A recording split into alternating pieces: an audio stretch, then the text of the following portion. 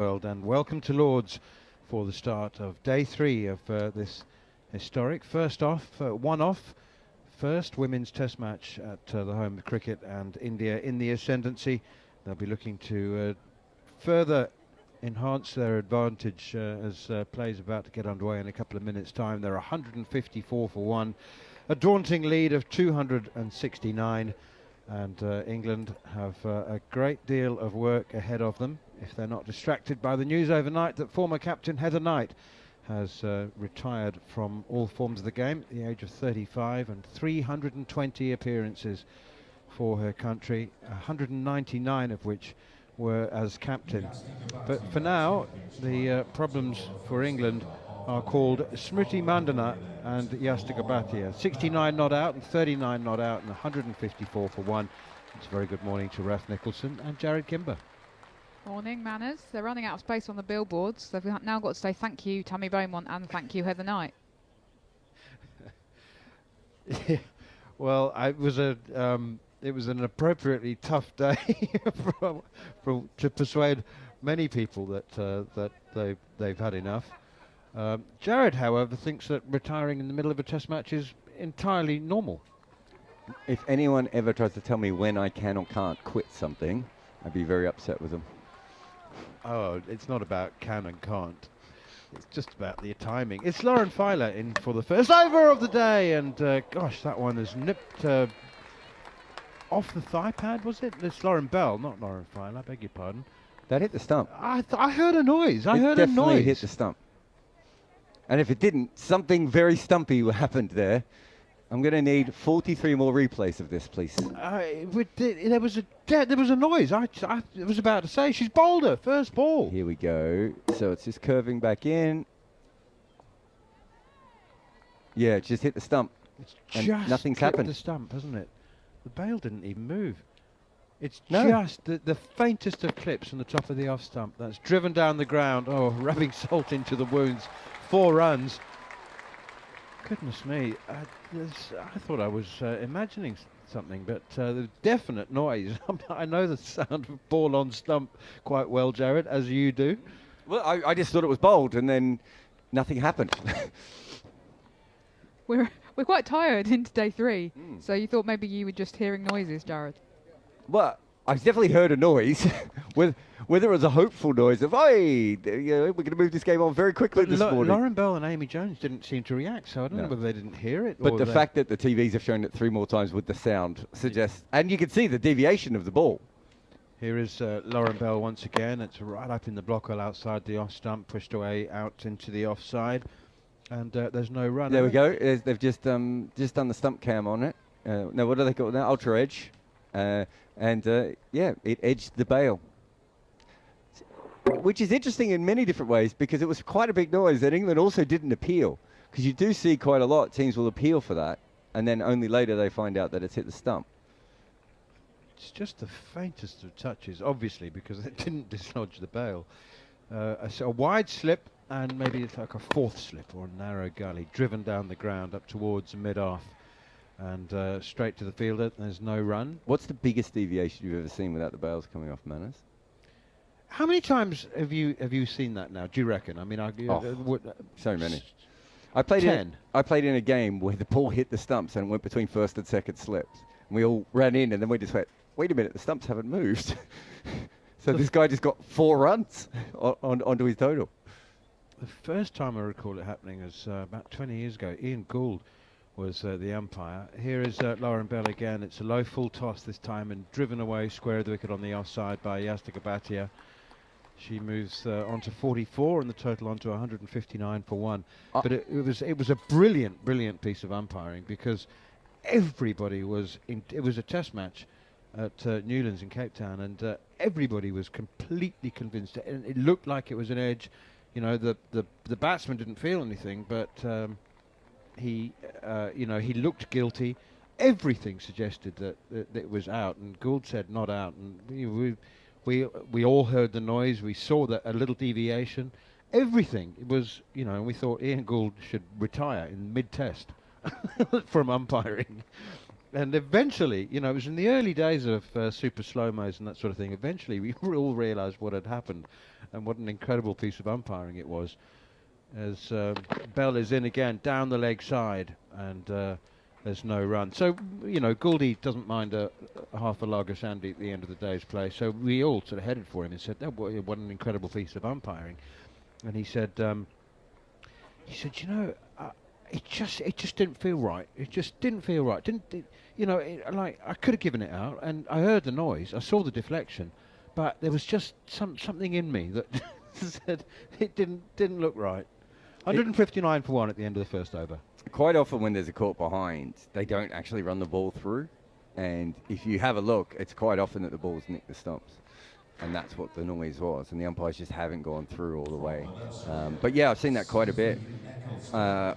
Obviously, especially now with the flashy bails, they're slightly heavier, aren't they? So they stay on a little bit more. There was conspiracy theories about that abounds for a while. But that stump didn't really move on that last one, so I'm not sure you could blame the bails. I don't think flashy is the You don't like flashy? the trade What would you say? name for them. Well, they've got a name, haven't they? Yeah, What are they called, Raf? Zing. Zing. That's it. But that's Zing bales. That's a brand name here. We're not sponsored by. Look, I'm not like. You were talking about what are they called in Australia? Dooners yesterday. That's a brand name. Look, you bought a shirt from the MCC, and I'm never going to forgive you for it. We'll just have to move on.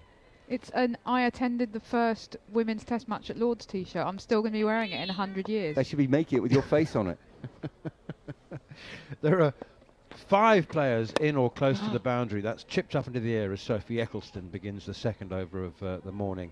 There's a deep backward square, deep mid-wicket, long off, not quite on the boundary, long on, not quite on the boundary, and a peculiar position that there's a catching mid-off as well as a long off, but there's also maybe a 2/3 extra cover, deep extra cover. That's an interesting position. Anyway, it would appear that Smriti Mandana has a single pretty much anywhere she wants it, if she wants it. And she does. She takes it to the cover sweeper. Deepish extra cover. What's all that about? So my first thought was, are they just trying to bore them because they're batting for the declaration? But then I thought, couldn't they just get a single every ball with this field? Yeah. So they're not really slowing them down all that much, are they? No, they can score at 5 or 6 and over here without playing an attacking shot. Pushed out towards mid-off, fielded by Tammy Beaumont, and there's no run. This field for Bhatia, though, this cover, I don't know why they're doing it for Mandana, but they were doing this to Bhatia yesterday because she cover drives in the air. So they almost have these 2 fielders in a row. Do you see the sort of pattern there with the closer one and then the further back?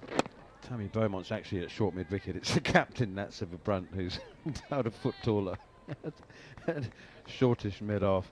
It's a strange field. I mean, they've got the deep backward square, cow corner, which incidentally, to be politically correct, should be called bovine corner. Short mid-wicket, long off, long on. There's a single almost anywhere, and this one is driven to Alice Capsey at extra cover. Did you see what I did there, Raf? Very amusing. I've not heard it called that before. Is that a Manners trademark, bovine corner? Well, in the interests of sexual equality. Of cows. And bulls. Yeah. Well, it's women's cricket, so it's okay for it to be cow corner, I think. Here is Eccleston again, and beaten outside the off stump there. Yastika Bhatia pushing and slider from Sophie Eccleston. And she's got one past the outside edge, but no breakthrough. 161 for 1. The lead is 276. They're reviewing that for a caught behind. Fair delivery. Can you have your Or a stumping. angle, please? They're reviewing it for something. So is this an umpire's review? Was it an umpire's review? I think so, I think it was, yeah, because there was no sort of active involvement or consultation amongst the players. Roll that back, please. Raf Nicholson, we ought to talk about the I thought was out for a little while. career of Heather Knight at some point. She's safe, isn't she, Yastika Bhatia? Her foot was out of the crease momentarily, but she's pushed it back. Is that Yeah, fair. consensus? Fair umpiring, I think, to have a look at that. Just because she had, and also it's not exactly obvious that her foot's on the ground there if you're at square leg, so, but there's no doubt that she's back. So on the subject of Heather Knight, and we'll talk over the course of the next couple of overs, but Steve Harmison and I on the Following On podcast on talkSPORT interviewed Heather a month ago, and I think the third question was I said, so Heather, are you still as enthusiastic and as keen now? Do you still wake up and bounce out of bed and raring to go? And she said, well, maybe not. There was a delicious pause of about 2 seconds. Here's Lauren Bell again, defended by Smriti Mandana, who has 70 now. She just paused and said, well, maybe not with quite the same enthusiasm as when I was 25, because she's 35 now. And she said, no, I still love playing. And then Harmy said, it's the warm-ups, isn't it? That's what's killing you. She said, yeah, it is. You got some 22-year-old fitness trainer trying to put you through your paces. You just think, look, let me bat. I don't mind fielding, and I still love batting. So it was on her mind, evidently, and after a day of truly grueling cricket yesterday, and dispiriting cricket, I suspect, she announced it, was it about 8 o'clock last night, wasn't it, Raf? Yes, it was, just when all of the journalists were about to go home. She sprung that one on us. The ECB have released a little video of her in the dressing room yesterday telling the players. Oh. On the back foot, punch straight back to Lauren Bell, and there's no run. That I didn't know. Was Jacob Bethel in the background in a crop top? Did they bring him in just for the retirement video? Wouldn't it be great if Jacob Bethel was in the back of everyone's retirement videos looking shocked? Wait, what? Sadly, that wasn't part of it, Jarrod, but she did say it's been a decision I made a few months ago. So very curious timing then to wait until midway through this test match to announce it to everybody. See, Jarrod has absolutely no issue. He says, well, what's the difference between Tammy Beaumont and Heather Knight and their decision to retire before or during a test match? That's flicked away out through the onside. And, you know, I try very hard sometimes to see Jarrod's point of view, because I think it's only fair. And so, you know, with a little bit of wriggling and squeezing, turning sideways, I can sort of understand where Jarrod's coming from. So my point, just so I can speak for myself for a moment, as Manus tries to shiv me, is that I don't understand why when Tammy Beaumont makes a decision beforehand, it still makes the test match all about her, and then when Heather Knight does it in the middle of a test match, suddenly it's egregious. They're both doing the same thing. Down the leg side, that's a very good take by Amy Jones, and it's caught. Amy Jones isn't even appealing, and it's been given out by umpire Sue Redfern. Well, I tell you what, it was a brilliant catch from Amy Jones. I don't think that she thought that there was an edge. Or maybe it hasn't carried. Amy Jones has run over to the square leg umpire and said, I'm not sure I've caught that. That's why she didn't appeal. She's run over to Anna Harris at square leg and said, look, can you just have a look at that, because I'm not sure. I think Mandana was walking then, wasn't she? Oh, yeah, she definitely hit it. Yeah, it's whether it carried. Yeah. You could hear the noise straight away. But, yeah, Amy Jones was the only person on the field that wasn't positive that was out. So we'll get a much better view in a moment of whether that is the case. It's down the leg side. It looks good to me on the first replay. Well, I am looking at it through about 9 shades, pieces of glass, but swings back in. Definitely hit it. No problem with that. Oh, hello. You can see why she isn't sure. She almost caught it with her hand facing down, but I don't think the ball hits the ground, though, does it? Well, this is the best angle. We can definitely see. My suspicion is that it's just hit the grass as she grabs it. Side on angle. Okay, this should tell us more. It tells us not much because she jumps out of frame. Yeah, we're going to need a different angle than this, everyone. We've seen this angle 12 times now. Yeah. You can absolutely understand why she's not sure, though, because her glove is completely kind of adjacent with the ground. Facing the ground. I've described that appallingly badly. Apologies. Palm down is what we're going with. All right, so it's actually hit the glove first. It has hit the glove first. Oh, I think this is going to be given out. Yeah. Mandana's walking, by the way. She's happy with it. She's seen the replay and she's walking before the decision's even been made. How about that? I tell you, the last 2 minutes ought to be clipped and catalogued under the difference between men's cricket and women's cricket. I mean, I was going to ask about that actually, because I was kind of thinking that's a very honest move by Jones to go to the square leg umpire and say, how I'm not about sure. Smriti Mandana walking off, going, "That's good enough for me"? No, she stopped again. Now she's waiting. She's been stopped. Yeah, no, you're right. She has been. Yeah. But there's one thing that remains the same, Manners. Why did they not show an angle from side on to the wicket? You're in the experts chair. You'll have to answer that. I mean, that's just bad third umpiring. Again, you asked for other angles. We looked at two angles. They were both straight down the lens. We needed one from side on or one from a slight angle to tell us exactly what happened with that. I don't think anyone could be 100% sure that she'd taken it from the two angles that we just saw there. As Raf said so eloquently before, her hand was facing down when she took that. She did go into the glove, but from that angle, there's no way to tell if the ball then rolled along the grass a little bit. Just show us a different angle. It's almost like we need specialist third umpires. Oh, really? That's now year 12 that you've been banging that drum. Correct. Sorry, I don't know if I've heard you talk about that before, Jarrod. So it's so annoying. And when I do commentary with Harmy's like, yeah, but it's not a bad decision. I said, it's not that's a bad decision. It's that they haven't used all the things they can to make it better. Look, how many thousands of slip catches over a century or more have been hit the hand and then touch grass? We see it over and over again, and I just think that Smriti Mandana has gone, you know what, I can see it's landed in a glove, that's good enough for me. Yeah, which is very, very fair. I've got no problem with what she did. It's just, again, third umpires are not asking for the right information.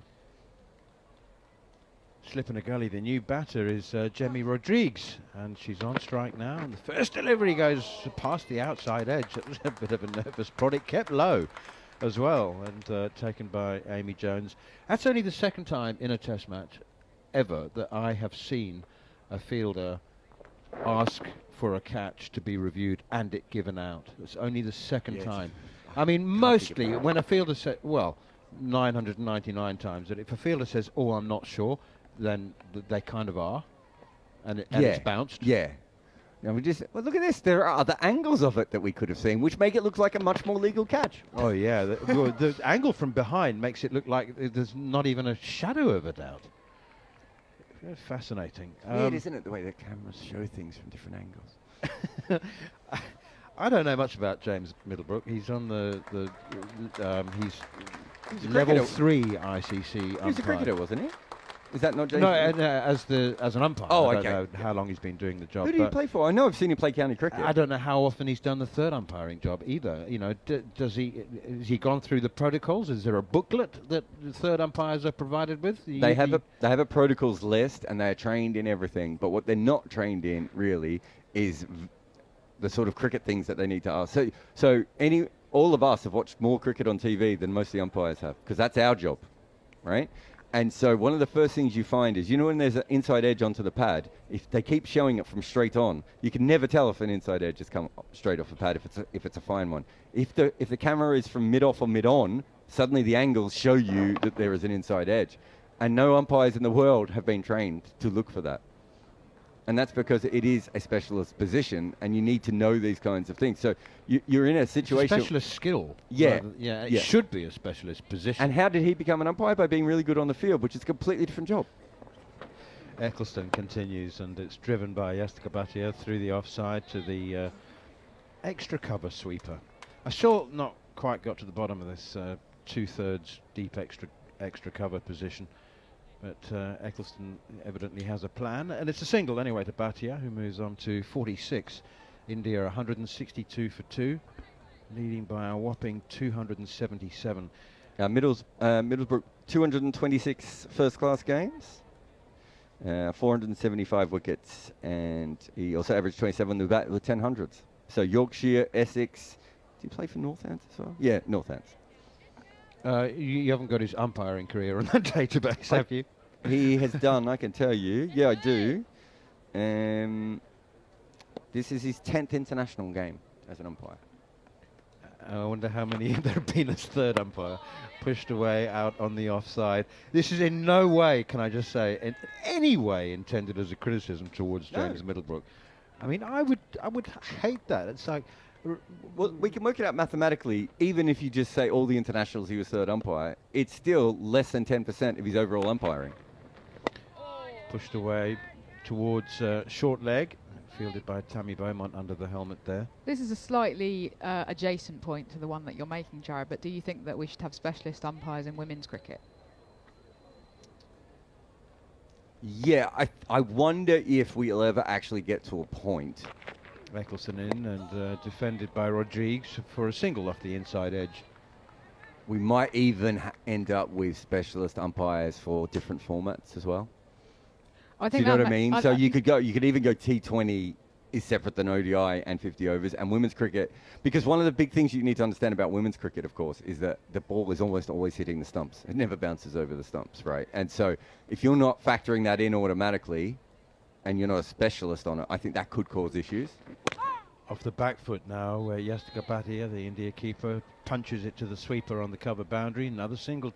Lots and lots of singles available here. It's an ultra defensive field for England, except that you sometimes wonder whether defensive is the right word, because there are so many singles available. If they wanted to be actually defending the score, then they'd probably have a few more fielders inside the ring. 164 for 2, leaders 279. Eccleston in again. Rodrigues slap drives this out to the sweeper on the cover boundary. She used the feet quite nicely, step and a half down the pitch. So we've got two umpires on the field here who are essentially women's cricket specialist umpires, Sue Redfern and Anna Harris, and both of them will be therefore very used to the fact that women, for example, as you say, that they get a bit less bounce. The amount of kind of swing is different because of the lack of kind of real very, very quick bowling in women's cricket. Therefore, women have had to get better at things like kind of moving the ball around and swinging it, etc., etc. So those things are different. And actually, it's interesting. Somebody like a Sue Redfern, who's done men's cricket as well, has talked about the fact that they are quite different, and you have to get into a different mindset. Driven by Rodrigues, fielded by Lauren Bell. Yeah, and I mean, we get the same thing in men's cricket when you are, if you're an Australian umpire and you're suddenly in Guyana, right? So I think those things should come about. So there's a thing in umpiring, which I think Simon Torfel did, but a lot of umpires did this naturally, which is when the ball hits the pad, what you're actually looking at after the impact is where the ball has gone. So if the ball has gone up in the air, that means it's probably hit high and above the knee roll. But if you hit above Tammy Beaumont's knee roll, right, it still might be hitting 2/3 of the way up the stumps. Might be hitting the base of the stumps. Here's Lauren Bell, and off the back foot now, played away defensively out on the offside by Rodrigues. It's 165 for 2. So that means if you're umpiring in a women's game and you're not used to doing it all the time, then there should be some sort of a conversation about those sorts of things beforehand. Not saying that the umpires can't react, because they understand that it's going to bounce lower in Guyana and higher at the whacker, right? They understand that, but you need to make sure that everyone's thinking about that before they go in. No, that's exactly right. And I remember when I first played women's cricket, having grown up on the diet entirely of men's cricket, my dad had sort of trained me in, you appeal for LBW, but if it hits them above the knee roll. Turned away behind square on the leg side for a single down towards long leg, unless you're Tammy Beaumont. Exactly. So if it hits a having grown up on a diet of watching men's cricket with my dad, if it hits above the knee roll, it's very unlikely to be LBW. When you're playing women's cricket, that is no longer the case, because first of all, smaller pads, shorter legs, and therefore, yes. And I was like, when I played, I was a peeler in chief for the team, because the level at which I was playing, there were people who were not totally au fait with the LBW law, and therefore I had to very much be right. I'm going to be a kind of Australian style, let's appeal very, very zealously. Here's Lauren Bell in again, and driven by Yastika Bhatia for 4, straight back down the ground. Tilly, if Lauren Bell doesn't get any movement through the air or nip with a full length delivery, she has been driven a lot, and it brings up the 50 for Yastika Bhatia. Congratulations to her, the Indian wicketkeeper, and she has been outstanding with the keeper's gloves on as well. She's made runs in both innings, but she's done a tremendous job. We thought Arisha Ghosh would keep wicket, but it's been quite a test match for her, Jarrod. No, she's played. Sorry, someone just dropped Is it Nat Silver Brums? She dropped a towel on the field. She's trying to move the field around. No, she's been fantastic all the way through. Again, you know, it shows the batting depth that they have and the flexibility. And yeah, I think she's been great with the gloves and been very good. They've tried to get her out in the cover drive, and they've got that set up for her still. Lauren Bell in again to Yastika, and then when Nicholson bounces as well, nips back into her, hits her on the thigh pad. We've had some interesting correspondence. Our regular listener has told us that she's still in Budapest and has tuned in once again. This one, Jarrod, try and take this seriously. You know that the ICC had a problem with their anti-corruption code suggests that no video with audio can be released during a match from the inside the players' change room, and England have done it twice in a men's test and a women's test back to back. Well, it was after play, I suppose. That one is clipped away behind square. Well, Ben Stokes was before play, wasn't it? That's a single out towards square leg. But UKCZ, I don't know what that means. That's the user. You're not allowed to make comments during a live game. Millions are bet on games, and any possibility of affecting the performance of players is, in my opinion, out of order. Therefore, before the game is fine, not during it. Yeah, that was exactly my response when I saw the Heather Knight video this morning. In a week in which the ICC have apparently spoken to the ECB about releasing the Ben Stokes video, it feels very strange to then do exactly the same thing with the Heather Knight one. Now, I'm told that there's a get-out clause, which is that if you contact the ICC anti-corruption officer beforehand and seek permission, that therefore it's okay to release the video. But it feels like that's treading quite close to the line, if you ask me. It's also going to a lot of trouble to draw attention to yourself, isn't it? So I think the video's wrong. I have no problem with the retirement in the middle of a game, and like people make all sorts of decisions during games. So I'm more than happy with that. But yeah, I don't understand this new thing of making videos. It's not about making the decision, Jarrod. Nobody's saying you can't decide. No. It's What I'm announcing saying is, it. no, That's I've got no problem with announcing it during the game either. I do have a problem with making videos from change rooms during games. So you think it's okay for the attention to be on Heather Knight when really England needs to be focused on trying not to lose this test match? Eccleston continues, short and wide and cut by Yastika Bhatia, behind square on the offside. Too wide, it deserved to be hit for 4 and was rather stylishly by Yastika Bhatia.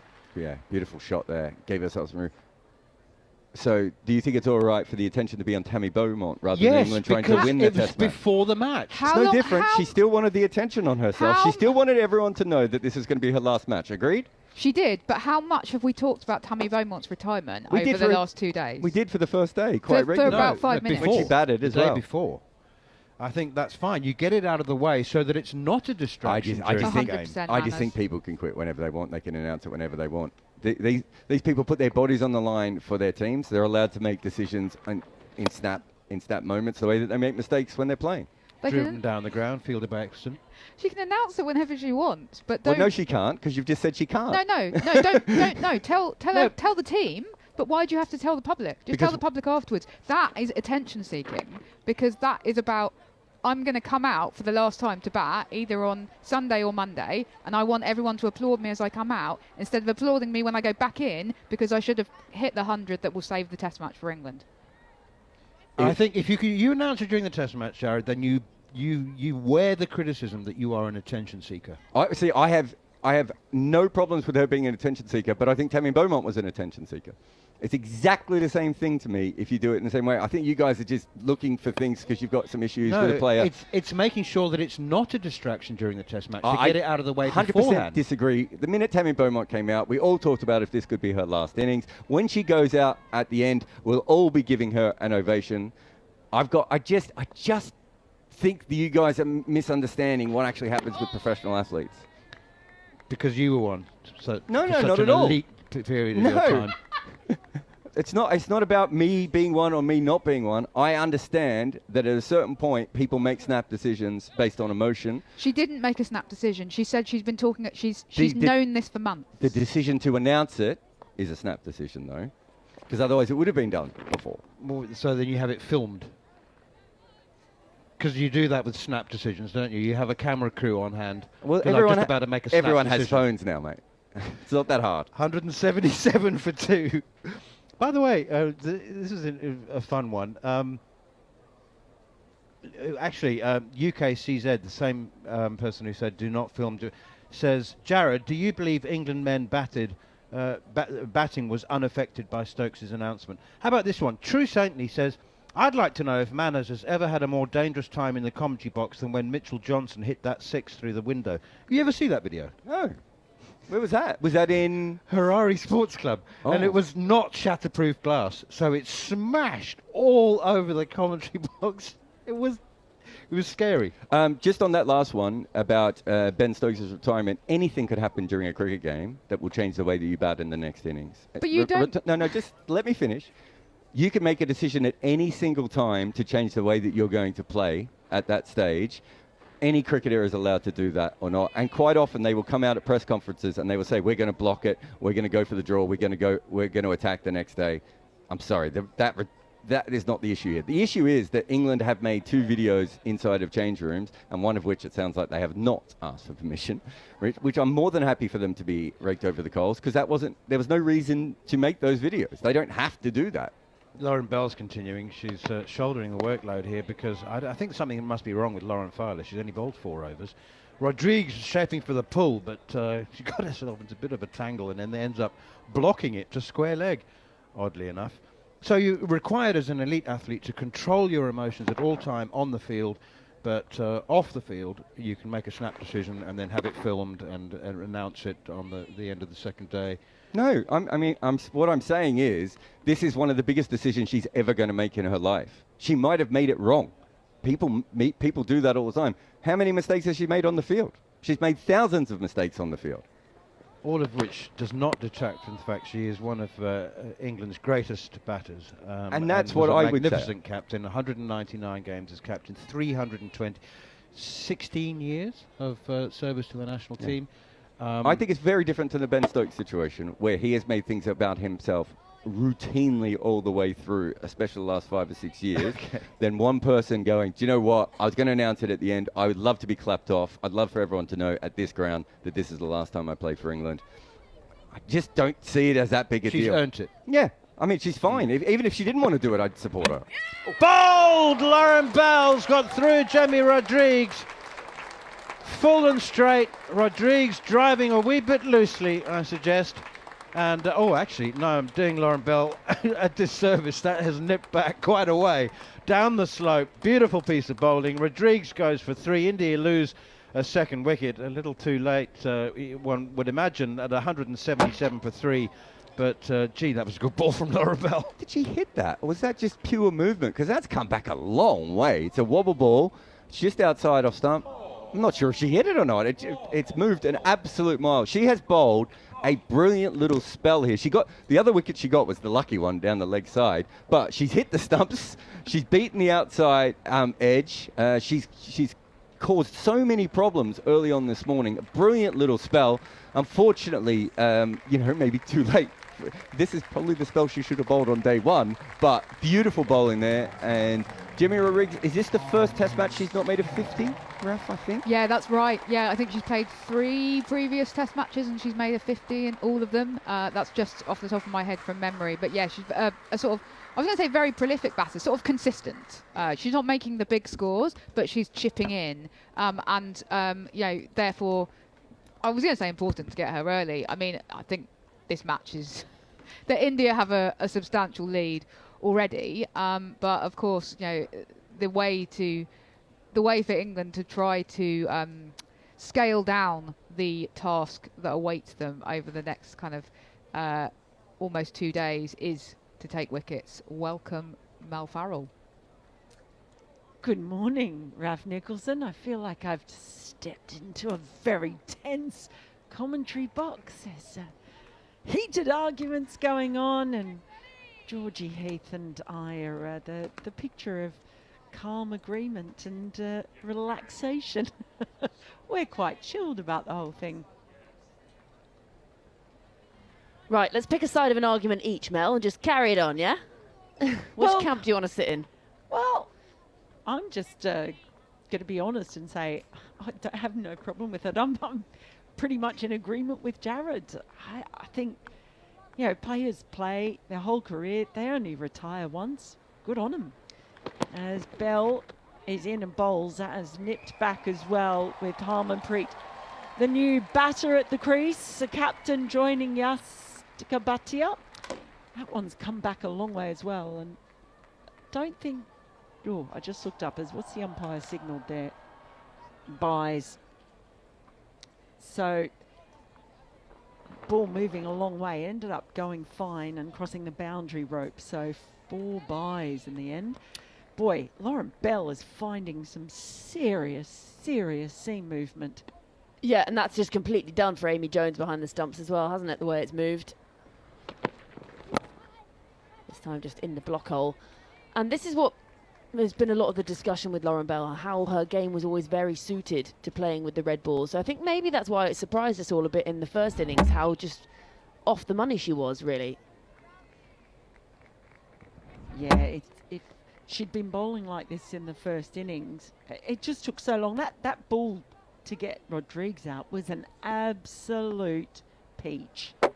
Jagged back in. In once more bowls, and Harmanpreet, Harmanpreet defends with a very straight bat. And that finishes off the over. Terrific over from Lauren Bell. Just the 4 byes coming from it. That one was a bit unfortunate with Amy Jones keeping up. Yeah, when it comes to it, I don't know. I just think good on them. People can retire how they want. I have no problem with Kane Williamson just quietly slipping off into the sunset. That's very him, though, as well. Yeah. And actually, you've earned that right. It's not like you've played one game and then you've made this big old hoo-ha about you. Heather Knight won a World Cup here on this pitch.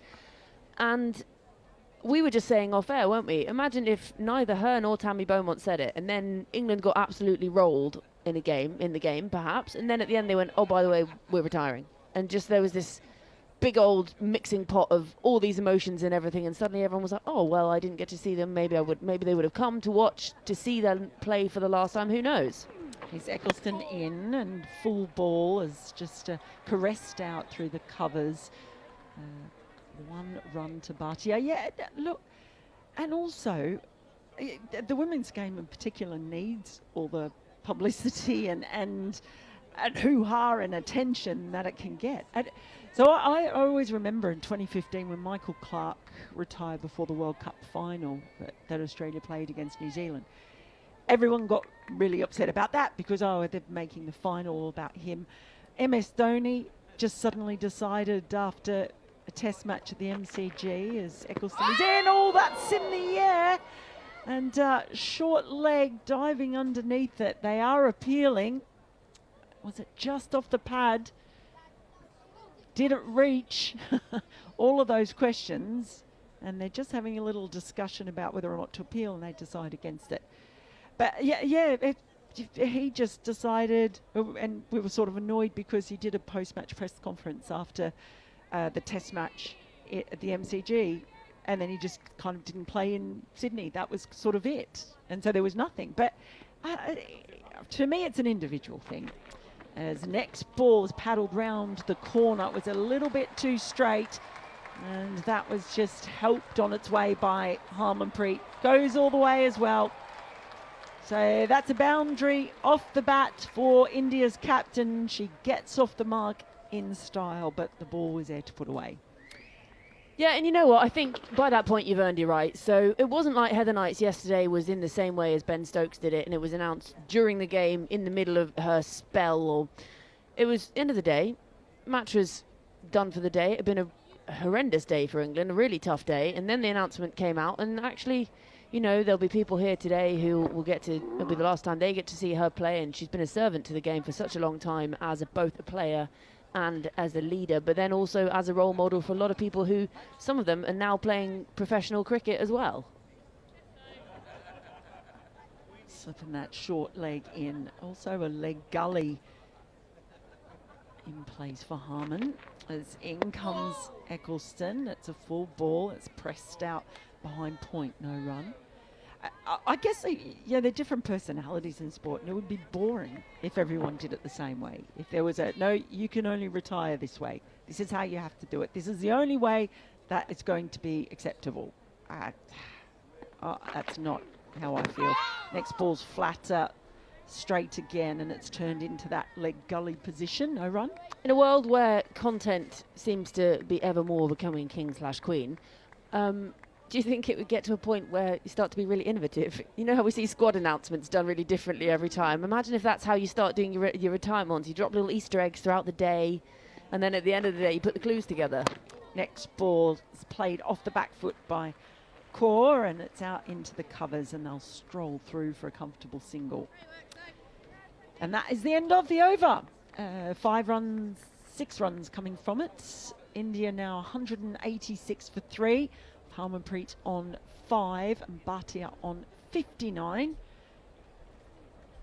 And it sort of felt like a bit of an eventful morning. You had that first ball of the day, the ball grazing the stumps, the bails not coming off.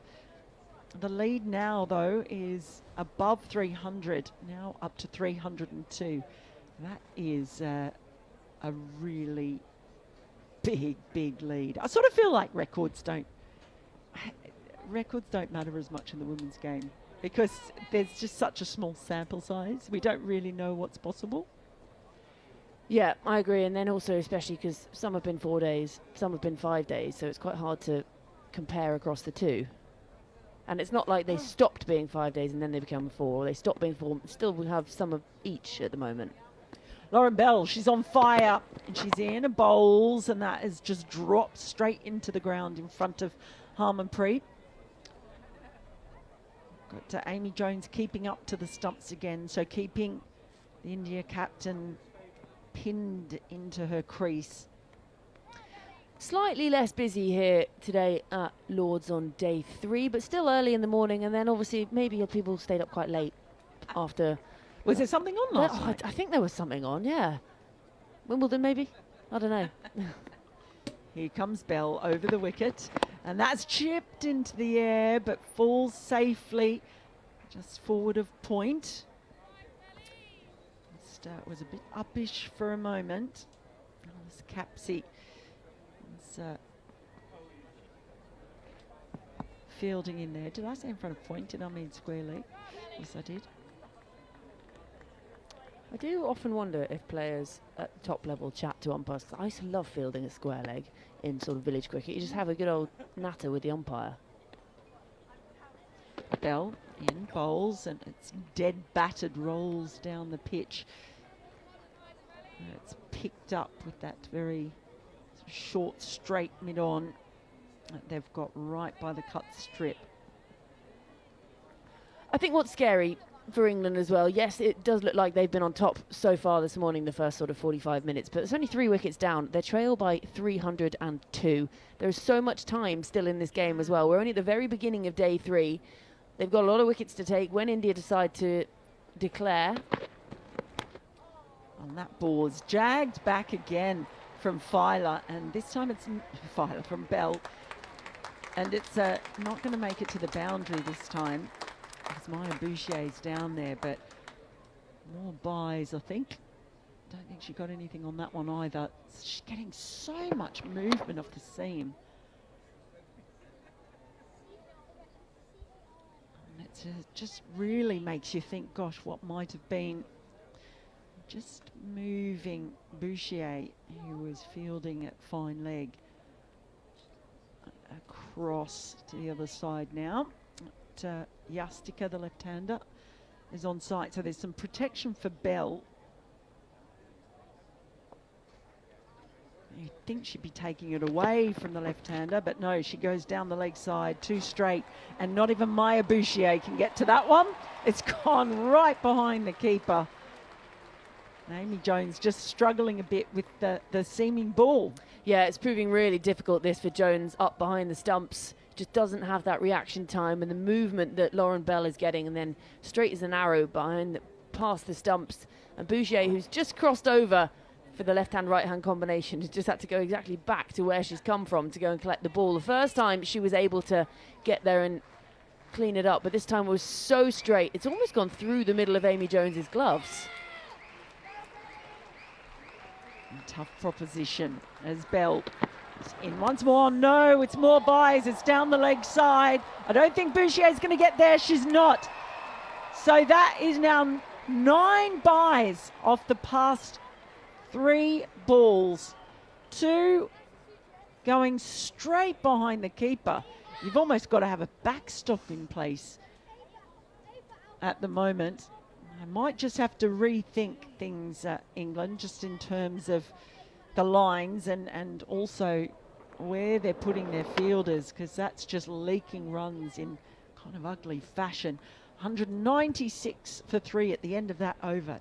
9 buys. It was way down the leg side, and it brushed the gloves of Jones, but it was really quite a stray delivery.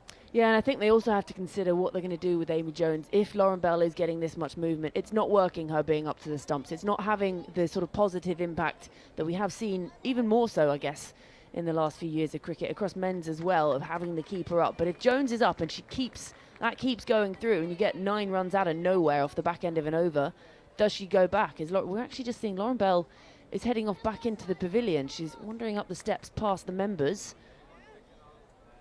So when we get more news of why she's gone off, we'll let you know. Nicholson, meanwhile, starts another over. It's just clipped up towards mid-on. But it says a lot, doesn't it? She's bowled some absolute jaffers this morning, Lauren Bell, and then we see her spraying it around. And that has been the lack of consistency for England's bowlers. It's been such a huge factor in the position they're in, as the next ball is driven out through the covers. There's protection out there, so just the one. So I would imagine, I can't see her right now, imagine it'd be Emma Lamb who would be on the field for Lauren Bell as a sub-fielder. Already got a catch in this game as a sub-fielder. Just trying to find her. But I would have thought, oh yeah, she's down just in front of us actually.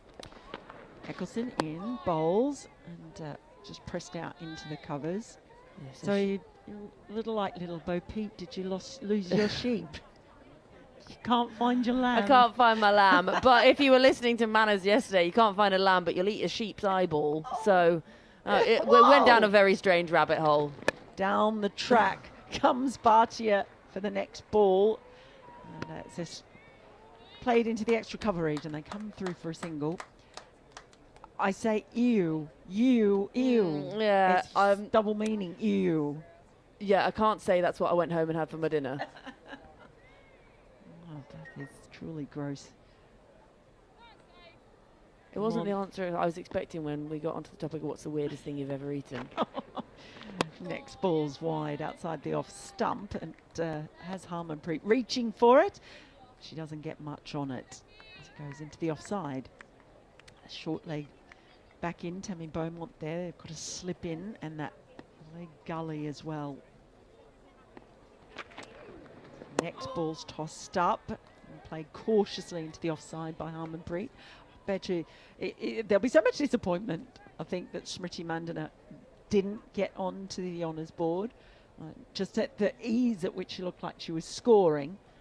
As we reach the end of the over, 198 for 3. I bet you Harmanpreet Kaur would absolutely love to get herself onto that honours board as well.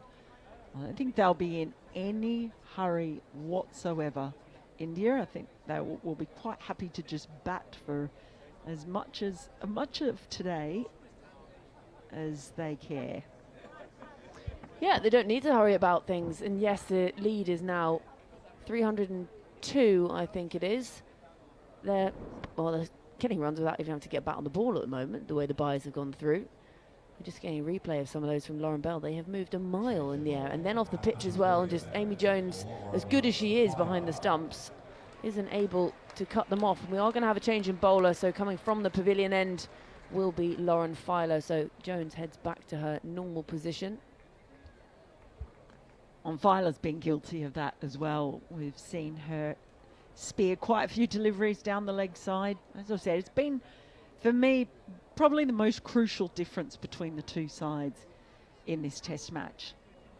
That first session was unlike any other, the ease and the speed at which they scored, as Filer is in. Bowls to Bhatia, it's short and pulled. Only for a single though. Izzy Wong out there in a floppy hat doing the work at deep mid wicket.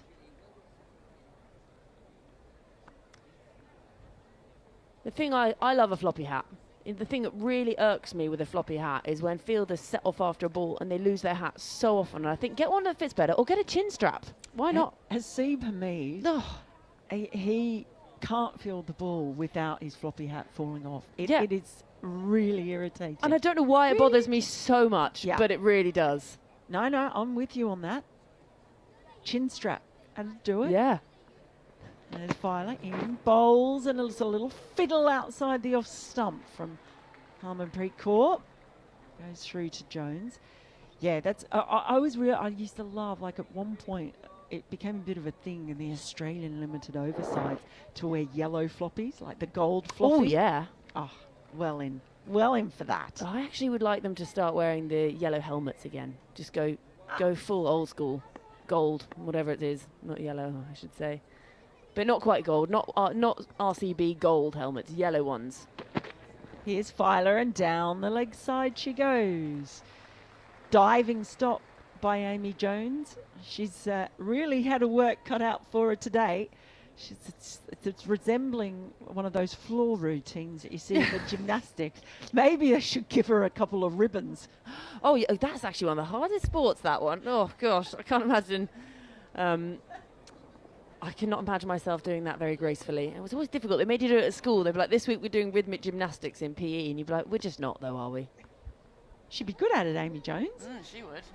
Filer in, bowls, defended into the offside. No run available.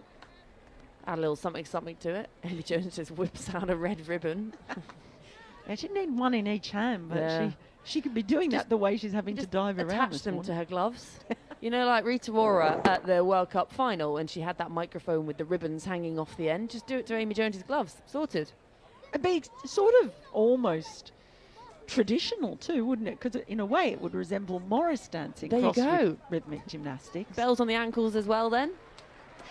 Here's Filer. No sign of Bell. She's off the pitch, and Filer strays down the leg side once more, and there goes a ribbonless Amy Jones diving again. I always used to think, you know, when England played New Zealand in rugby, and then the New Zealanders would come out, and the haka was just so sensational, isn't it? I always thought that the England team should respond by doing a bit of Morris dancing, because if that doesn't terrify the opposition, nothing will. Here's Filer. She's in bowls, and it's just played late to Izzy Wong behind point. No run. I do wonder how much our international audience knows what you and I are on about with Morris dancing. Well, I think we should explain it to them. End of the over, 199 for 3. Describe Morris dancing. Morris dancing. So it's a traditional kind of folk village dancing in England. The men wear these sort of shirts and sort of boater hats, I guess, and they have bells around their ankles, and they sort of march up to each other, and they hop and they dance, and the bells ring at a certain time, and then they high-five in the middle, turn around, spin back again.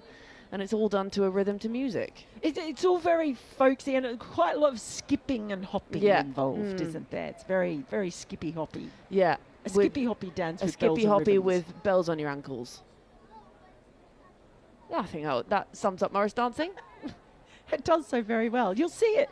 If you go travelling around England, you go to a village. In the summer, they'll have a little festival. My village, where my mum lives, definitely has it. There's a dog show, there's Morris dancing, all of the above. Here's Nicholson back for another over, and the first ball is just clipped a bit straight of mid-wicket there, so there's enough room for them to get a single. What other things? Oh, that brings up the 200 for India, 200 for 3. Leading by 314 now at the moment. There's a few disgruntled-looking England fans in the crowd wondering where this is going to come from. We've just seen a man in an England football shirt, though, so he's probably still feeling a little bit buoyed from last night. Oh, is that what happened last night? Oh, yeah, just in case you didn't realise. Next ball is left alone by Harmanpreet outside the off stump. She's got a silly point in and a slip. Still got that leg gully in place. It does feel like England, it feels like they're really trying to attack this morning. Round the wicket again comes Eccleston. That's nicely driven. This time it's square of the fielder of extra cover, so I'll come through for a single. 201 for 3. Yes, that lead now 316. And you do wonder if and when India will decide to declare. Obviously, we're still in the morning of day 3 here. So much time. Ages away. Yeah, I was saying Ages. towards the close of play yesterday, I was saying, oh, maybe, you know, they'll still be, as this is just crunched to point, sorry, by Bhatia. I was saying they'd still be batting at tea. I was thinking they've got plenty of time. And Jarrod came in and said, I don't know what you're on about. Why would they bat all the way till tea? And I went, because they can. And they can assure themselves a win, basically. So I was thinking about it. It's quite different to the men's, as Nicholson is in once more, and it's a forward press that comes off the outside portion of the bat and just trickles down fine towards the deep third boundary. They'll get a single. Sometimes when you think of men playing a series, because they play 3 tests or 4 tests or 5 tests, whatever it is, Yeah. they think about resting their bowlers and keeping everyone fresh, and how do we structure it and look after everyone so that we have everyone the best they can be for the whole series. As in comes Eccleston, and that's played late. A lovely little late cut shot from Harmanpreet Kaur. And that is another 4 to the total. Just sat up for her and she waited for it, placed it perfectly. Yeah, that's a sign of someone who's seeing the ball nicely here, Harman. She's only on 11 from 24, but having the bravery to wait so late and play it just as it's almost passing the stumps at this point and just work it really behind point. Pick up a boundary off the final ball of the over. It's lovely looking stroke. 206 for 3 then at the end of the over. Filer to continue. Yeah, so sometimes you know you'll see a team go, right, how are we going to best work this, set the target, but they probably don't want to play any longer than they have to, if that makes sense. With this, I think India will just want to play as long as they can. They've got 4 days that they can play with. As Filer in over the wickets, this time played square by Bhatia. Just a bit of a square drive. I'll come through for a single. Whereas for this, because this is such an occasion and a rarity and something they wanted to do for so long, I think they quite understandably might want to just enjoy their moment in the sun. Yeah. At Lord's. The idea of that honours board, I think it would be quite a temptation. And again, I wouldn't judge them for that either. It's Filer. In once more, and again a little fiddle outside the off stump. Harmanpreet just flirting with one there. It's not the first time she's been beaten. A little bit of movement in the air as well as Filer's released that one, and good pace as well, up at 71 miles an hour. So firing them down.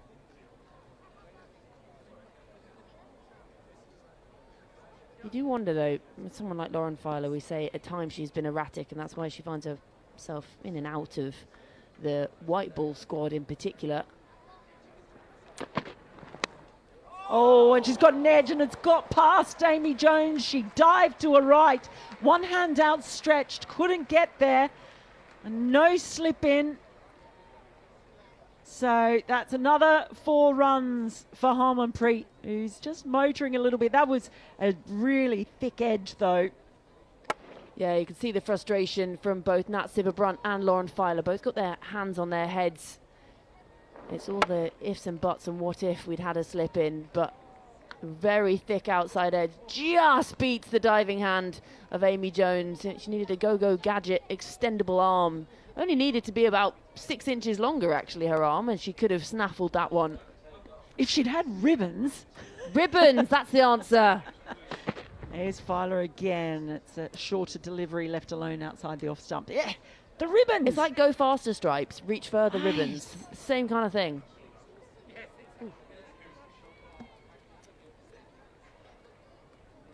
I've got a gully in, and Izzy Wong is standing there with the umpire. That's at point, both with their matching hats. Standing with umpire Harris there, just backward of point. They're all very widely spread as Filer is in, fires one straight at the stumps, and it's stoutly defended by Kaur.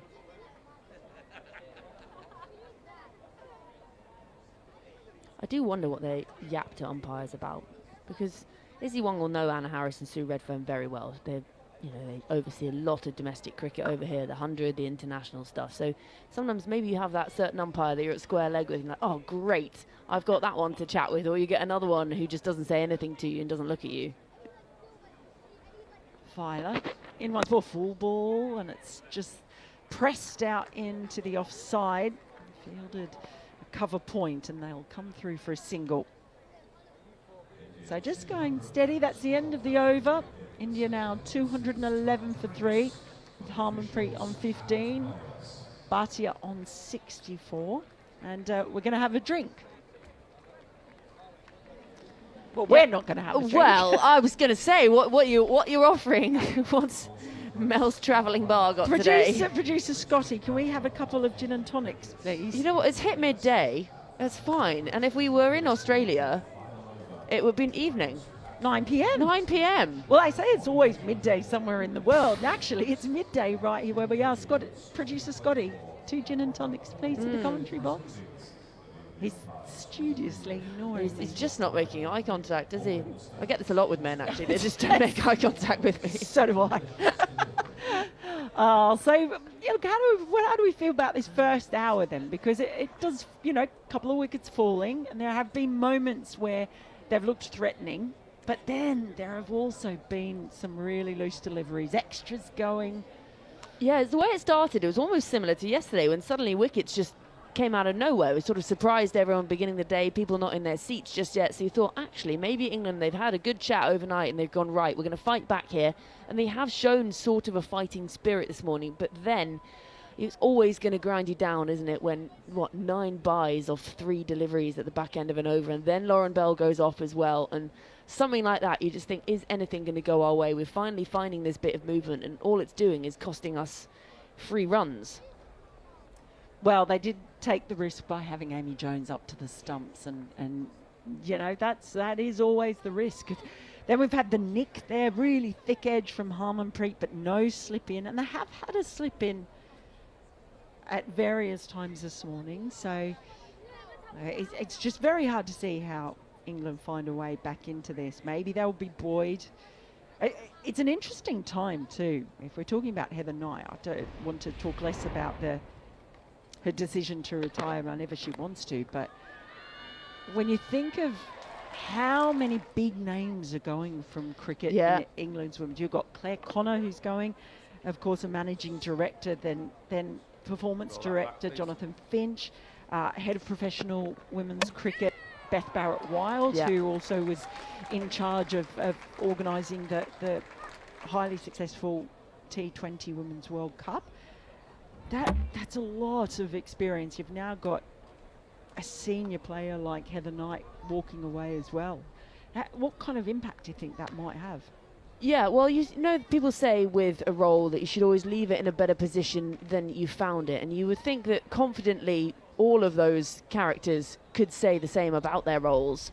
But maybe also that we've noticed so much more about what the impact they've had because there is so much more publicity about the women's game. So we're also just seeing, just side note on our screens, Jastika Bhatia just getting a little bit of work on her hamstring. She's lying down prone on her front while the physio has a little prod and poke and push, which probably can't be very comfortable, but especially this early in the day, as suddenly I look up and Mel Farrell has disappeared and Neil Manthorp is going to slide into commentary. And with that, I also am going to exit stage right or stage left. I can never remember which one it is, whether it's where you're looking at it or when you're on the stage. And Raf Nicholson will replace me. What a good question. Exit stage left. Is that from a thespian point of view, an audience point of view? What a good question. Never occurred to me before. Anyway, it's been a good, despite the loss of 2 wickets, it's been another good morning for India. 212 for 3. The question that is being asked amongst the journalists in the press box away to our right is whether India will be satisfied with a total to defend, 400 for example, or whether it's going to be more about how many overs they want to leave themselves in order to ensure that they have sufficient time and overs to win the game. Lauren Bell's toiled away really impressively. It looked a bit untidy with Amy Jones standing up. We had a spell of 13 buys in 15 balls, but you know, she was getting the ball to swing, and Amy Jones was standing up. Sure, Lauren Bell got a couple wrong, couple down the leg side, which Jones, I think, is hard done by. A couple certainly, she couldn't get anywhere near, but they were called as buys rather than wides. 212 for 3 alongside me, Raf Nicholson. It's you know, you can't fault England for their spirit, their determination. There's no white flag being waved, but as we were saying throughout the final session yesterday, this game is just moving further and further away from them. Yeah, I think that's right, and yeah, there'll certainly be. I mean, these two batters out there at the moment have got that carrot of obviously it's a long way off for Harmanpreet Kaur at the moment, but there is that carrot of the honours board that I think we have to take into account. Appeal for leg before wicket as Sophie Eccleston continues after the drinks break, but it was an optimistic one.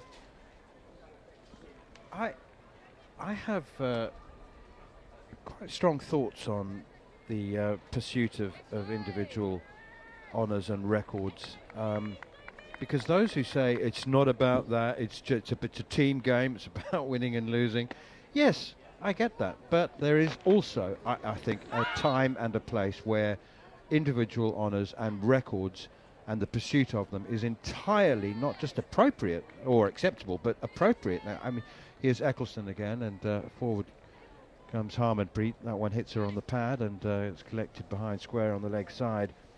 Like now, for example. Here is Eccleston. That's a dipping low full toss driven out towards extra cover. Not all records happen by accident or organically. No, absolutely right. The other thing, obviously, to bear in mind is that there is plenty of time left in this game. Forward comes Harmanpreet again, defending, no run. So it's not necessarily a case of either or for India. It can be both. They've got plenty of time for a couple of their batters today to get up on the honours board, and then bowl England out, maybe a bit of a tricky go at them tonight, and then they've got all tomorrow. Here's Eccleston again, and there's appeal for leg. She's played back. That pitching outside leg, like really genuine appeal this time from Sophie Eccleston. She was pretty sure that she'd made the breakthrough. You know, we were talking half an hour ago about the ball doesn't ever bounce over the stumps. That actually did look quite high, didn't it? Eccleston's unusually tall for a female bowler, so she does get a bit more TV umpire bounce. to director. We have a player review for LBW. The original decision is not out. I've checked the feet. He's a The voice you can hear is that of James please. Middlebrook, who once again has hopefully a more straightforward decision to make here. He can just rely completely on technology rather than the evidence of his eyes, as he had to do earlier with the catch down the leg side. But this one it's turned and bounced, and it's very straight, that's for sure. England have reviewed it. Just looks high. It's missed her pads completely. Yeah, I think that the height is going to be the issue with this one. Play it through, please. Given not out, so even if it's clipping, Satisfied there's no bat involved, we'll then go through to ball tracking. Review will be retained, but it will be given not out. Gee, I mean, that's what can happen when the pitch is wearing. The ball, extra spin can result in Decision extra not bounce. out. Okay, Pitching in line. here we go. Impact in line. Oh, it is clipping. Hitting wickets. It's hitting. It's not just clipping. We go back to Anna on screen, please. Hello. That's hitting the top of middle. Middle and off. And the decision has been overturned. Well, as I'm talking about the evidence of your own eyes, don't trust it because, well, that surprised me. I mean, that's not just clipping the top of offside, that's hitting below the top of middle and off. No, absolutely. It was quite deceptive. We both called it wrong. Who'd be an umpire, Manners? Not me. It's a much easier job up here. Well, 212 for 4. Harmanpreet Kaur goes for 16. And, you know, I have to say that in the very early days of Hawkeye, I was sceptical in the commentary box, and then I had the opportunity. I was in Dubai anyway, and I visited the ICC, and I was talked through and shown the technology, and I was shown a dozen or so examples where you were asked to judge, the evidence of your own eyes and say, like, hey, where's that one going? And then it wasn't just the technology that they showed you; they actually showed you the real path of the ball. And so I was completely convinced. That must have been 10 years ago, and it's only improved since then. So, whereas a long time ago I might have said, oh, well, I'm not sure about that. I now have absolutely no doubt that ball tracking is absolutely correct. Yeah, I think that's right. We did have there was a very controversial one in the recent T20 World Cup women's one that was played here over the last few weeks, and it was Hayley Matthews given out in West Indies match against England, and she certainly took issue and suggested that the ball tracking perhaps hadn't been quite accurate. It's an interesting one. I thought that was an edge. Was it an edge? Am I misremembering? Yeah, I think that was an edge, and because there was one angle that showed some daylight between the ball passing the bat. You're right. There was You're a right. snick. You're right. It was an. But it was a question about. I suppose it was a question about the technology, wasn't it? And how accurate she felt it was at that particular moment. It's the ball tracking that really impressed me, and that's now I trust that completely. There have been errors, and Hawkeye have said, and other ball tracking technologies have admitted when errors have happened. They're very, very rare. But here is Nicholson again. That one is whipped away out towards mid-wicket, and there's no run. It's gone straight to Tammy Beaumont. Is that Tammy? No, that's Heather Knight, beg your pardon, at mid-wicket. Anyway, the over comes to an end. 212 for 4, some reward. Further reward for Sophie Eccleston, who's now got 2 for 73 from 19 overs. And I think that was an error from that Hayley Matthews dismissal. I don't think she hit it. I think she did miss it. But it was just, a kind of alignment of the stars and planets. And there was a noise created by something else at the exact moment that the ball was passing the bat. I do, however, think that it did not exonerate her subsequent behaviour. Yeah, it was interesting. There wasn't actually any follow-up from anybody about that. I wondered whether there was a strategic decision to leave it until after the World Cup had ended. Somehow we haven't ever heard anything subsequent to that, because she did. I don't think anyone would disagree that she did show what looked very, very, very akin to dissent on field. No, it was rampant dissent. It was a complete schmozzle, her behaviour.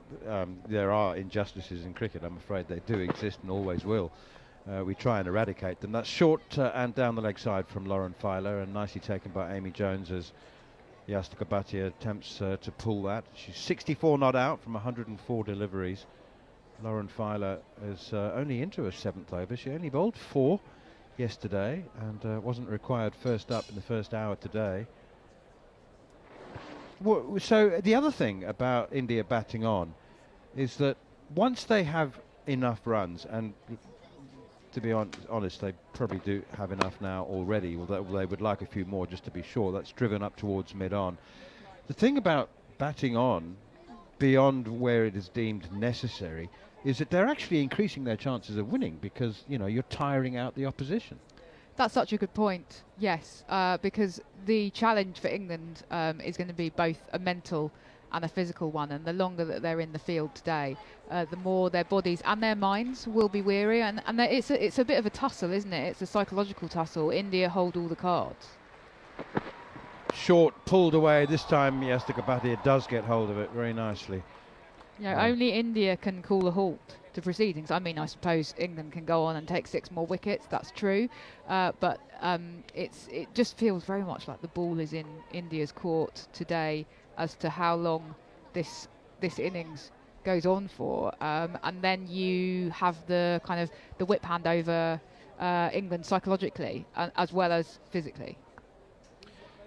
I wonder, Gary Morgan will be able to help us out here. I may have missed this stat. He may already have supplied it to us. But what's the most number of overs that a team has batted in the fourth innings to save a women's test match? There have been some big ones over the years, haven't there? There have been some heroic saves. They absolutely have. The one that comes to mind from a women's test was actually at the Oval in 1976, England v Australia. Clipped away as Filer goes short once again, and it's Deepti Sharma who's off the mark with her first single, 214 for 4. I'll try and get the scorecard up in a minute, but it was famous. It was a very famous innings from England captain Rachel Hayhoe-Flint, which saved the test. I think she finished 179. She was out. Are we talking 100 plus overs in the fourth innings? I don't have the overs to hand, but she batted for 8.5 hours. Oh, that's 100 overs. Yes. Yeah, 8.5 hours. Gee. Lauren Filer round the wicket, down the leg side, however, to Yastika Bhatia, who remains 65. Deepti Sharma has 1. India's lead currently 329. 214 for 4. 45 minutes to go until lunch. There's absolutely no question that that India would have ever considered declaring at lunchtime. But you know, in and around tea, and you factor in the nuisance value of not actually doing it at tea. Here's Lauren Filer again, wide of the off stump, and it's left alone by Bhatia. The irritation value can be immense for the openers who have to rush out at any stage of a declaration, because you've only got 10 minutes, and you know, it's one of the pet hates of most opening batters in international cricket, that 10 minutes just isn't long enough to get ready, just physically, practically, getting all your kit on. And you know, you always feel a bit rushed and a bit unsettled. So don't declare at tea, because then you give the batters 20 minutes to get ready. Then they don't have any time to eat their scones, Manners. Yes, well, exactly right. Yeah. So you're not missing out because you don't eat the clotted cream. That's the best bit. I think the warm sultana scones in the Lord's Media Centre are perfection, whether or not you have them with clotted cream. You do go for the strawberry jam, though. Eccleston in again, steered away nicely behind square on the offside by Deepti Sharma, another single. See, the thing is, if you don't have the clotted cream, you can have double the jam to make up for it. I actually, just on that 1976 test at the Oval, I was chatting to one of the players who played in it, and she's reminded me that she ended up scoring 39 in 4 hours. One of the other players from that day she got a duck, but she batted for an hour and a half for a duck. So it was a real dig in from England on that fourth day, it would have been, at the Oval. I hesitated because women's tests in those days were often 3 days. Driven now by Bhatia towards mid-wicket, no run. But I believe this was one of the first ever 4-day women's tests because the previous two had been drawn. So the teams agreed that they would play an extra day to try and get a result. And of course it ended up that England nearly lost. Forward comes Yastika Bhatia again, the left-hander. She's batted beautifully in this innings, kept superbly as well, 215 for 4. But that's the real beauty of Test cricket, isn't it? It partly is. It does come down to that sort of psychological, physical dig out for a draw, and that's so exciting. It is. It can, and yeah, compelling. It's driven for another single up towards mid-off, and she's quite deep, Izzy Wong, at mid-off. Does it not show how many overs that they batted in that? So it's 3. Does it? Oh, you mean the individual ball-by-ball data for each player? Well, no, that England's Rachel Hayhoe-Flint's marathon innings when they drew the test match. Does it not say how many overs they faced? That one is chopped out behind square on the offside, straight to cover, and there's no run. So the overall innings was 264 overs, but some of the individual player data... 264 overs? Yeah. 264 overs. At a run rate of 1.2. That must be the longest fourth innings of all time. I've never heard of such. 264 overs. Look at some of the individual bowling figures. Turned away out on the onside. And so 9 bowlers for Australia. Sharon Chudray, 42 overs bowled. Wendy Blunsdon, 51 overs bowled. Marie Cornish, 54 overs bowled. Rayleigh Thompson, who would have been the quickest bowler out of these, 35 overs. 35 overs at a cost of 23. 23 runs. This is it's proper grinding. Proper grinding out of draw stuff. Absolutely mesmerised by this scorecard. I've never imagined such a thing. 264 overs. It's the match referee should have called it off. Stop the fight.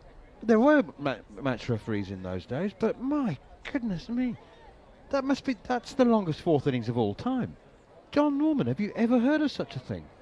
264 overs. 35 overs for 23. Wow, look at that. How many bowlers they use? All 10? 9. 9. I'm absolutely staggered. I would have thought that I'd encountered this scorecard. It was 1976 at the Oval. 1976, the third women's And it was Australia. the hottest summer of the century, wasn't it? This was the match they played right before the first women's match here. So they had the 3 tests at the beginning that were all drawn in the end, and then they came on to the ODI leg of the series, and one of those ODIs, the second of 3 ODIs, was played here at Lord's. So it's topical.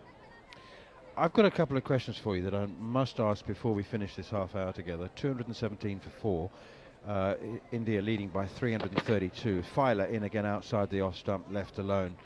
So I love to read everything you write, Raf, and I'm a bit late coming to this, but I would like you to tell our listeners how the MCC decided to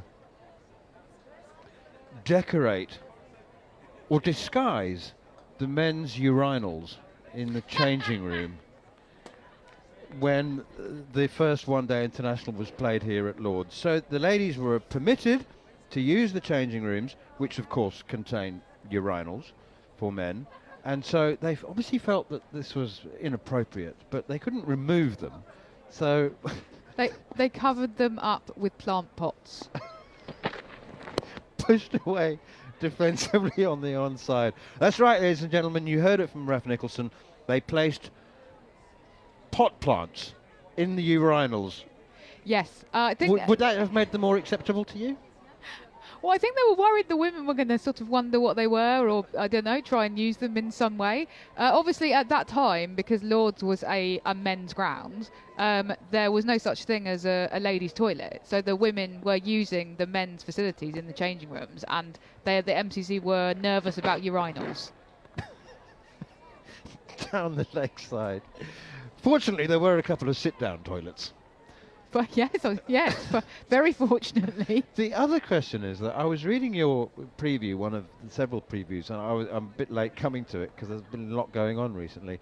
And so you mentioned the fact that the second women's game here at Lord's was 11 years later. What was that? I wasn't aware that it was. I mean, it was 11 years is a long wait, but not quite as long as the wait for the 1976 one-day international.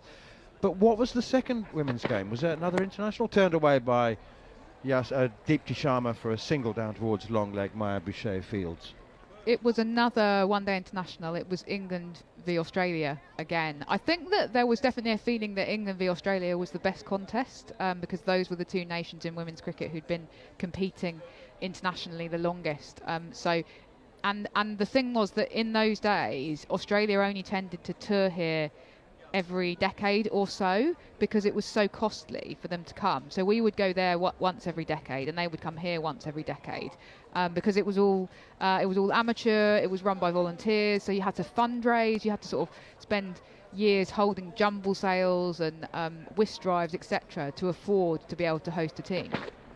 Short, pulled away behind square on the leg side. Lovely shot, beautiful shot. Bisects the fielders perfectly at long leg and deep square leg. Super shot from Yastakabati, and takes her into the 70s. So Lauren Fowler trying to bang it in short. I mean, it's, you know, it sounds as if we're talking about the 1850s rather than the 1950s or 1960s. You know, that the women's team were having cake sales in order to raise the money to go to Australia. Yeah, there was a wonderful woman called Audrey Collins who ended up as the president of the Women's Cricket Association, and what she did was she got a load of chocolate bars and she would sell them at women's matches, and that money was used to fund tours. Staggering. Flicked away behind square on the leg side. Look at where the game is now. It is incredible, isn't it? But it does evoke the 19th century men's game, I think. And one of my kind of theories is that when the men's game goes professional in 1962, so the MCC sort of say, right, we're going to abolish this amateur professional divide, women's cricket takes up that amateur mantle and kind of adopts that sort of pure philosophy. And a lot of observers of the game and journalists, etc., praise women's cricket for being amateur. Here's Filer once again from the pavilion end. Forward comes Deepti Sharma playing defensively. She's 4 not out. Yastakabati has 71. 224 for 4. The lead is 339. And to some extent that actually holds the women's game back a bit, because a lot of people are praising it, looking at it and going, well, this is, you know, it's very pure, it sort of evokes the lovely history of men's cricket in a time when nobody was concerned about money, which is of course historical nonsense anyway. It's just historical myth making. There was always, the earliest cricket matches were organised by aristocrats who wanted something to bet on, essentially. So there's always been money and finances and kind of commercial attitudes within men's cricket as well, but there's a sort of mythical sense that amateur men's cricket was pure, and then that women's cricket sort of takes up that mantle and takes on that ethos, and therefore the powers that be in women's cricket are reluctant to almost kind of look to ways to make it more professional, because they're getting praised for it looking like the men's game did in the 19th century. You also quoted one of the players in that 1976 game who said that they never ever thought to question the patronising sexual prejudice, because they were just so happy to be playing at Lord's. Steered away nicely. That's a lovely shot from Yastakabati, and just opens the face of the bat. There's nobody at short third, so they run through for an easy single. Contemplated a second. I just want to make sure John Norman's listening to this now, because before the 1976 game, the ladies were not allowed to cross the ground they had to do their warm-ups at the nursery end. They had to use the concourse. They weren't allowed to walk across the ground in order to go and do their warm-ups at the nursery end. I find that, did the men's team, maybe I'm getting this all wrong, maybe that was a standard practice for every team, but I don't think so. That's blocked away defensively on the offside, so they had to walk around the concourse to go and do their warm-ups. I don't think that would have been standard for a men's team, certainly not, because the women definitely noticed that and have kind of and absorbed that as being something that was that was an inequality with the men, even though they never, as you say, they never quite thought to question it seriously. Pushed away out towards extra cover. I think that they were sort of caught between, they said we felt so grateful to be playing at Lord's, and we were so happy that we'd finally been given permission, and on the day we were so anxious about doing something wrong, going in a place we weren't allowed, annoying the MCC. Forward comes Deepti Sharma to Eccleston, again plays defensively. They said they felt like they were being watched. Yeah, and there was a great story, because we had a reunion of those 76 players on Thursday, organised by the Cricket Society, and there was a great story. So one of the England team, Jackie Court, I said, what do you remember? And she said, I remember trying to get to a shower. I was wrapped in a towel. Eccleston in again. Sharma drops it into the offside for a single. I was wrapped in a towel and I was trying to find the shower, and I walked out of the door and there was a male attendant there, and he said, you need to be accompanied in order to find the shower. And she said, well, I'm wrapped in a towel. Can you not just point me in the right direction? But basically they were, wherever they went inside the pavilion, they were being accompanied by a member of MCC staff, because and they perceived that to be, there was a certain anxiety about having women there at all in what was an entirely male space. Pushed away up towards mid-off. Well, I hope the male attendants averted their eyes to the ladies who were wrapped in towels heading for the showers. It is. I mean, I'm trying to laugh. I think the male part of me is deeply embarrassed that this was, during my lifetime. I mean, I was only a young lad, but gosh. And they all seem to be incredibly good-humoured about it. The memories are intensely fond. I mean, there's no sort of sense that of resentment, is there? No, not at all. I think there is a sense now that they were so pleased, for example, to be invited here on Friday, and to get that acknowledgement of coming out to ring that 5-minute bell and actually having the crowd applaud them and feeling like we remember them and that we are remembering them and that the current players are remembering them and feel that connection with them. I think that's really important to them. But do they go through life kind of fuming with resentment that they had to give up so much of their life to playing women's cricket for basically no remuneration? And do they go through life angry at the MCC for having only permitted them one match here per decade?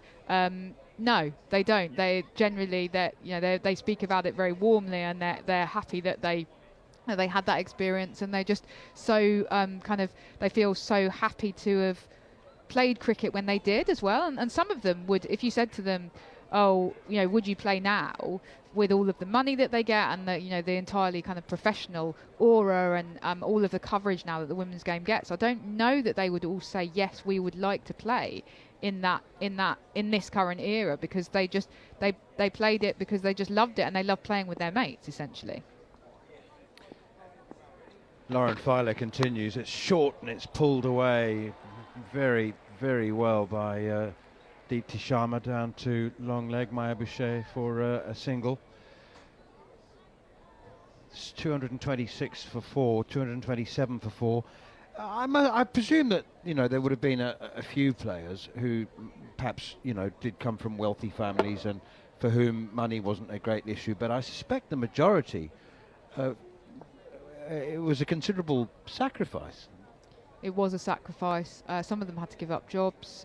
So one of the players who played here in '76, England's wicketkeeper Shirley Hodges, when they went to Australia in '68, '69, punched away defensively, no run. She had to give up her teaching job because they were going to be away for 3.5, 4 months. And she went to the school and said, "Look, I want to go and represent England overseas at cricket." And they said, "That's fine, but we're going to have to replace you. So bye bye."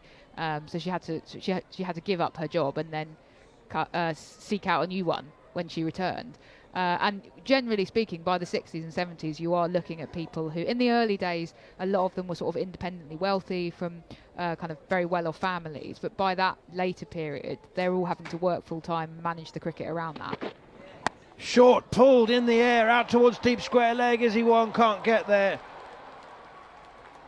Well, just momentarily, Izzy Wong thought she was in the business for another catch as Yastika Bhatia went on the pull, but she gave it her best shot, sprinting in from the deep square leg boundary, and it's just bounced short of her. So I absolutely cannot put that down as a chance. It was a valiant effort from Izzy Wong, sprinting in from deep square leg.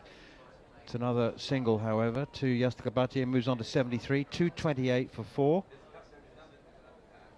As Lauren Filer continues from the pavilion end, full this time, full and straight, and Deepti Sharma plays defensively out on the offside. Well, at what point in the women's game they at least have their expenses covered? So they weren't actually, it wasn't costing them money. There would have been the sort of brown envelope era, would there? So here's a pound and some.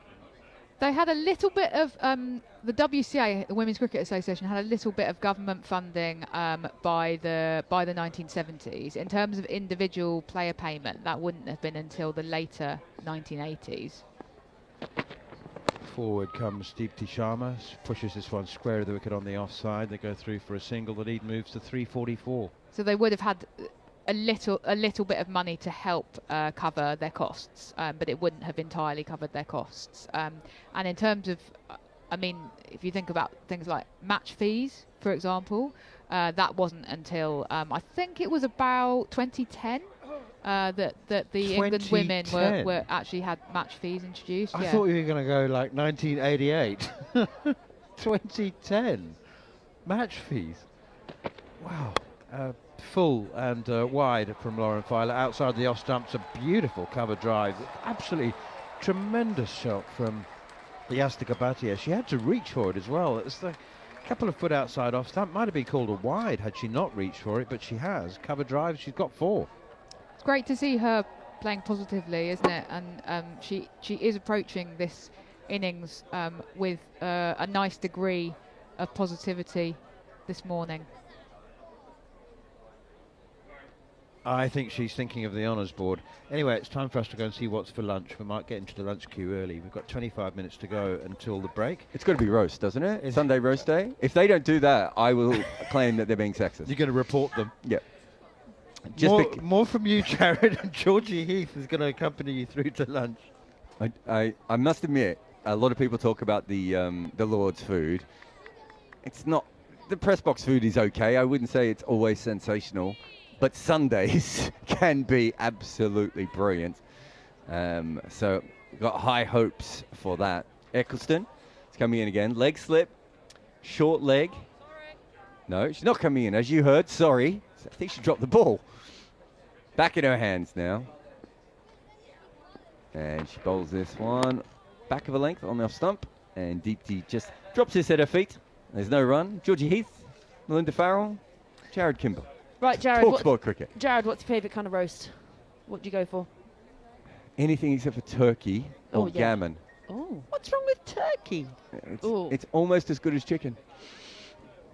I think turkey's too dry. I like moister meat. You haven't had someone cook it properly. I think there's also a reason we only eat it once a year. Yeah, Twice if you're American, I suppose. If it was that good, we would eat it all the time. I just think it's a very poor meat. Mel, don't you think turkey should be more moist? No, I think I cook it properly. There's no way you cook it properly. No, I just think it's a drier meat than chicken, so I think it's inferior. And gammon, I don't understand gammon as a meat. It feels to me like a challenge to someone. I think the best bit, I mean, I don't eat meat anymore, as we know, but the best bit was just if you had the glaze, the sugar bit on the outside, and I'm like, actually, I could just go and eat sugar, so. Of the gammon? Yeah. Yeah. I think gammon might be the worst part of a pig. But wouldn't you just have ham?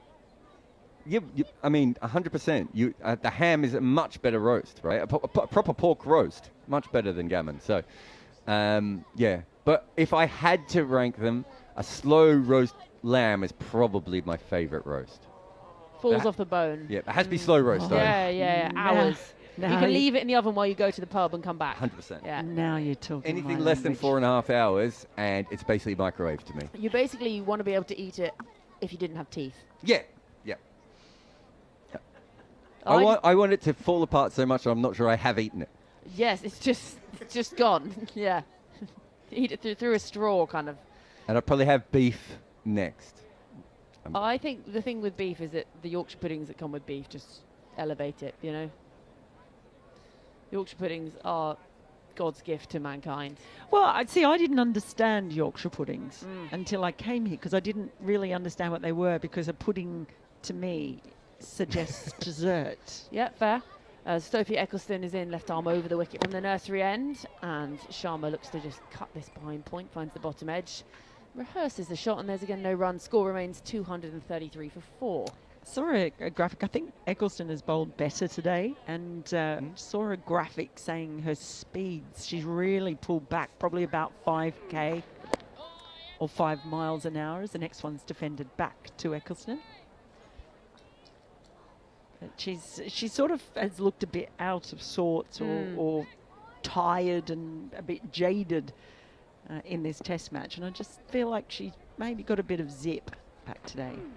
Bit of extra flight this time from Eccleston, and it squirts out again towards point, and there's again no run. So have you discovered a love for a Yorkshire pudding yet, or are you still getting over that they're not a dessert? Oh no, I love it. Yeah. But it's all about the gravy. Yeah, so it's basically like a big savoury kind of donutty thing. Well, because it's pancake mix, but you fluff it up basically. This one's a little quicker and darted in by Eccleston and pulled away this time by Sharma, who doesn't get all of it, and they just skickle through for a single.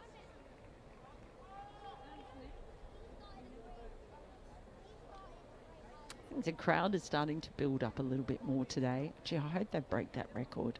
They needed to get about 10,000 in. I'm not sure if there's that many in. There's about 7,842, I think, at the moment. That's impressive counting. 43. Extend to the left-handed Bhatia, who just almost hits this through Deepti Sharma's legs at the other end. Goes out to Emma Lamb, who's up at mid-on, which means that Lauren Bell must still be off the field. Yeah. Yeah, she is, isn't she? Yeah, I think, Mel, it's a possibility people come in on a Sunday afternoon. Also, in London specifically now, Sunday mornings are All-Star Cricket mornings quite a lot. So you do have a lot of people. I mean, John Norman has just come from Dynamo with his son Franklin, and where he saw my daughter Clementine playing All-Stars. So there's a lot of people who do that on the Sunday mornings. So there is a possibility that a few people have had the early morning cricket and then will be coming down.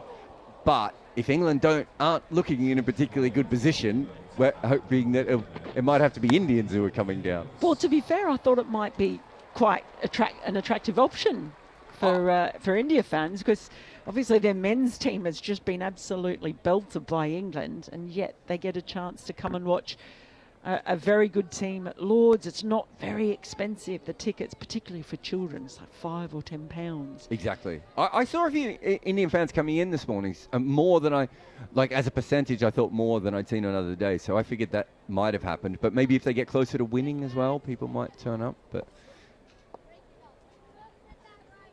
So Maddie Villiers from the pavilion end, 8 overs for 31 so far for her. We have seen her get a bit of rip and turn in that first innings especially. And the slip in to the left-handed Bhatia, who's on 78. And slightly fuller targeting at those pads, just driven up towards mid-off. And there's no run. It's interesting to me that we haven't seen her bowl more with left-hand partnerships. Specifically because the England men's and the women's team are quite algorithmic when it comes to matchups. So she comes in again, and this is dance down the wicket. And maybe that's why we haven't seen her bowl, as this one is hit back over her head by Bhatia for a boundary. But yeah, they're usually pretty good well, I say pretty good, depends on how you like your cricket played, but pretty accurate at looking at all the algorithmic things of, there are two left-handers, we will bowl off spin. But in both innings, Maddie Villiers hasn't really bowled to these partnerships so far. Yeah, and Yastika Bhatia perfectly balanced, taking that on and just launching it back over Villiers' head. Couple of bounces into the boundary sponge in front of the pavilion, and yet more glorious London sunshine. This time just looks to work it into the leg side. Can't get it through the ring. And there's again no run. So 239 for 4. That lead now 354 for India as we head towards lunch here on day 3. And Bhatia now on 82, edging closer. This time just defended, and Villiers fields off her own bowling. And I mean, there was some discussion, uncertainty whether or not Yastika Bhatia might play in this match, or whether it might be Harleen Deol.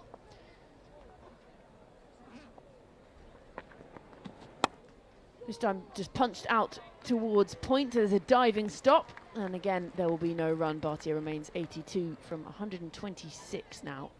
I think it was Deol who played in the last test match that India played. So what a moment this would be. Villiers round the wicket to the left hand, and this one just punched out to deep cover, and they'll easily come through for a single to bring Sharma, Deepti Sharma, not back on strike because it's the end of the over. 63 overs gone. India 240 for 4. So Yastika Bhatia just putting herself in this position. And now she's got the golden opportunity to become the first India female batter to make it onto the honours board. An incredible all-round athlete, black belt in karate. She played high-level badminton. She's been keeping in this match because she's seen as being a fitter option over a multi-day match rather than Risha Ghosh. That would be a huge moment for her, though. And that needs the tension building around, so probably another 4 overs before lunch. Maybe they could squeeze in 5 with the spinners. So time enough for her to get there. Eccleston in from the nursery end, and the use of the feet by Bhatia. She just crunches this through the covers. Fielder comes in off the rope, cuts it off, and there'll be 1 more to the total. So she moves on to 84. The score now 241 for 4, and India leading by 356. Yeah, I think she's thinking about whether she can get the milestone before the break, because she hit the boundary of Villiers, and then straight after she came down, she was completely beaten in the flight, but she still played the shot. And then again, she's trying to force the ball. She was actually disappointed to only get that for a single. So there's a big chance of a wicket here for England. Eccleston over the wicket in the big stride out the defensive shot from Deepti Sharma. And if there has been a decision by Bhatia that she wants to make this 100, she has not explained it fully to Deepti Sharma, who's dead batting the ball. Eccleston again now. And Sharma just worked this out to point off the outside edge. Again, no run. Do you think it makes your lunch taste worse if you're nervous and you get a bit of anxiety?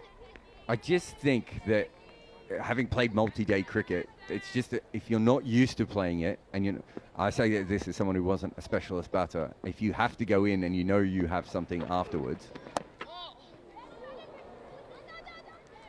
Goes for the sweep shot this time, doesn't get a hold of it, and a little bit of confusion, yes, no, maybe, and they don't head through for the run, so... We're going to get a concussion substitute, a concussion test here, because I think Tammy Beaumont was hitting the helmet off the sweep there. I think it was Beaumont. Well, she's got hers off. Yeah, so I think if you're thinking about a regular sort of men's cricketer who would be at a similar age to Bhatia, she would have played a lot of multi-day cricket. She'd be used to going into a break at different times. Yes, they'd still be nervous, but it's a normal thing.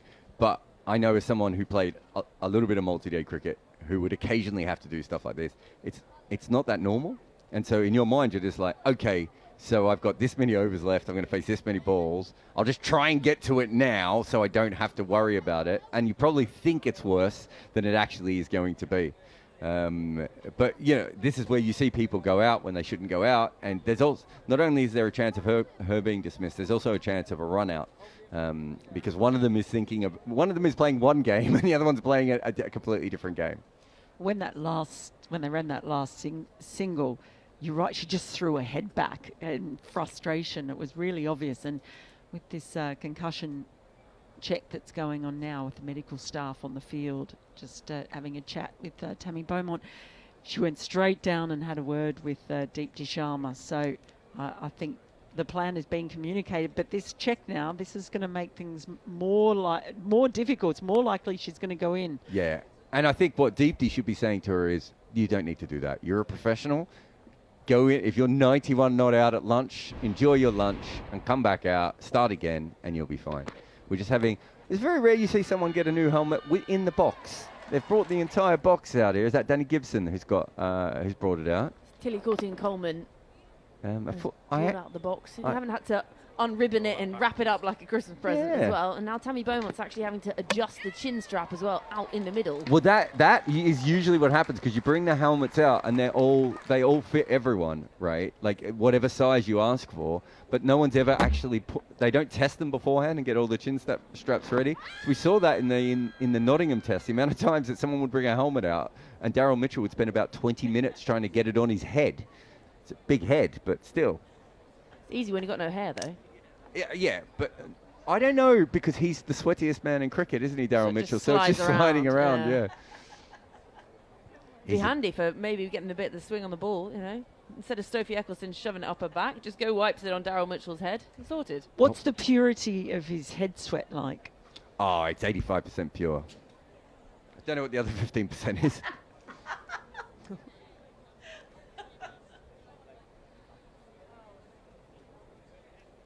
So, hold up in proceedings now as we head off towards lunch very soon.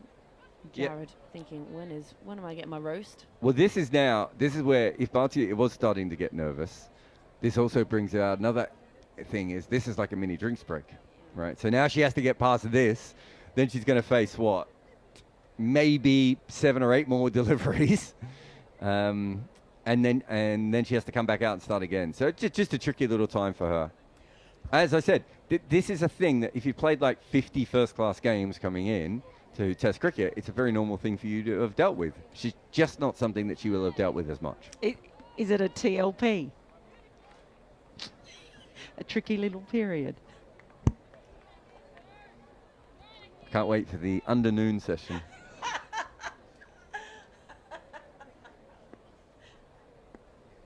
Nicholson in now, we're back underway, and the big stride out from Sharma just defends this into the leg side. And there's again no run. Score remains 241 for 4. India leading here by 356.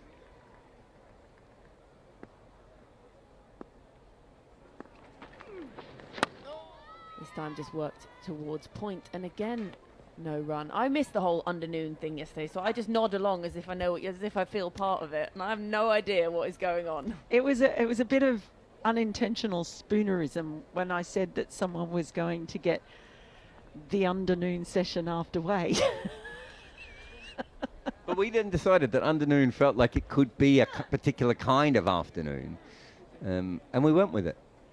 It's funny, you know, there's so many of these streaming shows now, you know, watch-alongs and you know, people doing 3 or 4 hour podcasts and everything. And you realize that when you do those sorts of broadcasts, you end up with these kinds of, you just invent a term and then it becomes a thing. And then a week later, you will never remember the term again. Maybe under noon sticks around, I don't know. Well, here comes Maddie Villiers round the wicket and charging down the pitch this time is Yastika Bhatia. They'll come through for a single. She adds 1 more to her tally, moves on to 85. But your first album, Mel, should be Melinda Farrell's Lazy Undernoons. I'm just wondering what the second album's going to be. I don't know, but there's got to be a Morris dancing track in there somewhere.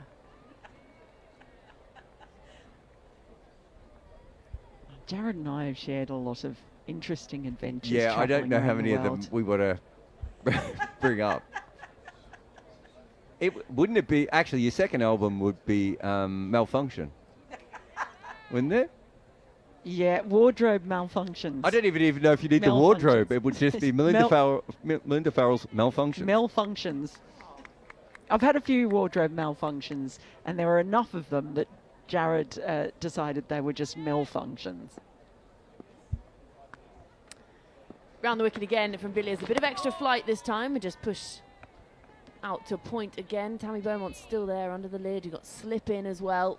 Is the best one when Brett Lee saw you get wait, let me get this right. You got Glad wrapped around your dress in the middle of the whacker? Didn't your dress explode? Bit of extra flight again, targeting at the toes, and again there is no run.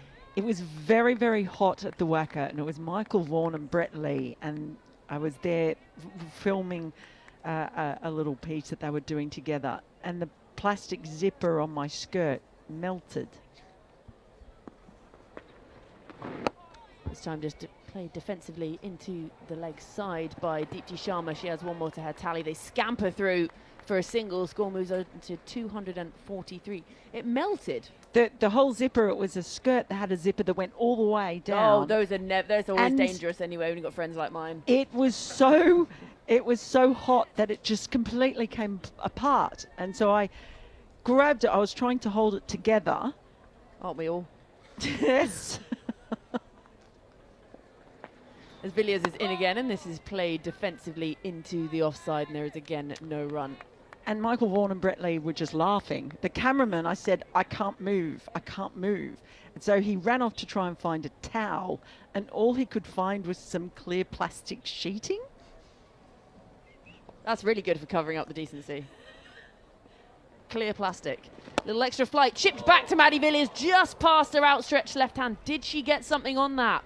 They'll come through for a single as well. Score moves on to 244 for 4. Yeah, that was dropped. She got maybe more of her fingers on it, but she dived with her left hand, and she's quite disappointed, I think. She probably should have made more of that, but it was far enough away from her. And she dived backwards. I think she did a good effort, but it was always going to be a tough one.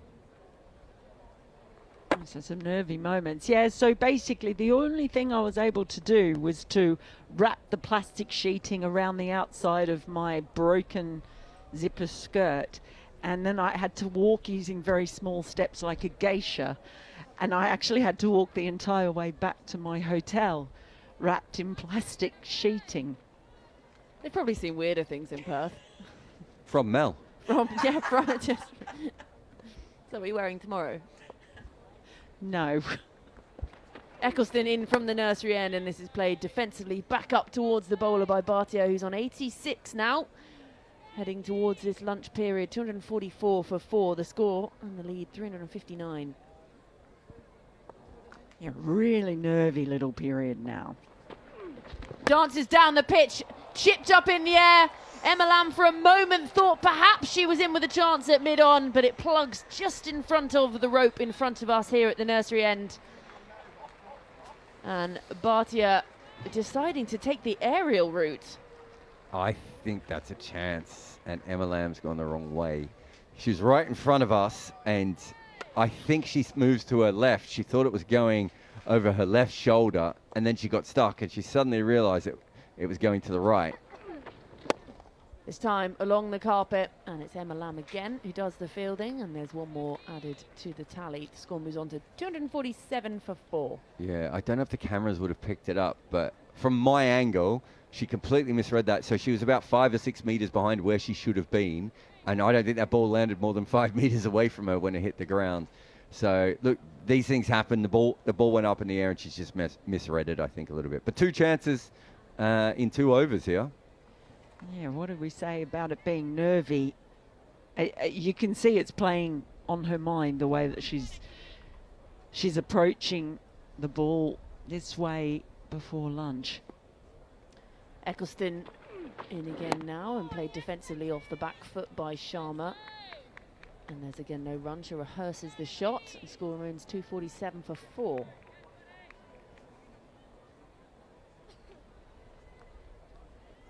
Sharma now on strike, but if Bhatia gets on there again, she's going to have to be very careful she doesn't give it all away.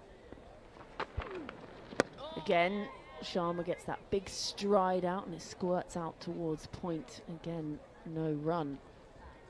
Yeah, it's almost to the point now where it's Deepti Sharma. There's 2 balls to go in this over. No, 1 ball to go in this over, is there? Yeah. I'd probably just try and find a single here and control the last over. Final ball of the over. A bit of extra flight this time from Eccleston, just worked into the leg side, and there will be no run. So a dot to close out the over. 3 runs coming from it. 66 overs gone. India 247 for 4, lead now by 362. Bhatia 89, and Sharma at the other end on 9. I mean, how often, just even without a milestone approaching, how often do we see a wicket fall just before the end of a session?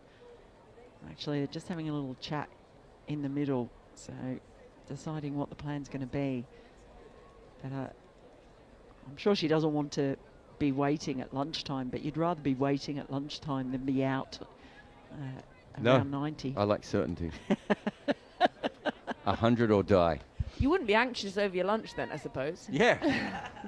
Hours to eat it. You can roast for longer. Villiers around the wicket from the pavilion end, and the left-handed Bhatia just drives this along the carpet straight back towards the bowler. And there's again no run. Yeah, she hit that hard, but that just looked like a normal cricket shot to me. So hopefully she's just settled down again.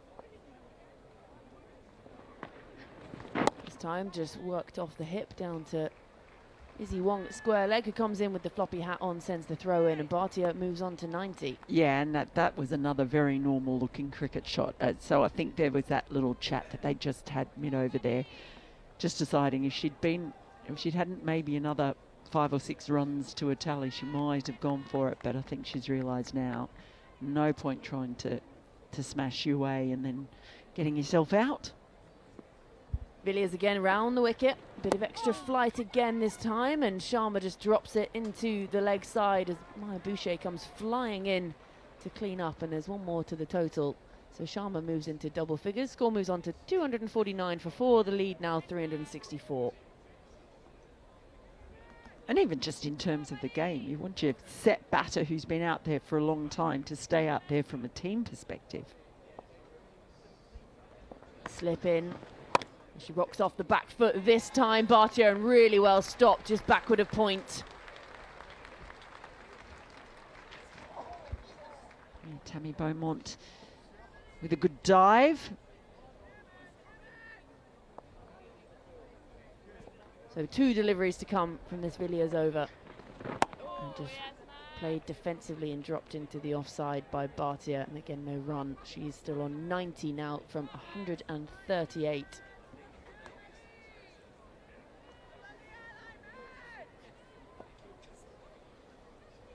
Final ball of the over from Villiers, this time slightly quicker, darted in and just punched into the offside by Bhatia.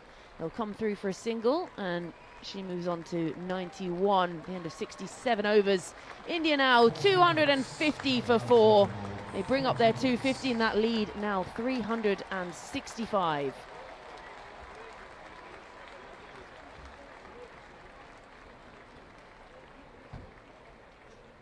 It's been an entertaining session of cricket. India chipping their way to a big score. England chipping away with a few wickets. And Yastika Bhatia is still out there with an amazing opportunity to get herself on that honours board. Just a little bit of concern before the lunch break that she was going to go a little bit too hard and give it all away. But I think wiser heads have prevailed, and a wiser tactic as well. And, she'll be able to perhaps have a nervous lunch, or not. Or not. Maybe the gravy will wash away any kind of nerves. Who knows? But 2 wickets to fall today.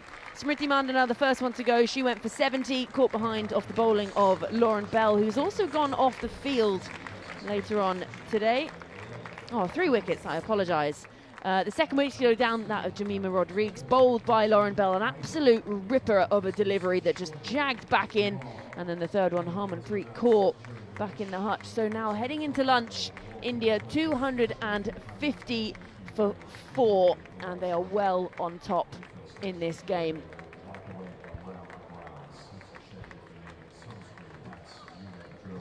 So that lead now for India, 365. Yastika Bhatia still out there, 91 from 139, being kept company at the other end by Deepti Sharma, 10 from 32. So England have got to go back, get rehydrated and pumped up again for this afternoon session. They need early wickets because this game is well and truly getting away from them now.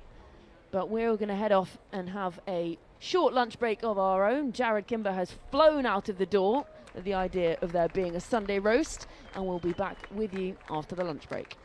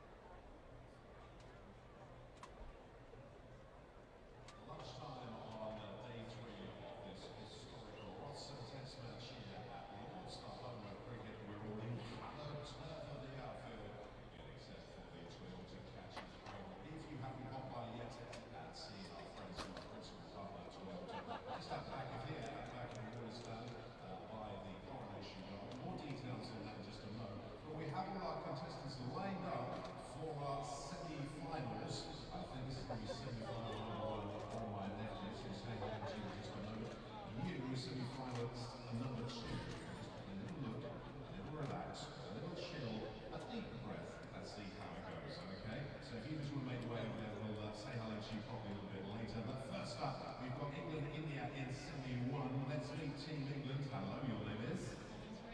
It's from Ria. Okay, not too far away. How are your catching skills? I like the word should. I like that. Coming in contestant number 2. Your name is? Where are you from, Ria? Okay, what about you with the odd hands? Good at this? You're growing in confidence? Oh, I see. You're growing in confidence. I like that. I like that a lot. Just going to come behind you here and say hello to our team, India. Good afternoon. How are you? Your name is? Where are you from? Okay. Why don't you say just a good one today, actually? Yeah, the wind was really come on. I think it was about 2 days. It was? Yeah. Friday night, it was late. Yeah, with the wind. It is, isn't it? Let's go over here and say hello to our final contestant in this first semi-final. Good afternoon, your name is? Anish. Where are you from, Anish? London. And whereabouts in London? Whereabouts in East London? Whereabouts in London? Now look, are you good at this? I was watching you warming up. You looked really handy to me. Yeah, all right, that's the spirit. Right, team. So if you want to get lined up inside of the catching cradle, we've got England against India in our first semi-final.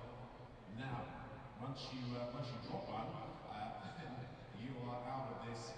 Oh, you lose a couple of wickets, and basically what we do here is we find our first semi-final winner, then we'll have semi-final 2, and we'll find our big winner a little bit later. So the idea is, once it into this catching cradle here, try and get the catch as difficult as possible for your opponents. And if you're ready to start us off well through, off you go. Get that ball nicely in the cradle. And once we're in and we're catching, we're going to find our first semi-final winner of this Toronto catching cradle lunch on day 3 here at Lord's. Nice juggle, but pouched, so that one counts. Now, as I mentioned earlier, our friends from Toyota have their stand just behind the water stand here in front of the Coronation Garden, and you can try your hand at the 10-ball challenge. If you can catch all 10, you can get your name on the 10-4 o'clock exclusive leaderboard. There's some pretty juicy prizes available as well. We're going to find a big winner here at lunch on day 3 at Lord's. Oh, there's the first one down. I reckon that is the first wicket gone. So we have Team England into an early lead in this first semi-final. Oh, look at that! One hand, barely looking. Loved it. Right. So remember, India 1 wicket down here. We'll keep doing this until we find our winner. Oh, now we're level here. Level begging. 1 wicket down at each team.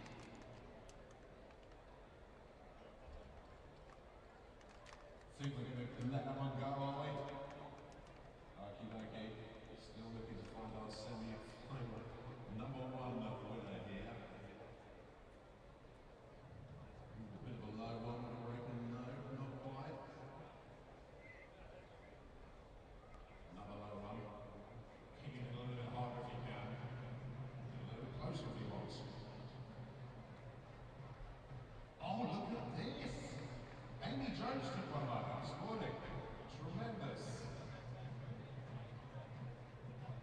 Nicely pouched here. Getting a bit too good at this. Oh, that is out, I'm afraid. You are out. So now we just have 1 player left here for Team England. But you can still do this on your own. Carry on here. It's a little bit harder, but you can do it. Team India still 2 contestants out here in a strong position there in this first semi-final. Oh! Last chance now. One more drop, I'm afraid you are gone. But can you do it on your own? We've seen it happen before. These ways are catching cradle. Oh, look at that! Left hand into both. Beautiful. Now the Toyota for cricket prize draws all, by the way. You can have that over the prize fund for that is over £200,000. Brand new Toyota car. Good luck with that.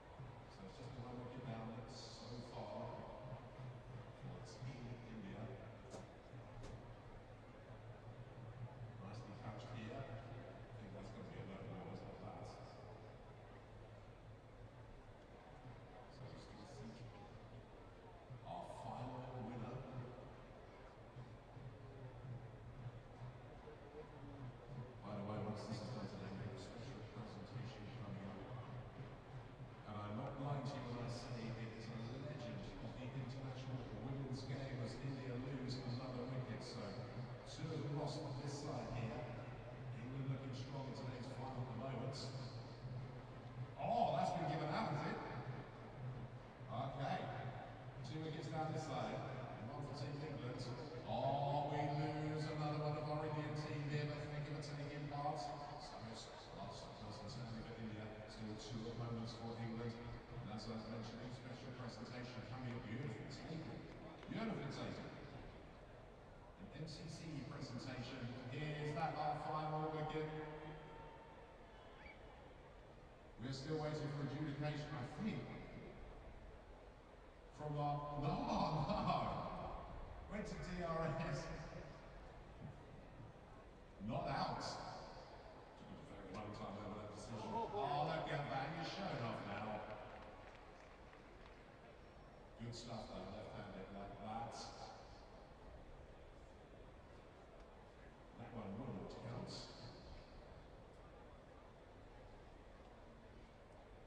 Nor will that. It's a little bit on the high side.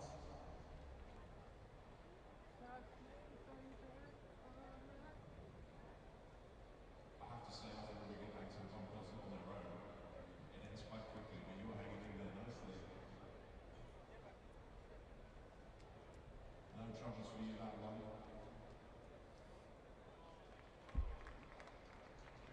You're getting a bit too good at this.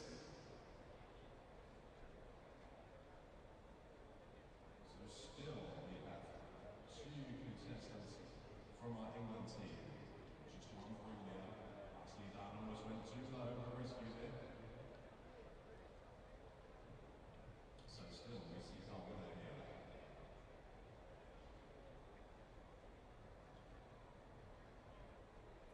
Thank you. You all see your hands are so solid. Right. Too easy for you, isn't it?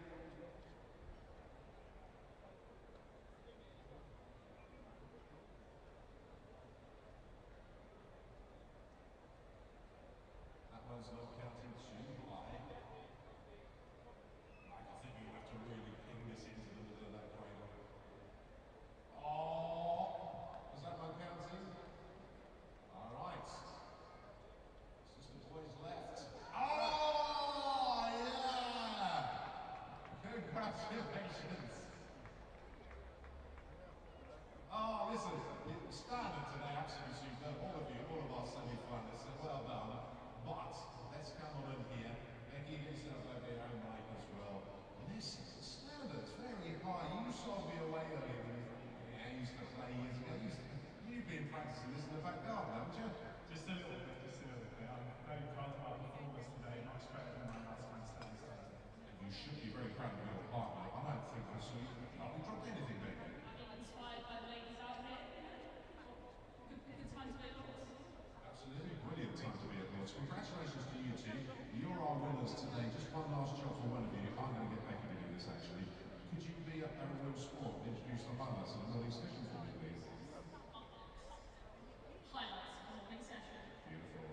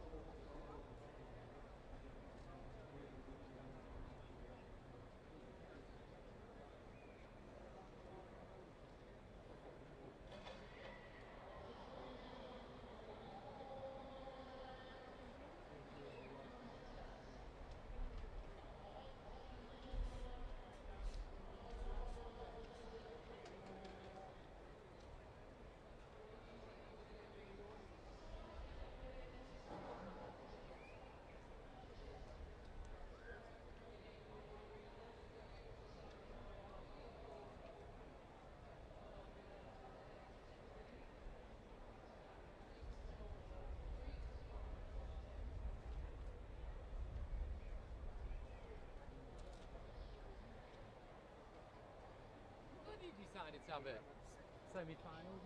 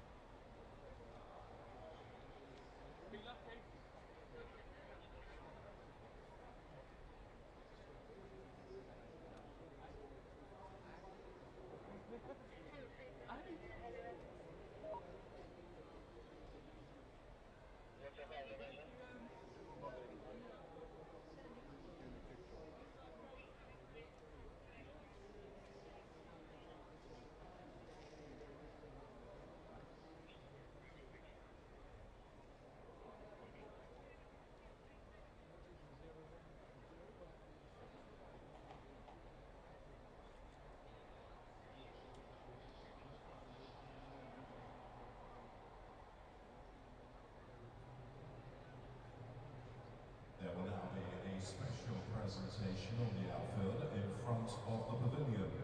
Marylebone Cricket Club is delighted to welcome Australia great Alyssa Heath, one of the finest wicketkeeper batters in the history of the women's game. Alyssa scored more than 7,000 international runs, claimed 275 dismissals, won multiple World Cups and Commonwealth Games gold, and captained Australia until her retirement earlier this year. We're delighted that Alyssa can join us today to accept honorary life membership of MCC, with her membership pass being presented to her by MCC President Ed Smith. Lords, please congratulate Alyssa Heath.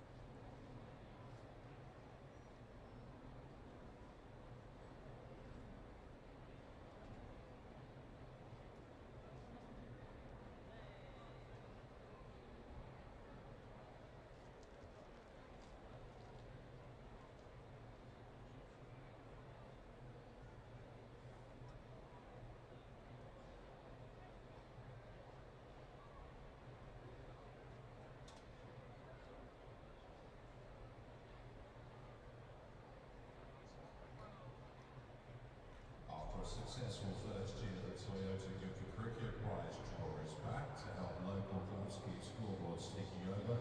Buy a ticket in the Toyota Good for Cricket prize draw and support your local club. Each club will receive 100% of the funds it raises. The ticket bundle will start from just £5, giving you 5 chances to win. And Toyota has again provided a prize pot valued at over £200,000, including 3 brand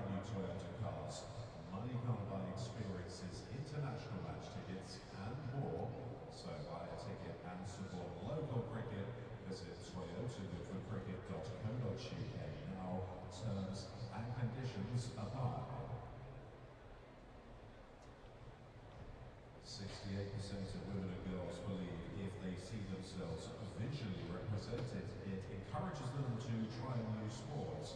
That's why, to help inspire the next generation of female cricketers and drive further visibility of women's sports, Metro Bank and the ECB have created a new photography bank of high-quality images of women's and girls' cricket.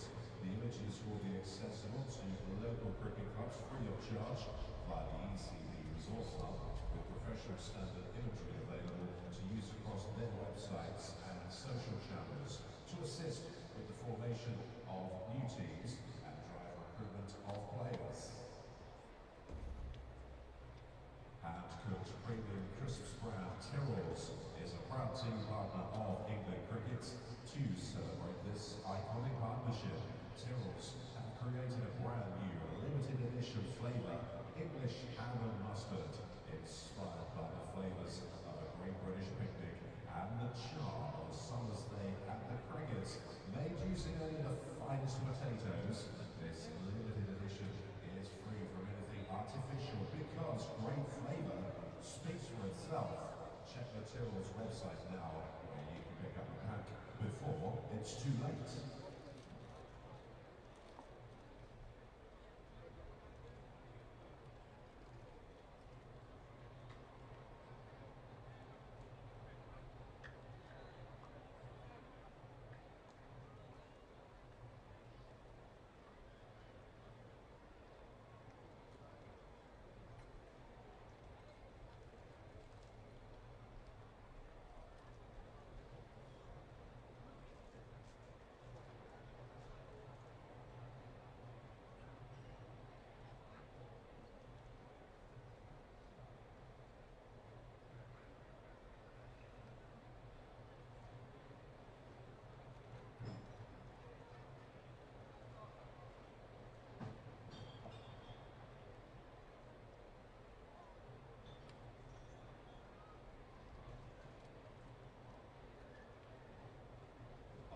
To score big for your health, you can win a hospitality experience for you and 3 friends to an England home fixture of your choice in 2027.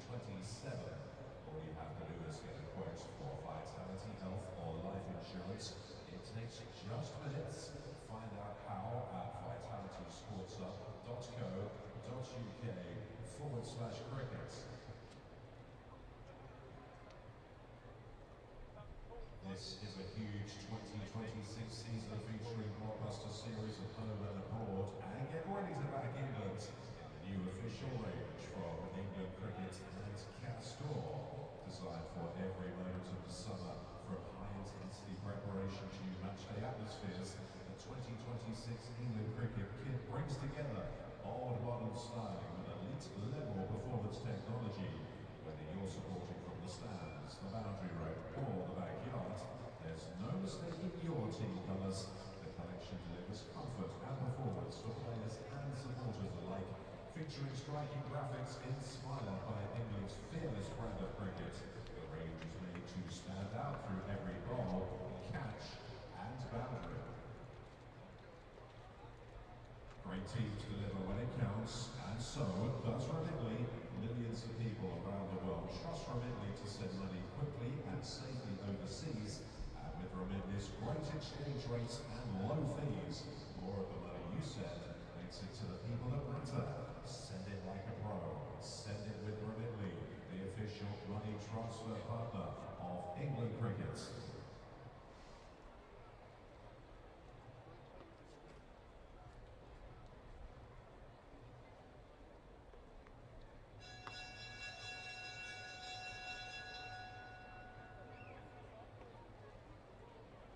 Do you want priority access for future England internationals? All you have to do is join the We Are England Cricket Supporters Club for free today. It's your chance to beat the queues and get early access to tickets. Find out more and join online at ecb.co.uk. The We Are England Cricket team have been around the ground at Lords today. Let's have a look and see what they've been up to.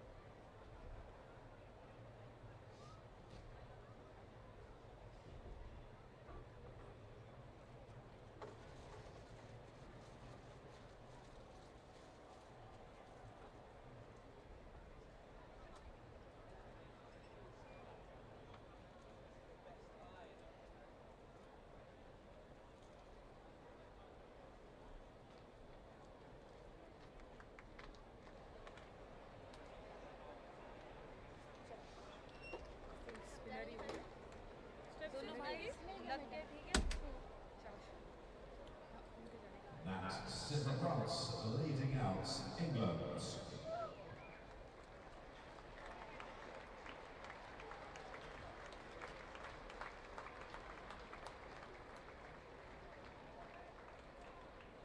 To resume India's second innings, Yastika Bhatia and Deepti Sharma.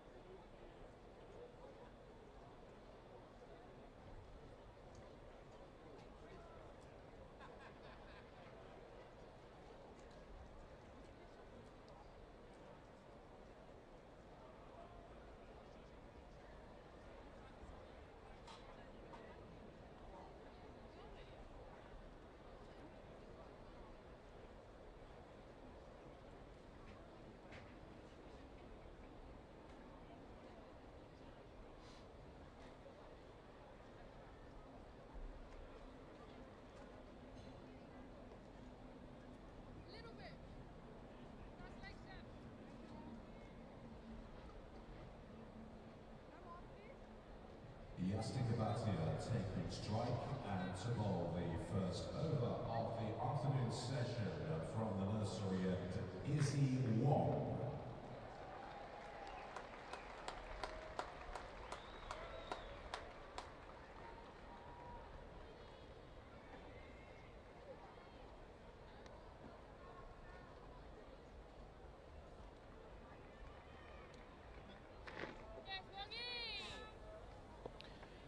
Welcome back to Lords and our ball-by-ball coverage of the one-off first ever women's test match at the home of cricket. We're about to see the first ball bowled of the afternoon session here on day 3, and it's Izzy Wong running away from us from the nursery end. It's full and wide and driven off a thick outside half of the bat, and it's raced away down to the wide third boundary for 4. India up and running 250 for 4 at lunch, leading by a massive 365 and 4 runs off the bat of Yastika Bhatia, who moves on to 95. Gosh, the Indian wicketkeeper has batted quite superbly. Georgie Heath alongside me. What a shot. Yeah, I was going to say that was the absolute dream. We were talking about whether she would go into lunch feeling a little bit nervous perhaps about waiting in the 90s and having to come back out. Would she then be able to get the concentration again, coming straight back out after lunch? And that is exactly what you want to start. She's now just 5 runs away. She would become the first Indian player to score a second innings test match century. That's steered away again. Same delivery, same shot, same result. 4 more.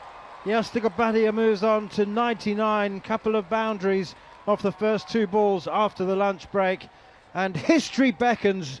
Yastika, stay calm, breathe. The honours board can be yours. Well, you can breathe when you get given a full toss outside the off stump, can't you? And you get 2 absolute gimmies as your first deliveries after lunch. Beautifully played. Just 1 run. She's made 99 of them already, and somehow that 1 run seems like a mountain. Well, it does. Here is Izzy Wong. Yastika Bhatia, 99, not out. She's forward to a straight delivery, pushing it out to extra cover, fielded by Heather Knight. The lead is 373, but all of that is insignificant and irrelevant. There's only 1 person and 1 score that everybody is watching at the moment. Yastika Bhatia, 99. Can you believe that no Indian players made a second innings century? Crazy. And also no disservice to Yastika Bhatia or Kranti Gaul, but coming into this test match, I can't imagine there were a plethora of people saying those are the 2 names that could find themselves as the first names on the honours board for a women's test match at Lords. You're right. You're so right. We didn't even think Yastika Bhatia would play. Here is Izzy Wong again, bowls. Bhatia drives, and it's gone straight to backward point. Alice Capsey denies her. I mean, I thought Risha Ghosh would keep. I thought Yastika Bhatia was here as the reserve keeper, but no, she's not only kept, she's batted at 3, and now she's 99, not out. But what do I know? You were obviously expecting her to play. Oh, I'm going to say that I never said otherwise, so I could say yes, but I'm not a big fat liar. So just watch my Pinocchio nose grow. Well, 143 balls she's faced, 99 She is. Here is Izzy Wong up to the crease now, bowls, and it's another wide half volley this time from Izzy Wong, and it's pushed firmly, but again straight to backward point. Oh, I think Yastika Bhatia thought maybe this is it. She's had 2 wide full tosses, low full tosses, and this one a wide half volley which she squeezed away, but only as far as backward point. Deepti Sharma watching on from the non-strikers then, playing a couple of air shots herself, defensive ones I might add. 2 backward points, or a gully and a backward point. Cover sweeper. Here is Izzy Wong again, bowls. Bhatia pushes it out to the cover sweeper and takes a single, which brings her century, a maiden test century, the first in the second innings by an Indian woman.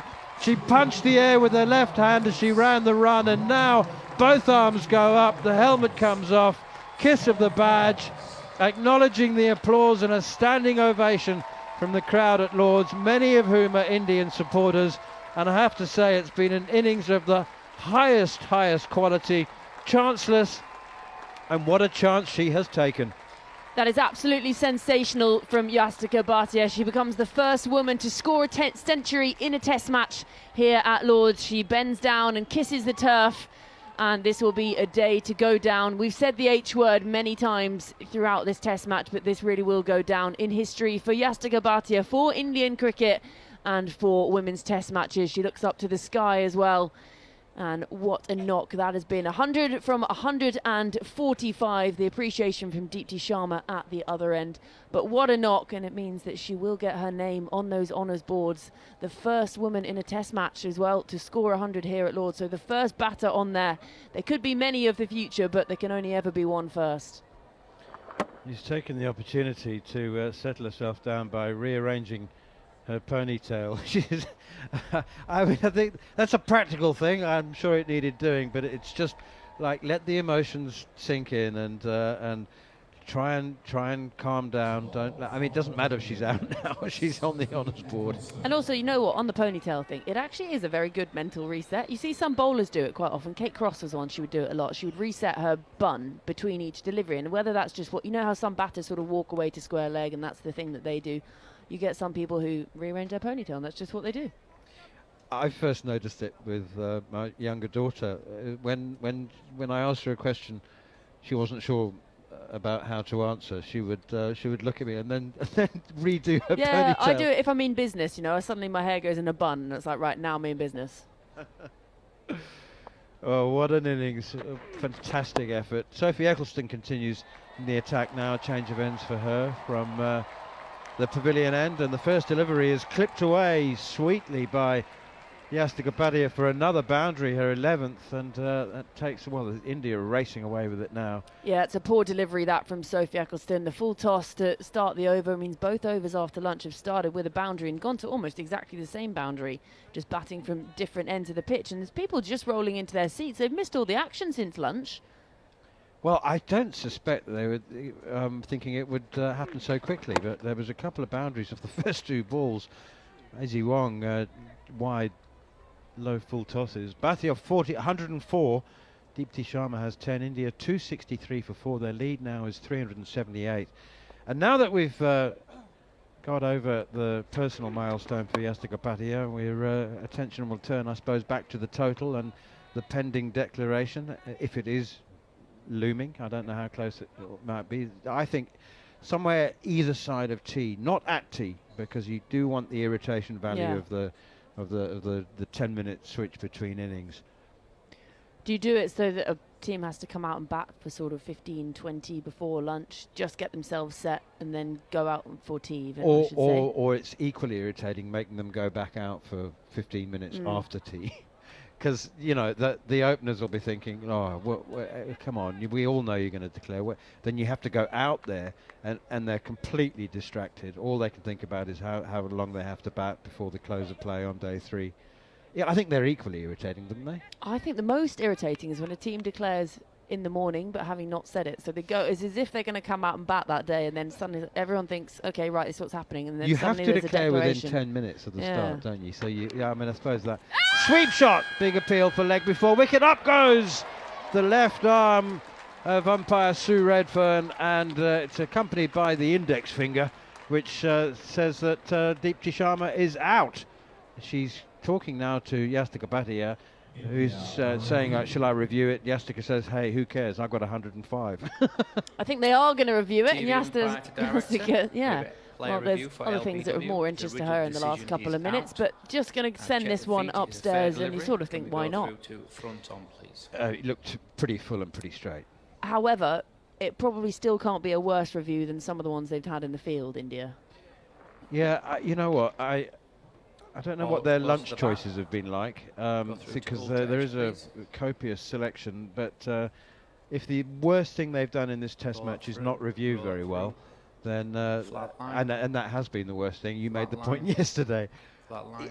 Did it pitch outside off stump? That's what Satisfied I'm there's no beginning bat to have a look involved, as and we go through to ball tracking. listen to third umpire James Middlebrook. She's down on one knee, and there was actually no problem with height. I mean, if that's hitting the Decision stumps, is it's hitting out. halfway up. But it's hit her on the Outside, thigh umpire because she's call. down on one knee. Hitting wickets. It's hitting the wickets, We go back to Sue on field, and please. there's absolutely no doubt whatsoever that it's crashing into the off stump. And Deepti Sharma is on her way. 264 for 5. A third wicket for the persevering Sophie Eccleston. She's now got 3 for 89 in her 25th over. England's all-time leading international wicket taker. But there's more batting to come. Every success now for England, I think Georgie Heath feels like a consolation. Yeah, a much needed wicket there, England. You can still see when they came into that group huddle after a few smiles around and about, but whether they're sort of wry smiles or just sort of exasperation. But for someone like Sophie Eccleston, she's had to turn her arm over a lot. She's had the toil out in the middle, and she is getting the rewards and just continuing to push ahead as that leading wicket taker for England. And she's still so young. That's what's quite scary. It's just how many she could take. But Yastika Bhatia still out there in the middle. She's 105. She's joined by her, what do you call her, wicket-keeping partner in crime? Richa Ghosh. Well, yeah. Collective noun for wicket keepers. I'm saying Glovers. A glover of Mr. Glover. That's all I can think.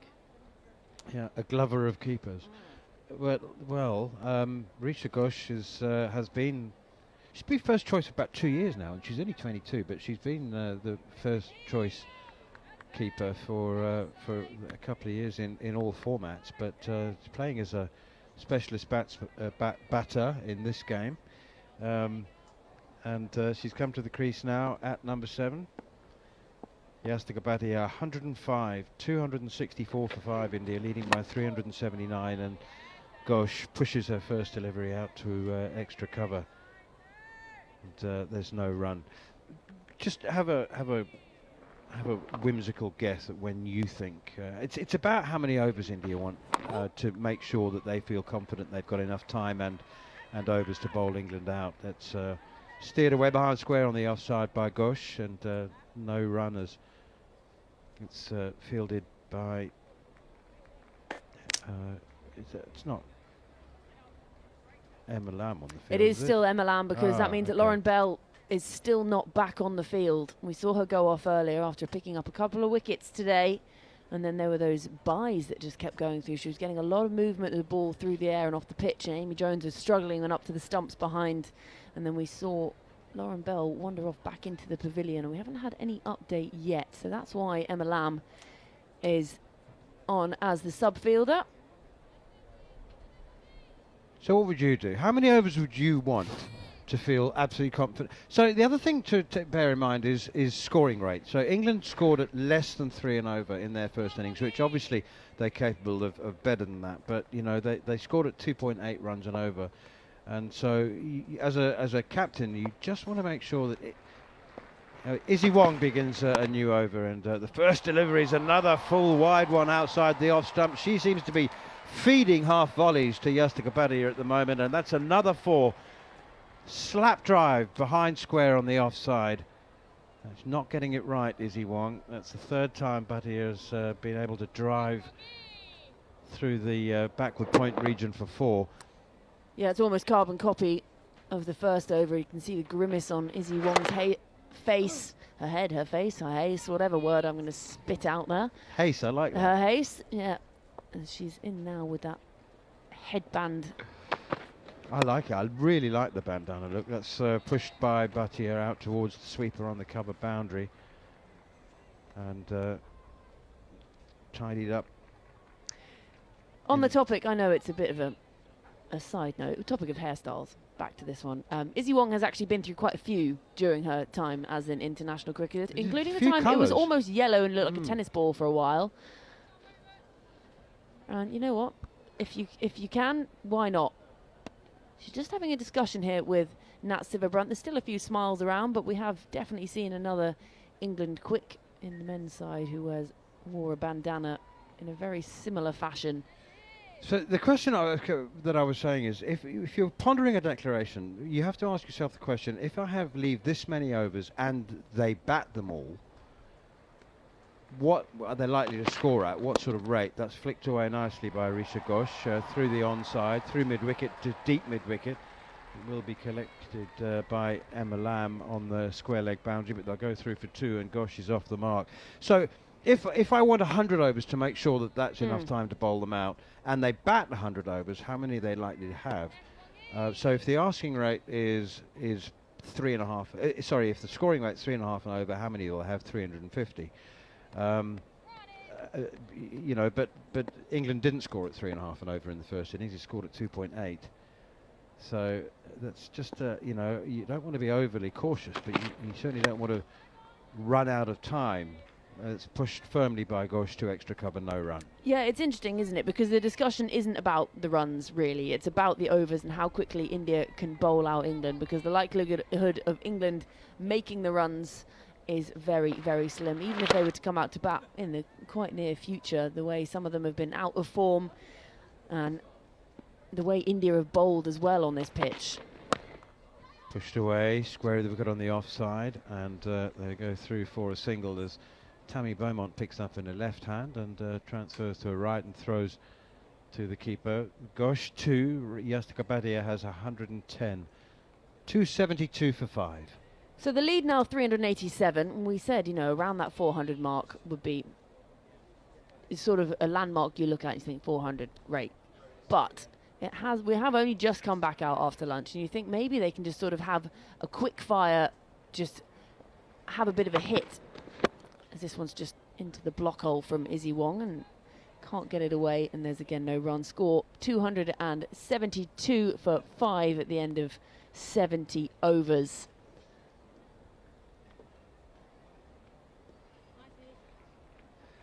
We've got some breaking news to give you in a couple of minutes' time regarding the England men's team, so do stay tuned. And it is very big news. It's embargoed for another 2 minutes, so stay tuned if you've got time for yourself a stiff drink. I was going to say, got your time, get the kettle on. It should just about make in that time. You tune in for the news, and then you can use your tea to make to wash it, to help digest it. Maybe get a hobnob or other variety of biscuit. Clipped away. It's a lovely shot from Risha Ghosh. She's probably the most, she's the fastest scoring player in the Indian lineup. She's coming at number 7. She has complete license here to play a few shots, and she's clipped that away for a delightful boundary through mid-wicket. And I actually think that's really good for India. That's exactly what you want. Someone to come in and just think, right, let's actually just keep pushing the runs on, just keep finding those boundaries, play aggressive cricket at this point, really grind down England, but while also keeping that strike rate and that run scoring up high. 3 fielders around the bat, short leg, silly point on a slip as Nicholson is in again, and it's chopped away behind square on the offside, and it's gone straight to Emma Lamb. She's been busy since she's come onto the field as substitute. 276 for 5, lead is 391. A lot of fans, supporters become distracted. Oh, that's a cut shot from Risha Ghosh at a top edge, and it's flown through the hands of skipper Nat Sivabrunt at slip. It's gone very, very quickly. I suppose technically you have to get a hand to it in order for it to be recorded as a drop chance, and I'm not sure that she did.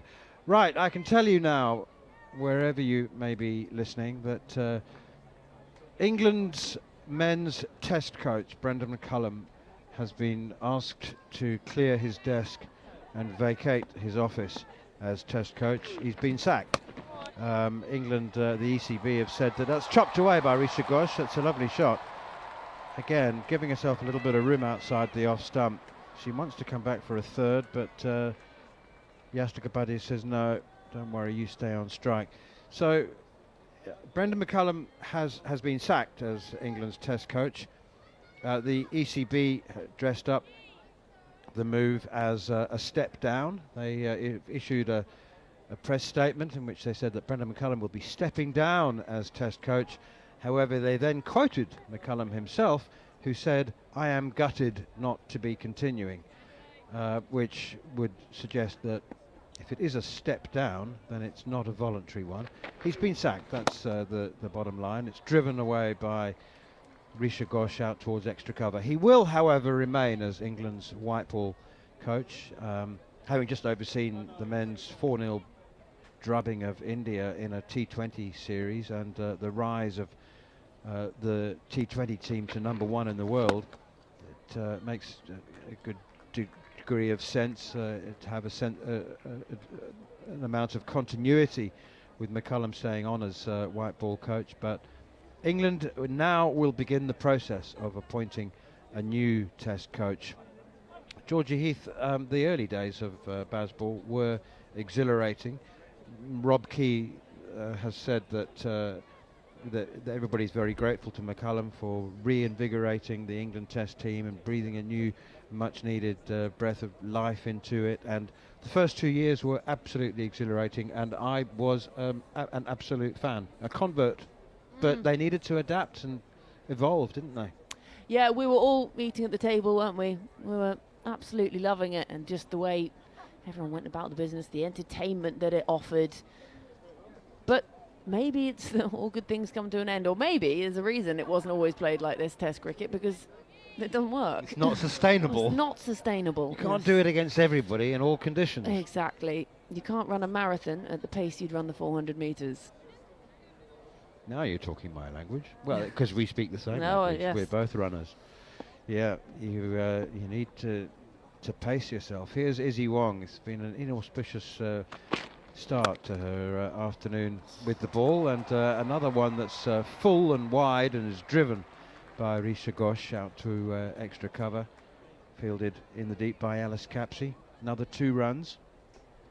Yeah, it's a tricky one as well, isn't it? Because obviously he was in charge of red ball and white ball, which surprised quite a few at the time. And actually, I think we had, because there's been this discussion as well with the captaincy and saying, will Harry Brook then captain in all 3 formats? That's a huge ask, and it's a huge ask to coach it as well. I think it's generally accepted in England now across the board that it's not just not desirable, but probably not really possible practically. That's defended by Yastika Bhatia up towards mid-off.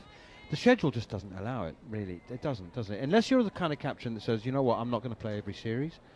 I'm not going to play every game. Never mind every series.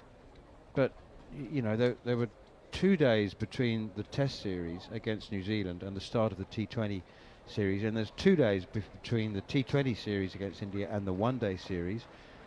And then it's into the 100. Then it's Pakistan Test series. That's short, and a pull shot contemplated by Yastika Bhatia, but she kind of pulls out of it halfway and ends up playing a defensive pull shot, if there is such a thing, but she just made it. Bhatia 110, Risha Ghosh 115, 284 for 5. The lead is 399. I was talking about the symbolism of the number of runs. That it's not about that. It doesn't matter if it doesn't matter. It's more about time, number of overs. Yeah. But it'll be a dispirited England team that do come out to bat, pushed away out on the onside. And then also, obviously, coming out to bat in that final innings for the last time in England colours will be Tammy Beaumont and Heather Knight. And I know both of them seasoned enough to not let the emotions get to them, but it's impossible not to acknowledge that as they head out with the mountain to climb in front of them. to try and bat out to save a test match. Here's Izzy Wong. She's got to get her line right more than the length. Well, they're both actually, because she's bowling too full and too wide outside the off stump. This time it's clipped away by Bhatia for another couple of runs to deep mid wicket. Alice Capsey once again doing the fielding. It is ironic that Brendan McCullum's great passion was Test cricket, and that's why he was appointed by England to reinvigorate the Test team, which he did. But he wasn't in charge of the white ball teams, and it felt almost like he got that position by default when England were looking for a new white ball coach. And this one is mistimed. It's an attempted straight drive from Yastika Bhatia, and she's completely mistimed it and sort of toe-ended it straight back to the bowler. Izzy Wong tried to catch it, couldn't. Izzy Wong is only just getting up from lying down on the floor as well. She leapt in the air, sort of landed on her stomach on the floor, and just decided, I'm just gonna lie here for a bit. Just leave me here. I'll get up in a moment. And actually, it does feel a bit like that for England at the moment, doesn't it? It does. I talk about how dispirited they might be and how down. And actually, that's not necessarily the case. I mean, obviously everyone's had to deal with the retirement of Heather Knight, but I think they all knew that was coming. Heather did say that she's been thinking about it for a month. So people might say, well, that'll be a cast a pall of gloom. That's not true at all. And in fact, I think Tammy Beaumont will walk out there with Maya Boucher, and they might be thinking, we can. This is a shot at history. We bat 4.5 sessions here. We produce a famous draw. People will still always remember the resilience and the fight back that we showed in order to not lose the Test match that India had played so well in. That's a short one from Nicholson, and it bounces a little bit. Yastika Bhatia tries to pull it. I think it just hit her on the thigh pad. So they will become more downcast and pessimistic if they're 40 for 3, but not when they start. Yeah, and also I think with retirements we talk about it almost as if someone's died sometimes, and they've not died. Quite the opposite. That's miscued out towards Maya Boucher. Maddie Villiers, I beg your pardon. Slog sweep, tired shot from Yastika Bhatia, but it's Maddie Villiers who takes the catch. Extra cover. She went for the slog sweep. It went pretty much straight up in the air. And you know what? The lovely thing is that every single one of the England players went to congratulate Yastika Bhatia on her century. And not to be left out, Risha Ghosh also ran towards Bhatia as she made her way back to the pavilion to give her a hug, and congratulations. Becomes the second woman in history to have her name on the honours board. It's not there yet, but I tell you what, it will be by the end of the day. They're very, very good here at Lord's at getting those names up on the board in time for the players to enjoy the sight of their names being added to some of the great names in the history of the game, the men's game that is. But Kranti Gaud and now Yastika Bhatia with figures of 5 for 37 and a brilliant innings of 113. Sensational stuff. She'll always be able, as long as she's got breath in her lungs and feet on this earth, she'll always be able to come back to the home of cricket. When she has children, she'll be able to take. If she has children, she'll be able to take them up there. You're allowed to do that. If you're on the honours board, you can come any time and just ask security. Say, I'd like to come up to see the honours board. My honours board is still there. Well, sadly, I'm neither on the honours board nor anywhere near having children. But I'm sure if I'd ticked off both those boxes, I could take my kids to go and look at it. A 4th wicket for Sophie Eccleston. Thoroughly deserved, I must say. The cameras inside the pavilion and following the batters all the way up the stairs and into the change room. This just reminds me of how far the women's game has come and how far the MCC has come in allowing that kind of access. It was only 10-12 years ago that we even had a camera in the long room, and then it was just one static camera, but now We follow the path of the batters and the players in and out. Forward comes Eccleston again. The new batsman is Sneh Rana. Risha Ghosh 15. Sneh Rana just faced her second delivery. 287 for 6. The lead is 402. Sophie Eccleston has she's into her 27th over. England's all-time leading international wicket taker. And do you know? And the other thing is that we forget. Like England may be hanging on for the declaration and whatever, but Sophie Eccleston, like you're bowling, you're bowling as well for yourself. More wickets. She's got a chance to go onto the honours board. She's got 4 for 100. A fair point, and something that's just sort of gone by the wayward, hasn't it? By the wayside, Sophie Eccleston. So a wicket maiden for her to close out her 27th over. So 73 overs gone, India 287 for 6, lead now by 402. Manners has stepped out and Melinda Farrell stepping in to the right of me, and I will vacate the seat for the doctor. Dr. Raf Nicholson is in town. Thank you, Nurse Georgie. Here to tend to the needs of everyone all around. We're about to get the doctor in. As Izzy Wong rubs the ball on her trouser leg, headband on, ready to run in and bowl to Risha Ghosh. Crouches waiting. First ball, she lost a shape on that as she tried to drive the ball. She was through the shot early. That ends up being fielded by Sophie Eccleston at mid-off, but it was in the air for quite a period of time. Afternoon, Raf. Afternoon, Mel. Lovely one it is too. It certainly is, and India now down 6 wickets for 287. In comes Wong, and she squared her up. They've gone up for the appeal. It's not a hugely convincing one. Just wonder with the angle if it was heading down, and I'm pretty sure it was. It wrapped her on the pad, probably in front of leg stump, and was coming in. England continue to fight. They do continue to fight, and Eccleston, a real opportunity here, isn't she? 4 for 100 are her figures at the moment. If a bowler, as we know, if a bowler takes 5 or more wickets, they're on the honours board.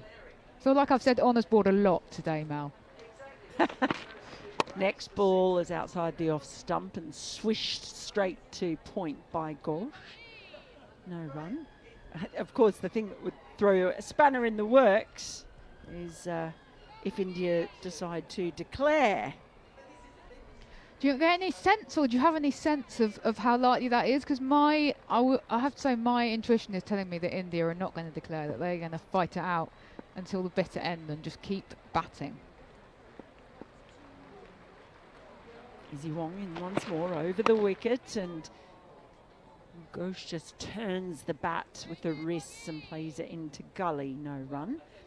Yeah, it's a funny one. I mean, the lead's 402 now, so they could. At the start of the day, I was kind of saying I felt like India would just bat and bat and bat, because this is such a rare opportunity for them to be here at Lord's, to rack up the runs. Now we've got 2 new batters there. There's still plenty of time in the game.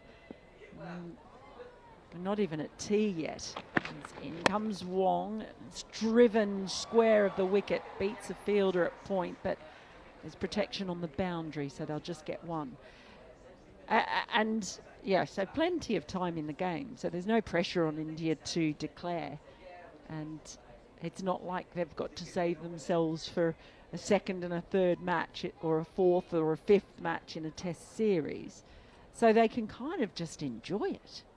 It's a good point, actually, Mel. Yeah, there's no real kind of impetus in terms of thinking ahead to what the next game is.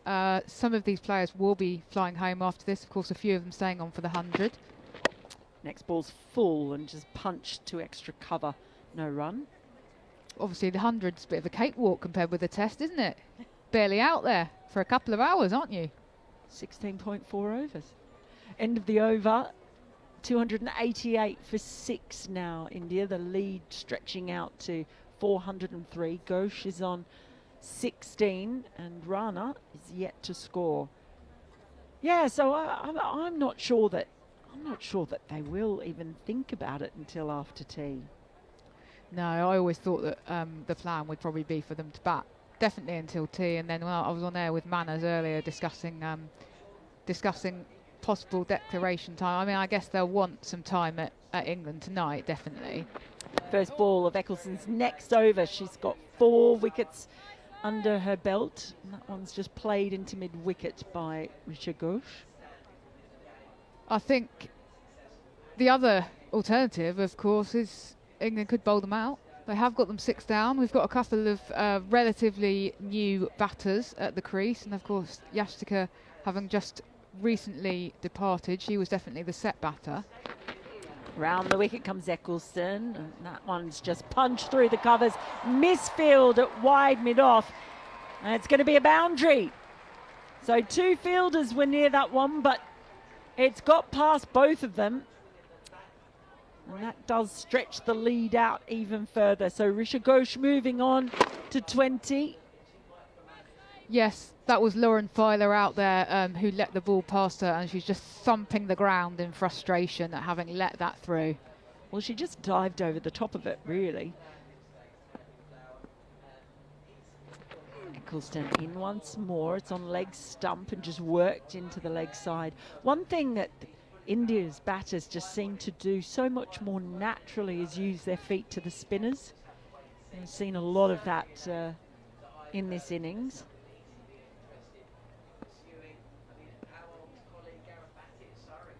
Nicholson tosses one up, and that's swiped through extra cover again over a diving fielder. It wasn't Filer this time, but the result is the same. So some nice striking by Ghosh, and she's just taking things into her own hands at the moment.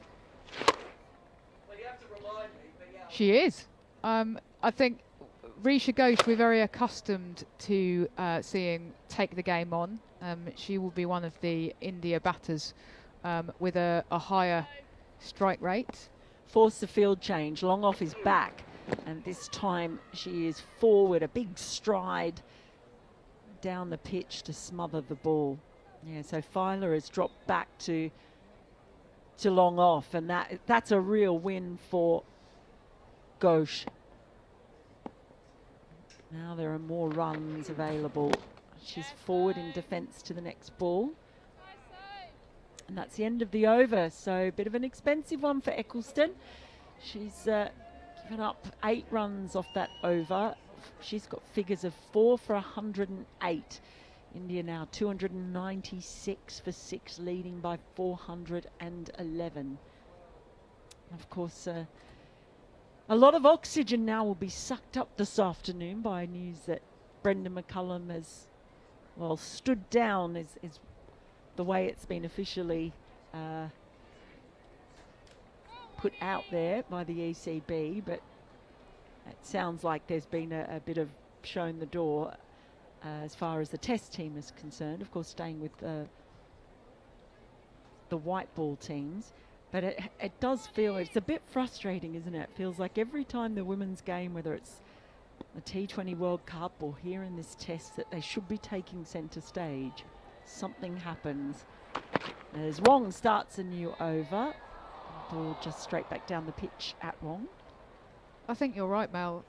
It's left me incredibly frustrated a few times this summer, especially this latest Baz McCullum one, because the ECB very much control the timing of this announcement, and they've chosen to do it today of all days. I don't really understand why it couldn't have waited 36, 48 hours. As Wong turns and starts a run up, and past the umpire, bowls, and Rana has a swipe at that one outside the off stump, but doesn't connect.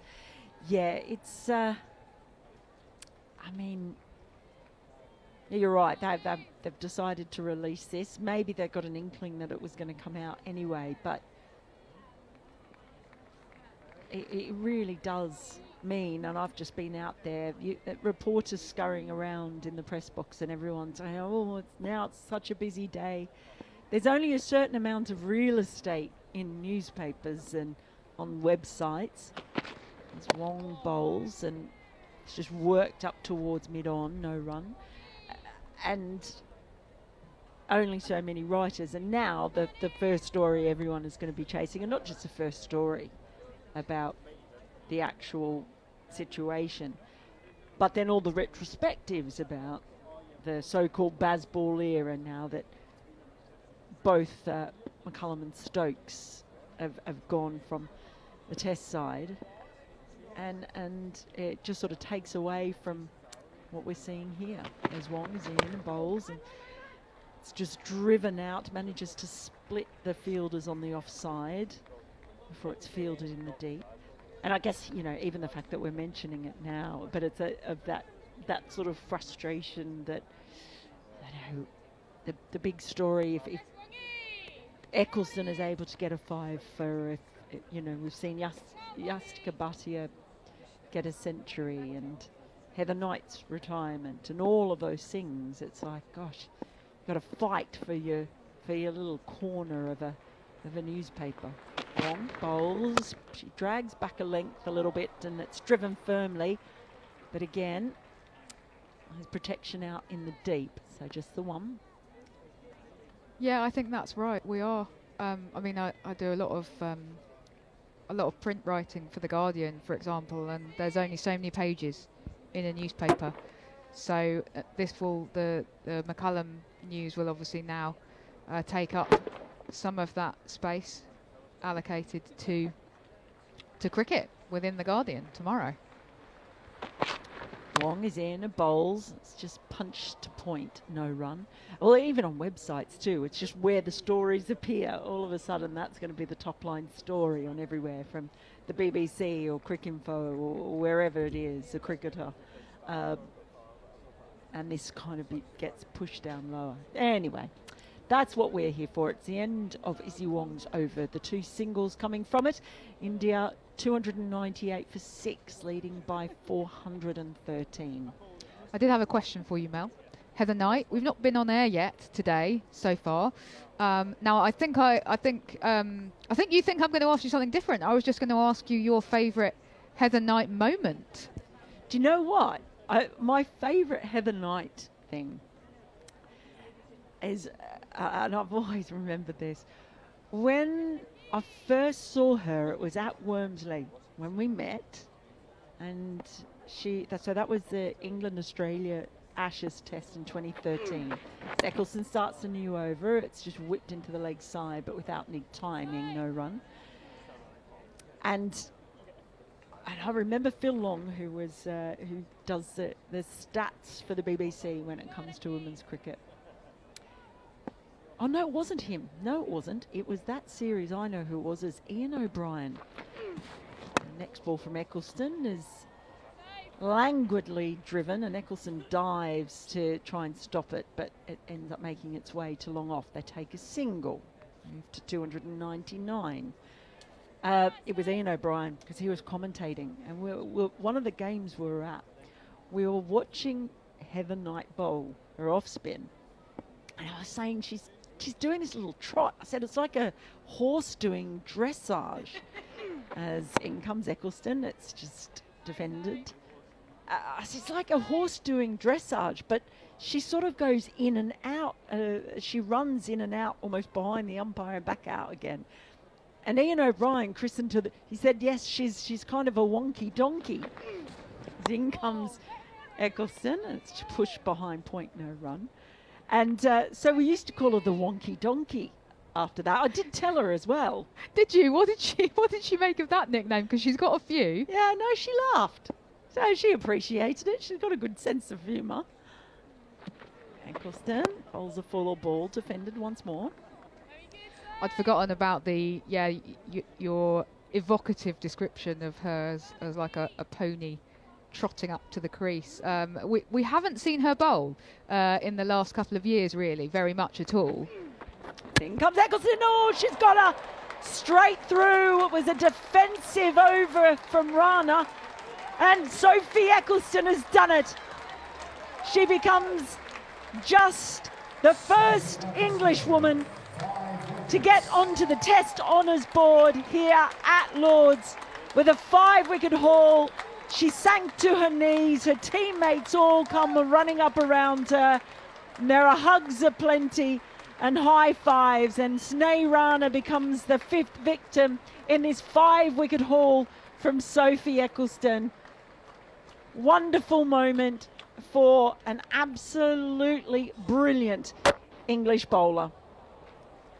It's great, isn't it? And I think that we've all been egging her on to take the 5th. A nice way to do it as well. She basically just hit middle stump there. And the pleasure on her face, but also the celebration of the England team as well. Sophie Eccleston's had a troubled kind of 18 months or so. Obviously had a lot of criticism after her some of the stuff that happened during the Women's Ashes in Australia last year, and had a difficult summer. She had a lot of kind of criticism after that on social media, and actually said would have been approximately a year ago when she did an interview about that, actually saying, I thought about giving up cricket, and is very much somebody who kind of needs to be or who kind of needs to have something that she's aiming at. She's already achieved so much for England. She's just this Test become the leading wicket taker for England in across all formats in international cricket. But you know, ending up as the first female on the bowling honours board at Lord's, that is a lovely thing for her to have achieved. So we now have a total of 3 so far in this match. Kranti Gord was the first one to go on the away board when it comes to women's tests, and then we've seen Yastika Bhatia become the first batter. And Sophie Eccleston becomes the first English woman on the bowling list, the home list as well, and the first English woman on any board. As Wong is in, bowls full, and it's driven up to Eccleston. Mid-off, no run. It's Satgare who has come in, Siley Satgare.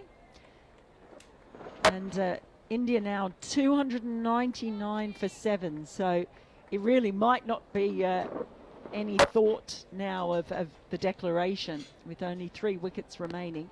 Satgare is renowned as being pretty handy with the bat. It was a beautiful delivery. It was angled in and then it straightened, stayed quite low as well. In comes Wong, and it's outside the off stump left. And so we are joined now by Jarrod Kimber. Jarrod, thoughts on Sophie Eccleston?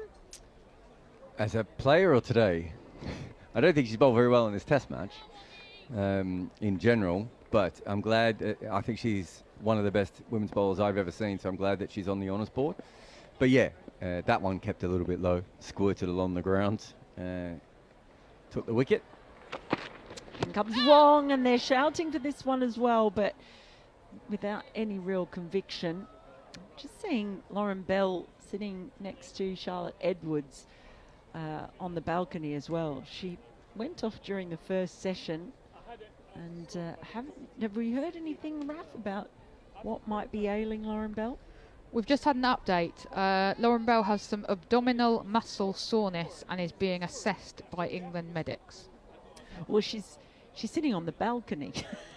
Yes, I did sort of think that. So she's not actively being assessed by England medics. She's perhaps passively being assessed by England medics. What was the injury?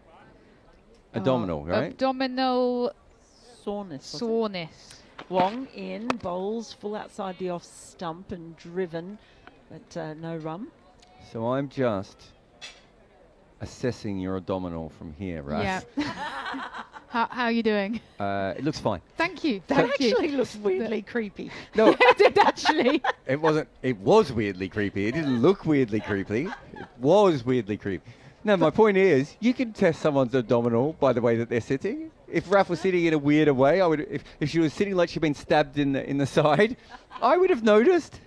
But if they've done that assessment, why is she sat on the balcony? Are they still? Is the assessment ongoing? I think the assessment is that she can't bowl again. Ghosh crouches as Wong is in and bowls outside the off stump, left alone. But they might just be waiting to see. It might have flared up very briefly, and they've probably given her some anti-inflammatories, and they just want to see if it's come back. What you might see later on, because they won't go out to the nursery ground, if they get the big medicine balls on the side, if you see her doing them from side to side, that'll be the final test before she bowls. That's generally what they do. I don't know if they can do that in the change room. Where will they do it, though? Where will they do it? Gabby Allen's pocket. Gabby Allen's pocket. Lovely. New part of the ground that Jarrod has officially named. As Wong turns, runs in past the umpire, bowls. It's driven. Is it going to get through? Yes, it is. Goodness gracious me. 2 fielders in the covers. And it does get through, and it's just pulling up. It's made it.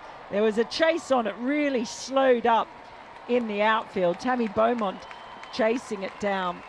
She wasn't able to get there, and the cheers that you were hearing to acknowledge that the 300 has come up for India.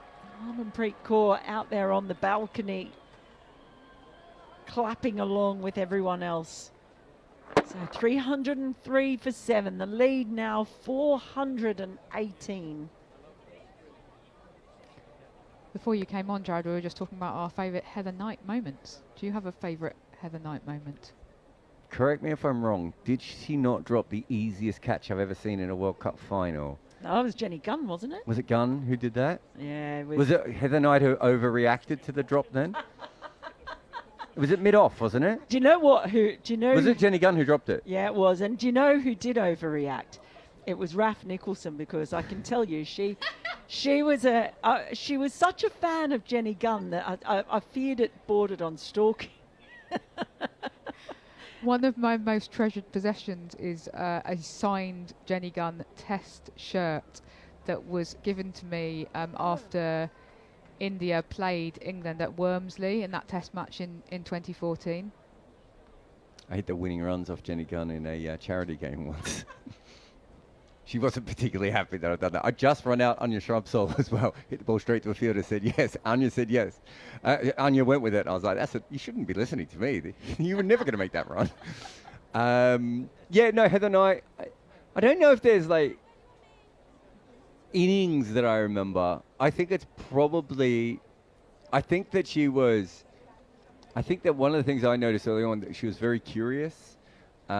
And I remember going to a press conference. I suppose it was the 2017 World Cup. I'm trying to think if it would have been before then. But I remember going to a press conference and asking, my weird, trippy questions that, Meg Lanning absolutely hated, as do most male captains. And Heather really was listening to them, and then came up to ask me about some stuff afterwards, and then followed me on Twitter straight away. There was a general a quest for knowledge that she was on. As first ball from Eccleston to Satgari is turned around the corner. There's no one fielding at fine leg, so they're just going to take an easy single, and they could have come back for 2, but Risha Ghosh wants to keep the strike.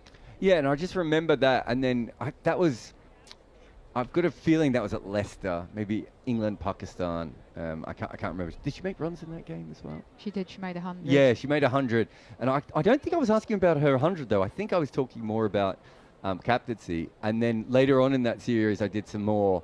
And it's, I remember that series a lot because I spoke to a lot of captains, because there aren't as many people in the, especially in those days, in the press corps. So if you went to some of the smaller games, the next ball's just pushed into the offside, and Sophie Eccleston has to run and do the fielding herself at extra cover. And so sometimes in those press conferences, me and Heather would just end up in a conversation with each other. And he's probably Raf's in the background going, Jarrod, shut up. I need to ask her about some news. And you're going, oh, but I've never really had that relationship with anyone else as a captain. Next ball from Eccleston is just punched out to deep cover, and they come through for another single. It's certainly been a really interesting career arc that she's gone through, and kind of seen all of these different eras for women's cricket. Starting out, well, I mean, I used to watch her when she moved from Devon to play for Berkshire, because Berkshire were in Division 1 of the Women's County Championship, but Division 1 of the Women's County Championship was still entirely amateur, and there would literally be like 3 people watching those matches. Satgare on strike as Nicholson is in, and it's defended on the offside. And now we're here and playing in a women's test match at Lord's. If you think those games were by 3 people, in Devon it must have been 2. Nicholson tosses one up, and this time it's defended to the leg side. No run. And I suppose Heather Knight too, because Nat Silverbrunt came later, and so she's almost the last, isn't she, of that era, sort of when I first arrived over here around that 12-13 period. Sort of the last one to go from that fully amateur era. Yeah, would she be in the last one who was an amateur player who's still playing, or Beaumont have been around then too? Beaumont as well. Next ball's full and just turned around the corner by Satgare. No run. I mean, sorry.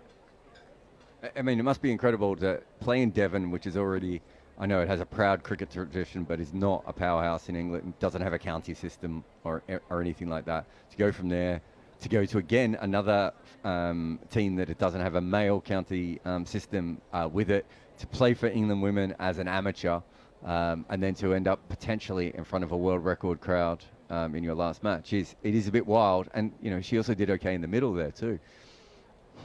By the way, that was the end of Sophie Eccleston's over, 305 for 7 now. Yeah, and I guess she's sort of seen as much of that change as anyone else. And during the T20 World Cup, you had there's like that old guard of Elise Perry and Heather Knight and Marizanne Kapp and Chamaria Atapatu. And we're probably in the last years, it's the first ball from Izzy Wong. It's just played out into the covers. They take a single. When she made her debut, would she have had to buy her own blazer, or were we just beyond the buying the blazer period? I think we might have moved beyond the blazer period, because the only person who has a blazer now is the captain. Yeah, so yeah. I would have thought that by the time she played for England, the whites would have been all a uniform. Whereas when Lottie started, I'm sure that she would have just brought her own whites to games, even for England when she began. So, I mean, that just shows you how quickly these things have changed. Izzy Wong runs in over the wicket, full and clipped away fine. There's a fielder out there, so in the end it'll only be a single to Satgare. Yeah, it is a sign. All these women, so we talk about, you know, the ones from the previous era, and those who have kind of led the transformation into this professional era. We're getting to the end of that. You would imagine over the next couple of years. Yeah, they'll just be as soft and entitled as the men very soon.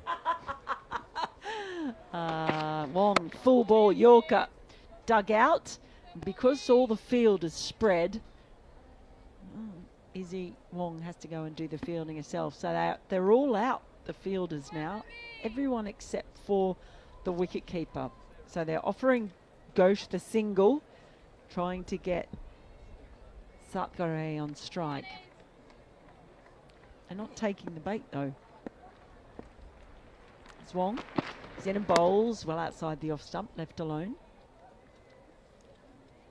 Is it wrong to feel a sense of nostalgia for the former era? You and I have talked about this before. I think we might have done a podcast about this, that essentially that generation of cricketers who had to look after themselves and, you know, even get funds to be able to pay for their own fares in certain situations, play for their whites, pay for their blazer if they're a captain, whatever that may be. That does grow something different. And this is the first generation of cricketers who are purely being picked because of their athletic prowess. The field's come up, by the way, for the last 2 balls as Wong is in and bowls, and that's slapped, and it manages to beat the diving fielder in the covers. It's a boundary to Risha Ghosh, so bringing the field up doesn't work, except it does work for Risha Ghosh. Well, I mean, it works for England. She didn't get off strike, so that's basically all they're trying to do now is make sure she doesn't get off strike. I'm not sure that extra 4 runs is going to be the thing that means they lose the game, but I understand your point there, Mel.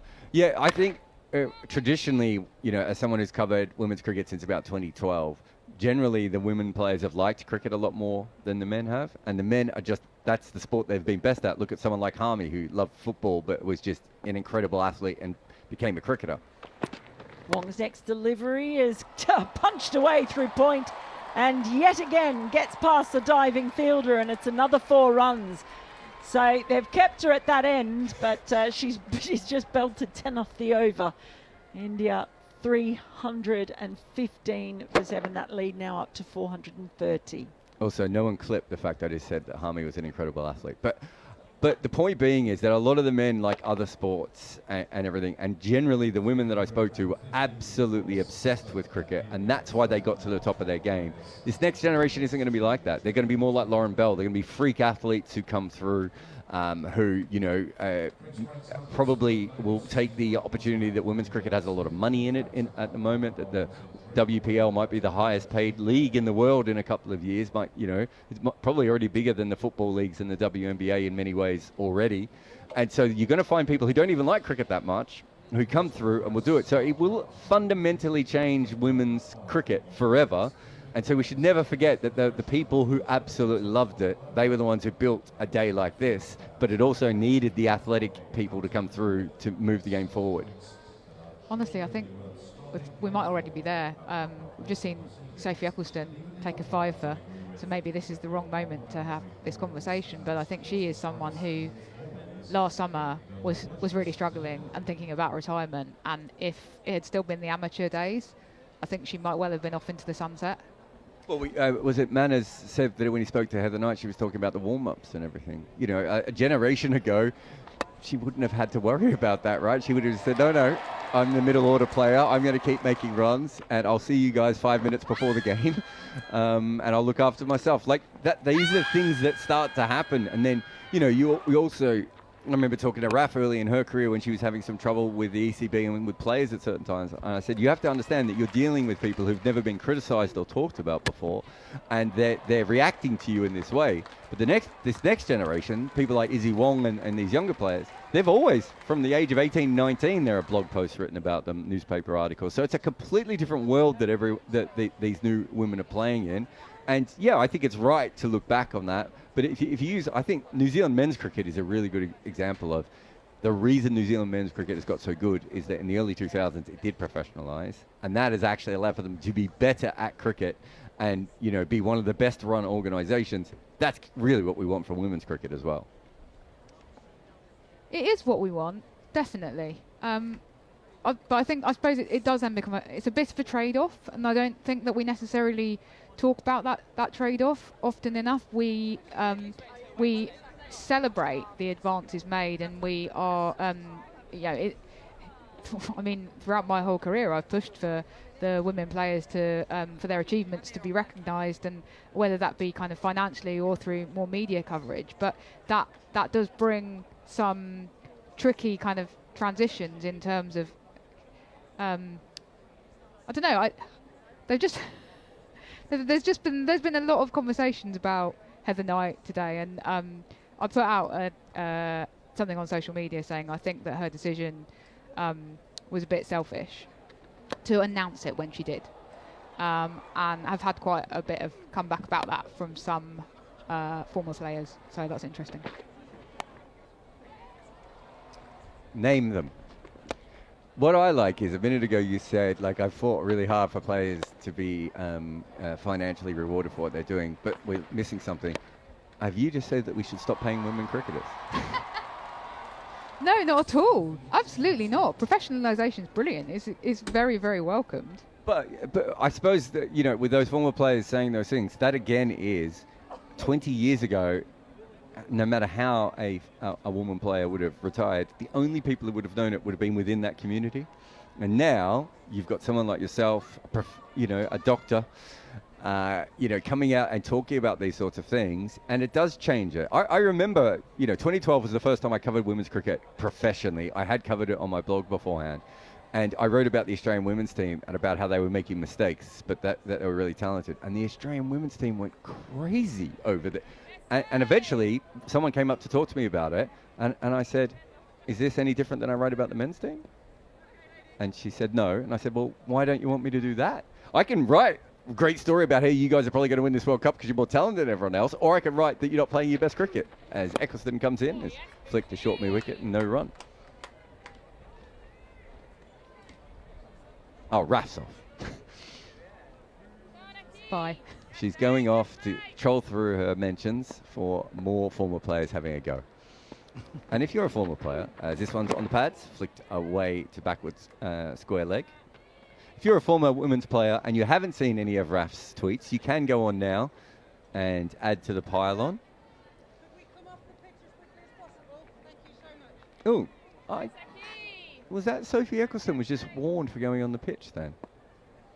Someone has just been warned for going down the surface. I think it was, Jarrod. I think it was, It was as friendly a warning as you're ever going to get from an umpire. So much so that I wasn't even sure who she was saying it to, because Sophie wasn't facing her either at the time. But yeah, I think that's what happened. Unofficial warning, I think, probably. Yes, was it? yes. Yeah. There was no official motioning. That's a sweep shot now from Sayali Sadkhari, and she misses it, hits her on the pad outside the line of leg stump. I have to say that Sophie Eccleston has worked incredibly hard. I'm not saying that Granty Gord and Yastika Bhatia didn't work hard for their place on the Lord's Honours Board, but they haven't put in quite the number of hours of toil and hard work that Sophie Eccleston has, and delighted for her. 5 for 111. The next one is defended away on the offside. Granty Gord managed to get herself on the Honours Board, having bowled 17 overs, 5 for 37. With enormous skill and a lot of very, very good deliveries. And you remember as well that of those 5 wickets, it included both openers and numbers 4 and number 5. Only one of them, number 10, was regarded as an easy wicket. Pushed away defensively again on the onside by Sadkhari. 315 for 7. The lead is 430. Declaration just before tea or just after? I was watching, I might have been the only one interested in this, but I was watching it when they passed 400 lead. Just waited to see. Harmanpreet has been standing in a prominent position on the balcony for a while now. And they're all in whites. And they weren't 20 minutes ago. Yeah, so I thought once they got past 400, but obviously I got my maths wrong slightly there. I don't think it's a particularly easy wicket to blast through people.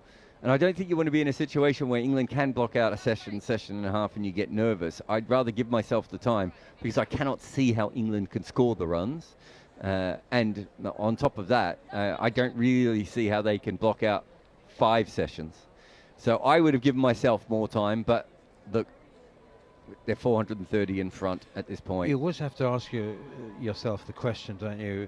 If they bat all of the overs I leave them, what's their likely scoring rate? How many will they get? So I think the only way they can bat all the score or the overs though is for them to bat under the normal rate. And I think sometimes, you need to put that in as well. But anyway, it's I can understand why you would do this, but you don't want to be in a situation where you don't win the game because you batted on a little bit too long. Lauren Filer's into the attack now in place of Izzy Wong outside the off stump, left alone. You don't want England to be like 6 for 200 off 120 overs. Do you know what I mean? Yeah, I do. And I just also very uncomfortable with 9 fielders on the boundary. I get it, but yes, you want to bowl at the number 9, and Risha Ghosh is going very nicely on 40 at a run a ball, but have someone in close by. I thought Sadkhari could bat a little bit. I thought she was borderline all-rounder. Here's Filer again, and it's slapped away to deep backward point. What really makes me laugh, though, is that Risha Ghosh has shown absolutely zero inclination to protect Sadhari. So she's saying, you want to give me a run? All right, fine, I'll take it. Every single time. The moment she's taking the single with everybody on the boundary. Well, that's kind of what I mean. I don't think that she's thinking to herself, I need to protect myself. I think the next two batters in, definitely at that point she'll be changing her mood, but I can see why she's giving her strike. She looks fine, Sadhari. She faced 23 balls in the first innings in a very different match situation, where she was having to hang around, and she made just a single, but she looked entirely like she knew what she was doing with the bat. Well, I mean, you just look at that ball there. That just looks like a middle order player leaving a ball outside off stump. Doesn't mean she can't be dismissed or anything else, but I'm not sure I'd be bowling to get her on strike. But they might know more than we do. So we've got a couple of catchers in now. Well, a wide slip or a gully. Everybody else actually is in a ring field as a backward point. That's a swing and a miss outside the off stump from Sadhari. Short and wide outside the off stump. The other thing is, how are they actually trying to get her out? Run out. Yeah, I mean, as you said, there's one. I mean, if we're being friendly, there's one catcher, and it's a very deep gully. Now, she did almost hit the ball straight. If she'd hit the ball there, it probably would have gone to deep gully, but they don't appear to be bowling at the stumps. It's a very interesting field. It looks like an under 15s field. Under 13. Full and wide and sliced away. It's gone between the gully and the backward point down to the boundary. Boucher is chasing it, but the ball reaches the boundary. I think there's a certain amount of irony in that that England have this ring field. It does, it looks like a junior school game with 4 fielders on the offside, 4 on the leg side, and everybody trying to save one, and that's just sliced away off the face of the bat between gully and backward point and down to the boundary. 320 for 7. The lead is 435. If they do think she sort of slices the ball, and that gully fielder and that last shot does suggest that's the case, as Filer is just going to come in again here. And this one's outside off stump. Yeah, they're bowling purposely outside off stump. I don't think you need 4 players from point to mid-off. I'd put the second, I put the point at like a second gully, and then just say that the other 3 fielders are fine to be able to keep that. And if you drop the ball on the offside, the second gully should be able to come around. But yeah, it's not the end of the world, but it's very interesting that they're desperate to get her on strike, and then when she's on strike, she could barely see a fielder. They're all ring. Have a look at the mound stand to our left, Jarrod. It was closed on the first day on Friday, and now it seems to be very partially and specifically open. I reckon there's 300 people, all tightly packed into the top corner. I know it's shade, but why aren't they spread out a little bit more? They're all tightly packed in. Most of the stand is empty. Well, I think everyone's starting in the shade, so I think that part I understand. So maybe you're only allowed to sit in the last 3 tiers? Is it tiers? Not tiers. Sections. Sections, yeah. But why? Why is that? It's all on the same level. I understand them closing the top tier. Here's Nicholson continuing, turned away through the leg side. It's an easy single. Risha Ghosh moves on to 42. And the total after beginning of the 83rd over, 320 for 7. Is it is it because they don't have enough staff to police the whole stand? I say that, but at the same time I can see 4 people, 4 stewards there, who with the R in the sun, nowhere near anyone else. So is it a stewarding issue? Eccleston then beats the outside edge of Sadhari's bat. I don't know, it just looks very odd, doesn't it? You've got, what would that be as a percentage? Maybe sort of 20% of the lower tier of the stand, tightly packed, and then nobody else in the rest of it. But away to our right, the grandstand is very well populated. I don't know what, they haven't got an official crowd figure yet. Yesterday was 15,224. It's a world record for a single day at a women's test match. But it's a good turnout again today. The lower section of the grandstand is very well populated. The Warner stand is fairly busy, and there's also some members in the pavilion seating, which is good to see. On the first day on Friday it was very, very well attended, and there were a number of people who were quite surprised at that. Are they members though? Because they don't seem to be dressed like traditional members. Maybe they're not traditional members. I think maybe traditional members aren't necessarily that interested in watching a women's test match. Driven away behind square on the offside, and there's no run. Because you can. I thought sit you there. had to be a member. No, because I've sat there before. Oh, really? With your accreditation? No, just years ago. I think Lizzie Ammon. I think I sat on the second tier. So you can sit there for other games. Hang on, how did you get into the pavilion if you don't have membership? Here's Eccleston in again, defended off the back foot by Satkhairi. I can't remember, but you may have had a Rover ticket. Members can buy Rover tickets for their friends, and it might have been. But I don't think Lizzie's not a member. She would have been a Middlesex member. I don't think she'd be a Lords member, would she? I don't think she is, unless she might be now, but she certainly wasn't back then. She was the Barnes second 11 scorer back then. when I first met Lizzie Ammon, she was the scorer at my local club when I moved over to the UK. And so it was. I knew her as Legside Lizzie. When she was a blogger. Yep. So she was the scorer at Barnes. The Sam Collins, who made Death of a Gentleman with me, was the fast bowler in the ones.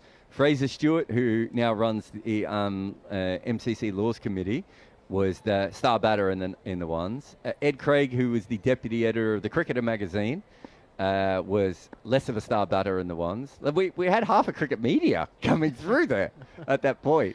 You didn't know it at the time, though? Well, I'd moved over to be, it was yes and no. You were ambitious, but didn't know whether you were going to make it. Short and wide and cut to deep backward point. Boucher does the fielding, and they go for a single. I don't think me and Lizzie assumed that we were going to go from the second 11 at Barnes to our positions now. I'm really tickled by the fact that England keep putting 9 fielders on the boundary for Risha Ghosh, and she's happily taking a single off the first ball of every over. It's like, you're playing a different game. You think I'm playing a different game, but you're playing a game that I'm not. So this field here, I would move Eccleston 5 metres to her left and move everyone else around and bring in. They've got like a catching point, but I think it should be a catching second gully here. Eccleston is is that Alice Capsey at point? A little bit of bounce here from Lauren Filer, and it's played up on her toes defensively by Satkhairi. Is it not Villiers? What number is Villiers? Who's at gully there? That's Skipper, isn't it? That's Siverbrunt. Yeah, that's Siverbrunt. I thought Villiers was... Villiers at point, and then we've got a cover, an extra cover, and a mid-off. So it's Eccleston at mid-off that you would move? Yeah, I'd move all the ring fielders just around 5 metres, and I would bring... So have 2 backward points or 2 gullies? 2 gullies, or however you would look at it, Yeah, 1 deep maybe. Here is Lauren Filer again, and it's short outside the off stump and left alone by Satkhairi. Because she's bowling for that deliveries, and I'm not mistaken. Again, look at this ball. It's short and wide. She wanted her to have a go at it. I'm being friendly here, man, as saying they have a plan, but it seems like that is the plan. So put an extra catcher in.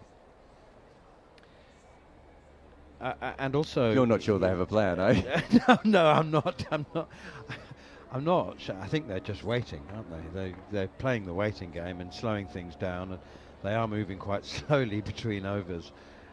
You're sort of waiting for the judge to hand down sentence, aren't you? Here's banged in short from Filer, a little bit straighter. Satkhairi actually does have to drop the hands and sway out of the way of it. But it's just that sense in this stage of a test match, or you're just waiting to see whether the judge is kind and gives you community service, or whether he's going to put you away for 6 months. But for England, it's how many overs they're going to be required to bat to try and save what would be a heroic draw. I tell you what, I mean, however they get there, if they do get to the end of day 4 to draw the game, it will be a heroic performance, and it will break a number of records. 322 for 7, next one left alone. We should probably now get the binoculars out on Harmanpreet. Yes. She's been front and centre on the balcony for some time, but I think she's disappeared. Don't think that's her, but again, whoever that is, it wasn't someone I saw earlier, and she now has whites on as well. So I think the declaration's coming in 12 minutes. Short outside the off stump, left alone. Well, there's no interest particularly in runs. Although Risha Ghosh is 43, so, you know, a half century would be nice. Playing as a specialist keeper in this game, batting at number 7 in this innings. 322 for 7. But that is Harmanpreet. But have a look. There's 1, 2. I think they're all in whites. So they're either waiting for. They're going to bowl before tea, aren't they? They are looking at the balcony right now. The 2 batters. They haven't received a message. So yeah, I would say we're either waiting for the 50 or waiting for 10 more minutes, so that we can have a 10-minute break. Yeah, maybe. We can have a 10-minute break and then a 20-minute spell before tea. I think that's the ultimate irritation value. We was discussing earlier with Georgie Heath whether it was more irritating to have to bat 20 minutes before tea or to have to field another 10 or 15 minutes after tea and then only get 10 minutes between innings. Down the wicket comes Risha Ghosh. She's going for a 50. That's a lovely, lovely straight drive. Super stuff. Sue Redfern isn't sure whether it's gone for 6 or not, so she's waiting for confirmation. But I think it landed just short, did it not? Did it just bounce just short? It felt short. I think maybe just a couple of feet, which is a shame because if she got the 6 there, she only needs a single with all the field out to bring up her 50. Well, I mean, that's a clear sign, is it not, that the declaration is imminent? So you were absolutely right. I think it's 50 or 10 minutes. Risha, you've got 10 minutes to get your 50. And that was given 4. It was given 4. It was. It did bounce just once before. Risha Ghosh has a single wherever she wants it. Again, 9 fielders on the boundary. She's gone for another straight drive down the ground, and it's dropped at long on. Dear, oh dear. I'm afraid you don't get a more straightforward boundary catch than that. She's right in front of the pavilion. It's not Emma Lamb, is it? Izzy Wong. Is it Izzy Wong? She's had as good a first day as she's had. She's had a misery on the 3rd day. Dear me, that was absolutely straight in. And Eccleston bowls a quicker, wider one outside the off stump, and Risha Ghosh leaves it alone. You missed what else happened too. There was almost a run out because Risha Ghosh said no to the run. I think she just wants to get her 50 now. So there's actually there's a run out chance here and a catch chance. Yeah, she's now counting how many balls are left in the over. So just take a single, Risha, and then take the 50 off the next over. Yeah. There you go. Now try and get the 2 more runs you need in the next over, because now all of the Indian players are on the balcony. They're all in their whites. So evidently the declaration is very, very close. As soon as Risha Ghosh gets to her 50, she's 48 from 47 balls. Been a very Risha Ghosh innings, hasn't it? In T20 style. Well, maybe ODI style, but she struck the ball very sweetly. Sophie Eccleston, her place on the honours board is secure, but England is now bowling for the declaration. I think it was maybe Maddie Villiers who was going to come in at short leg. And I don't know if it was Nat or Eccleston, but someone just said, don't bother. Yeah, exactly. We'll soon be able to go and jump in an ice bath for a while. Not Tammy Beaumont and Maya Boucher, they won't be able to. They won't have time. Barely get time to pad up. Eccleston in again, and that one is defended by Sakhari, is 6 not out. They're still putting the fielders out though, so okay.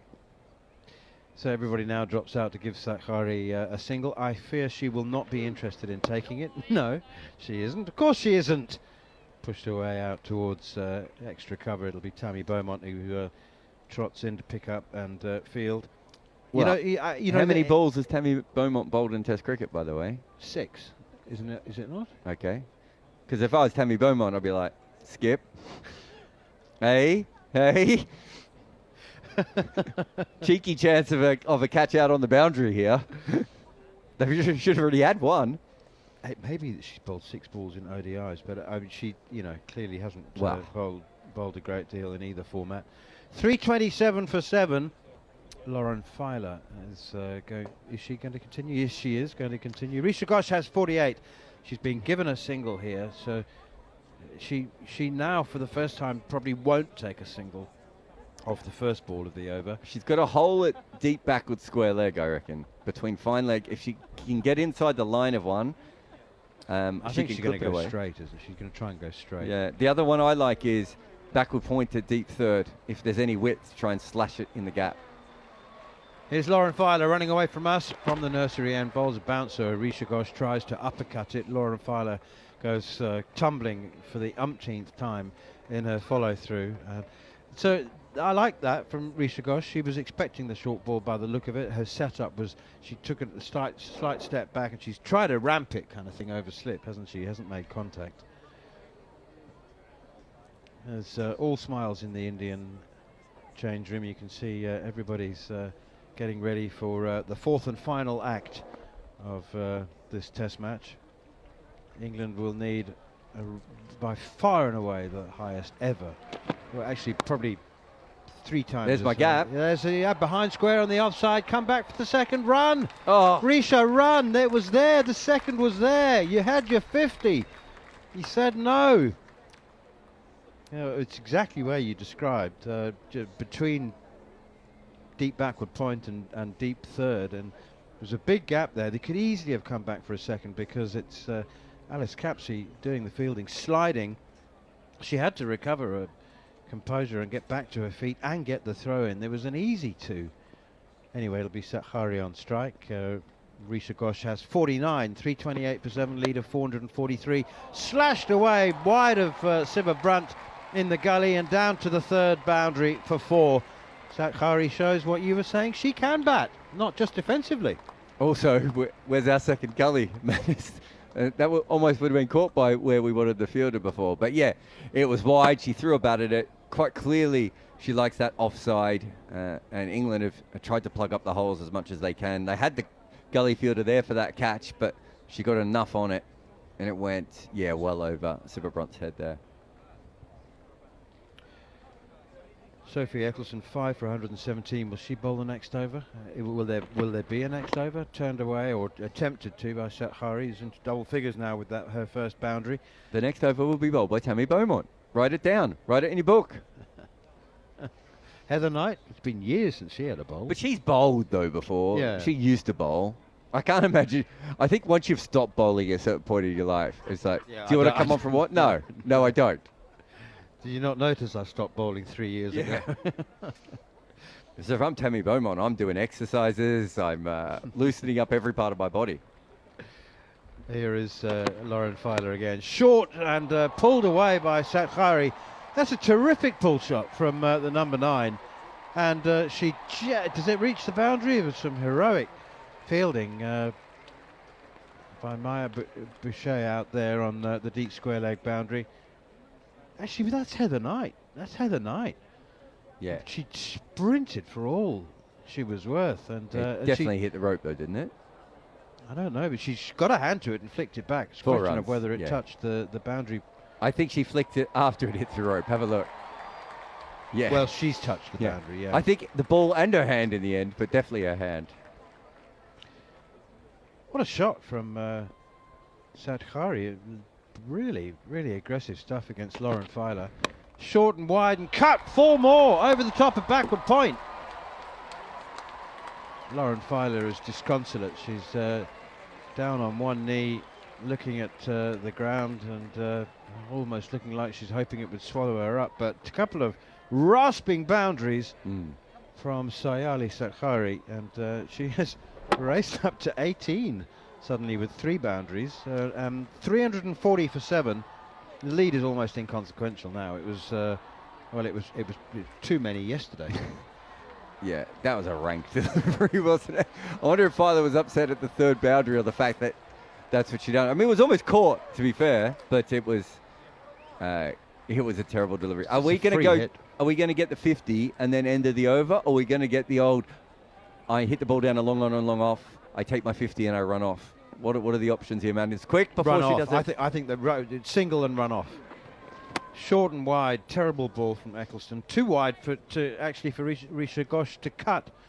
She's 49. Don't play out the over. Just get off and bowl. I never really understood the old play out the over thing. No. It's just those with an obsessive compulsive disorder for completeness, a desire for completeness, not to have a 0.3 in the scorebook after a bowler's analysis. Eccleston in again. Ghosh is tucked up by one that's quicker and straighter and can't get it away. We've got 9 fielders Nine fielders on the boundary, and she can't find a single for a 50. Here's Nicholson again, bowls and gosh, pushes it out. There it is.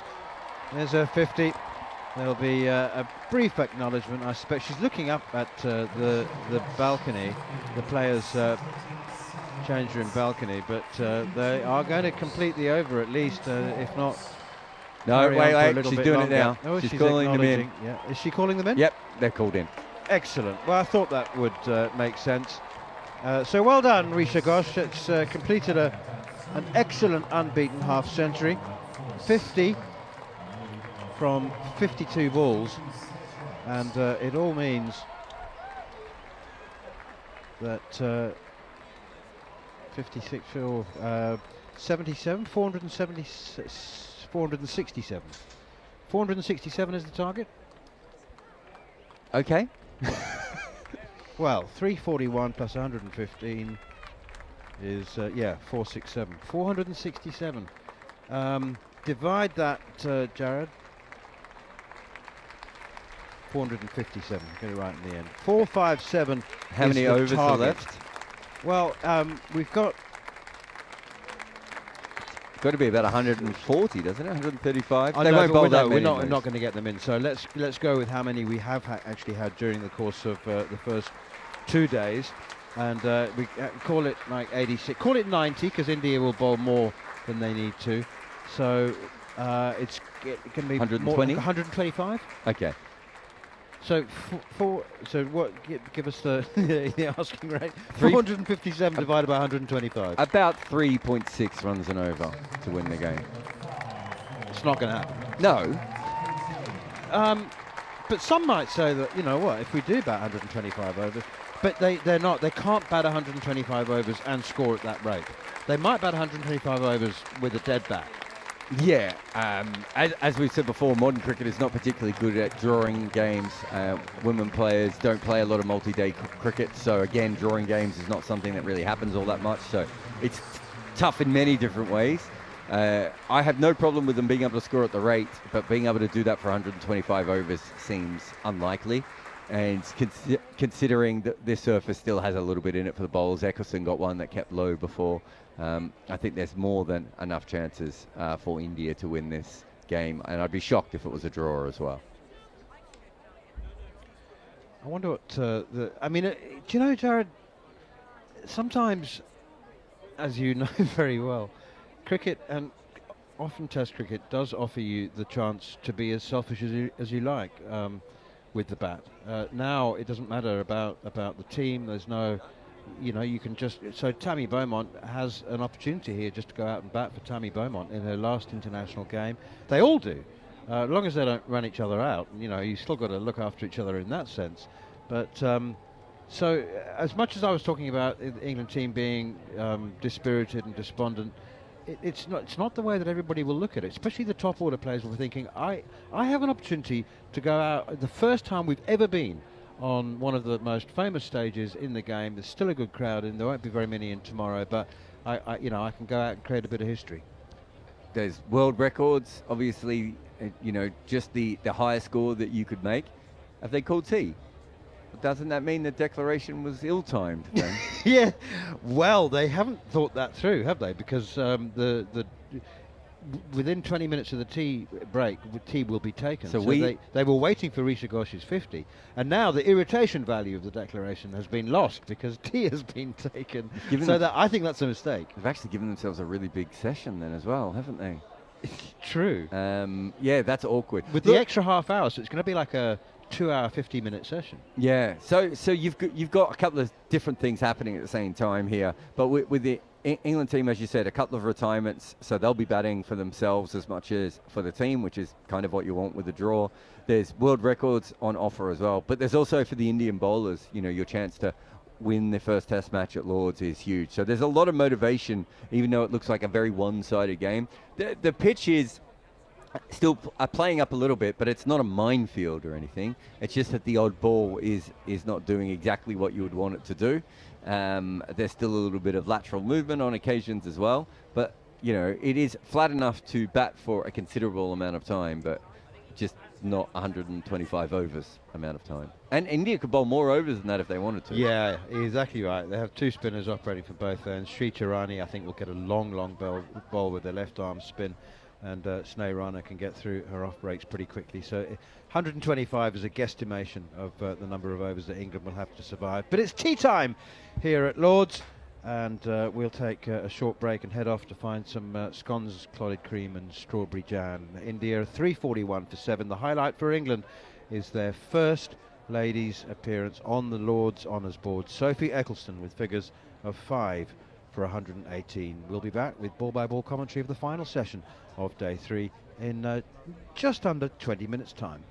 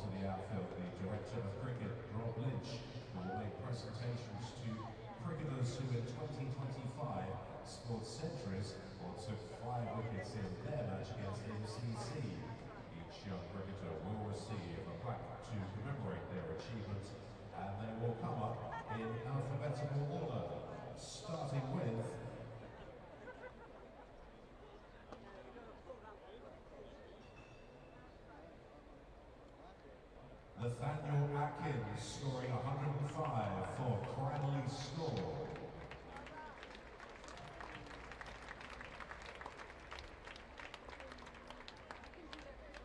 Ronnie Frost scored 118, not out for Kings Bruton.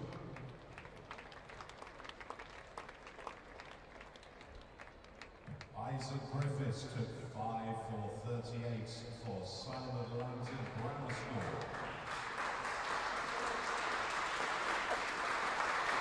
Alison Blair scored 102 for NCC Foundation House South. Amrit Gupta scored 116 for the Jarrod School.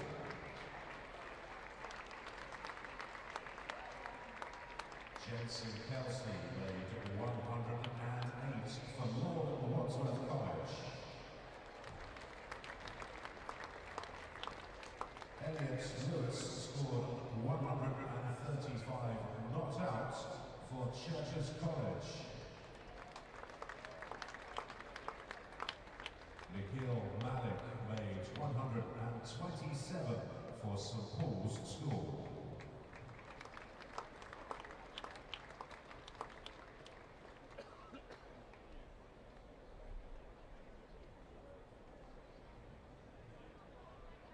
Ethan Ramsey scored 102 not out for Bradfield College. Tiger Sherrod Isles 114 not out for Wells Cathedral School.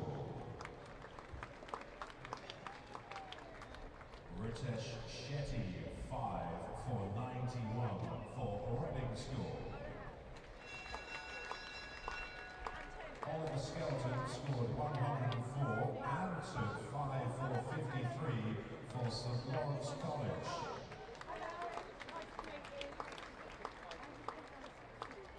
Charles Spies 8 for 31 for Eastbourne College.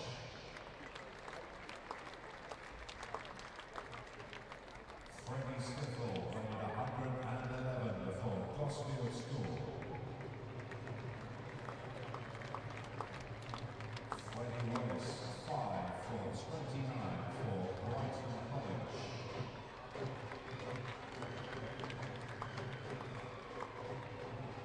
And Alfie Wilson took 6 for 45 for Aldous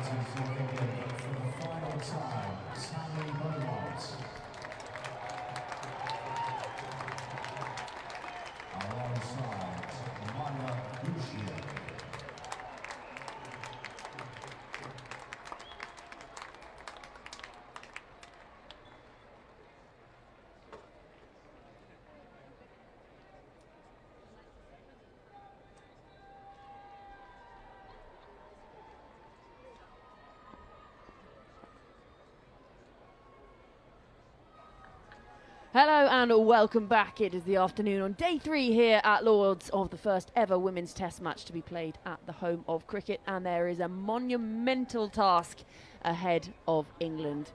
They want to try and win this test match. It will be 457 runs required in 4 sessions across this evening's session and then all day tomorrow if they would like to bat. Then India, they have been absolutely sensational. They've outplayed England so far in pretty much every facet of the game since day 1. And now heading out to the middle, Tammy Beaumont in her final innings for England, and at the other end Maya Bouchier. And well, fairy tales don't necessarily come true, and it would have to be quite a fairy tale for Tammy Beaumont if she were to see her side over the line here, or at least get them some way to victory. Alongside me, Georgie Heath, I've got Dr. Raf Nicholson. Raf, ready to write some history?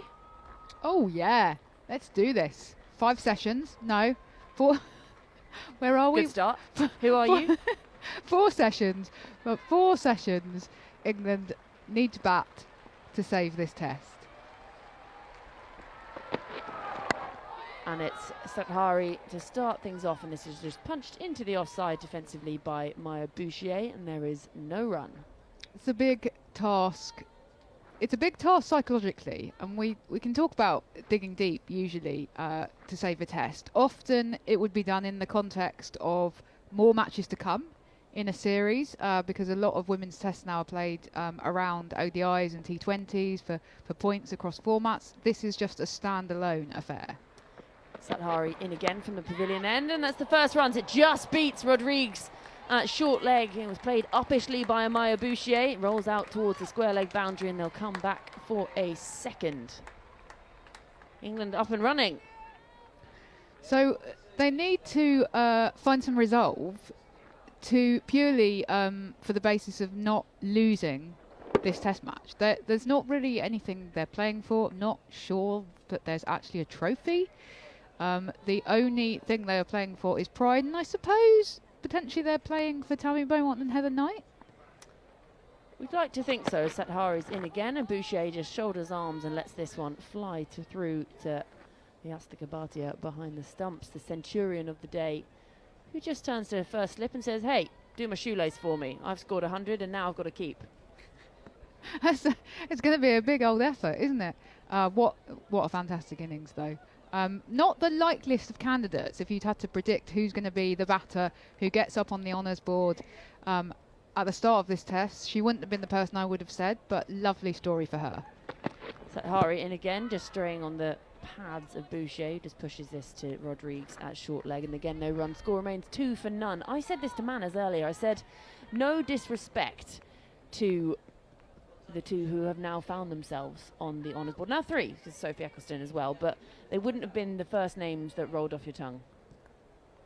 Well, Smriti looked absolutely set last night and for the first few overs this morning, but it wasn't to be. Sathari in again now, this time Fuller, and Bouchier gets a big stride out, lets it fly through, and Bhatia gives it the underarm, takes out the stumps, and is an appeal to the square leg umpire. And you know what? It's going upstairs.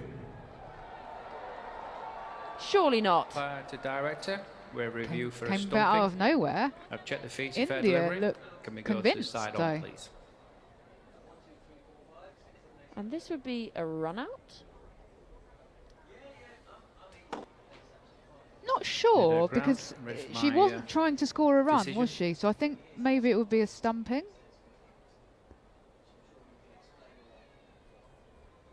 Seeing the replay now, and it does look like her foot was never actually out of the crease, which I think that was certainly Bouchier's reaction when the review went up. She sort of looked down at her foot as if to say, "But my foot's always been in the same place, and it's always been there behind the crease." Well, it's definitely on the crease, but she's got enough of her foot kind of behind the line.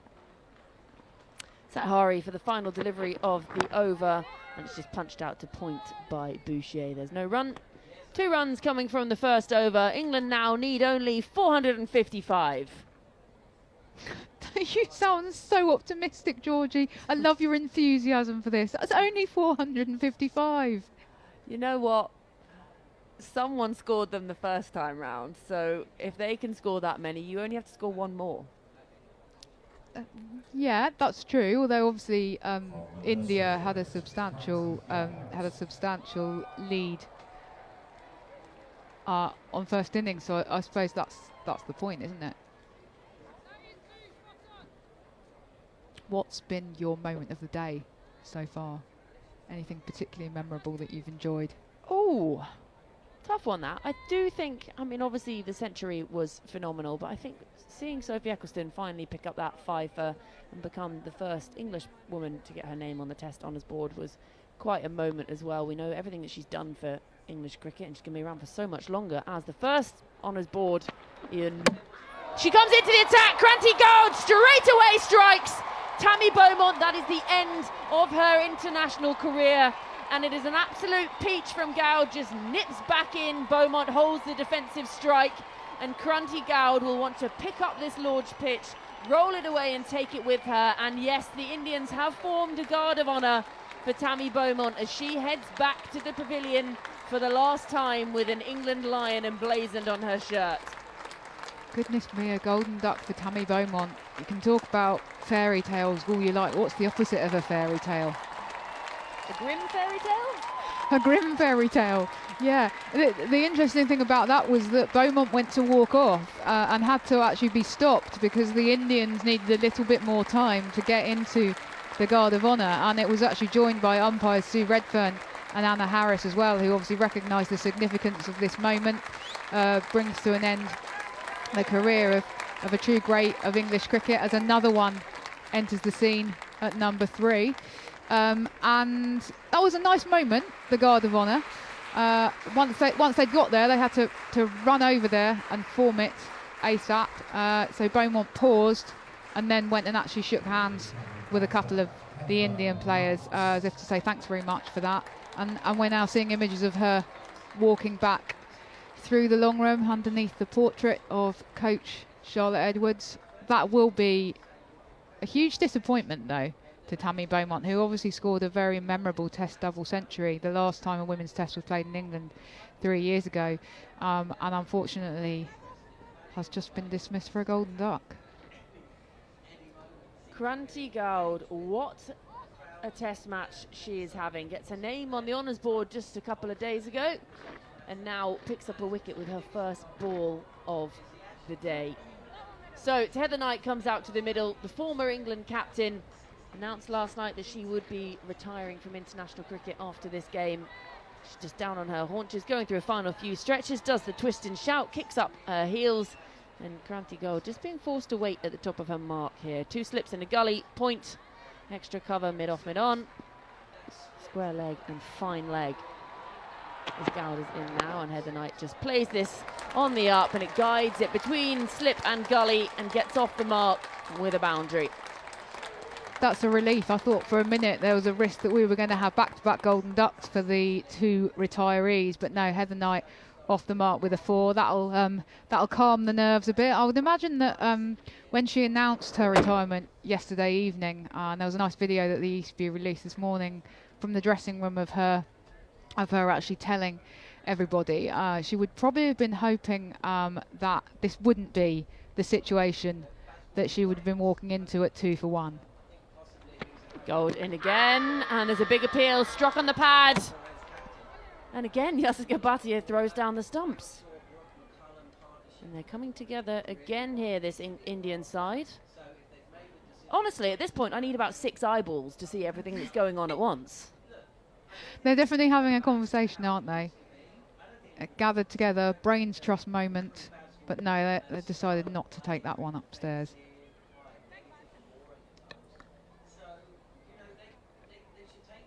Heather Knight's just trying to put her own bails back on, but no, umpire Sue Redfern has now gone over and decided to help her out. It's not easy to put bails back on while you've got batting gloves on. Tends to prove quite difficult in gloves. Did you ever play at kids' parties the chocolate game, where you had to cut a big block of chocolate with a knife and fork, but you had to wear oven mitts while you did it, and basically you'd all roll the dice and you had to get the oven mitts, the scarf, the hat on if you rolled a 6, and then you got the opportunity to cut the chocolate? I remember that. That was a Until great someone game. else did it. And that's what I think of whenever they try and put the bails back on with the gloves on, how hard that was.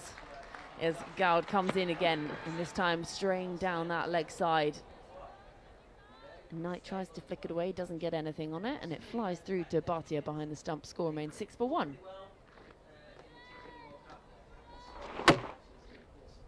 What did you make of the Heather Knight retirement announcement? Were you surprised? I thought you were going to say, what did I make of the chocolate game? We can keep talking about that. Were you successful at the chocolate game? You know what, it just got to the point, if you stabbed hard enough, it would just break. Good technique there. As Jarrod is in again, right arm over, and Heather Knight just lets this one fly on through to Bhatia behind the stumps, and again there is no run. I think it's one of those things, we've known it's coming for a while. I did think at one point it might come after the T20 World Cup. You know, it would have been a lovely finish for them to lift the trophy, and then perhaps it would have happened then, but then with a test match at Lords as well, it's quite a mouth-watering prospect. But it does feel like a natural close.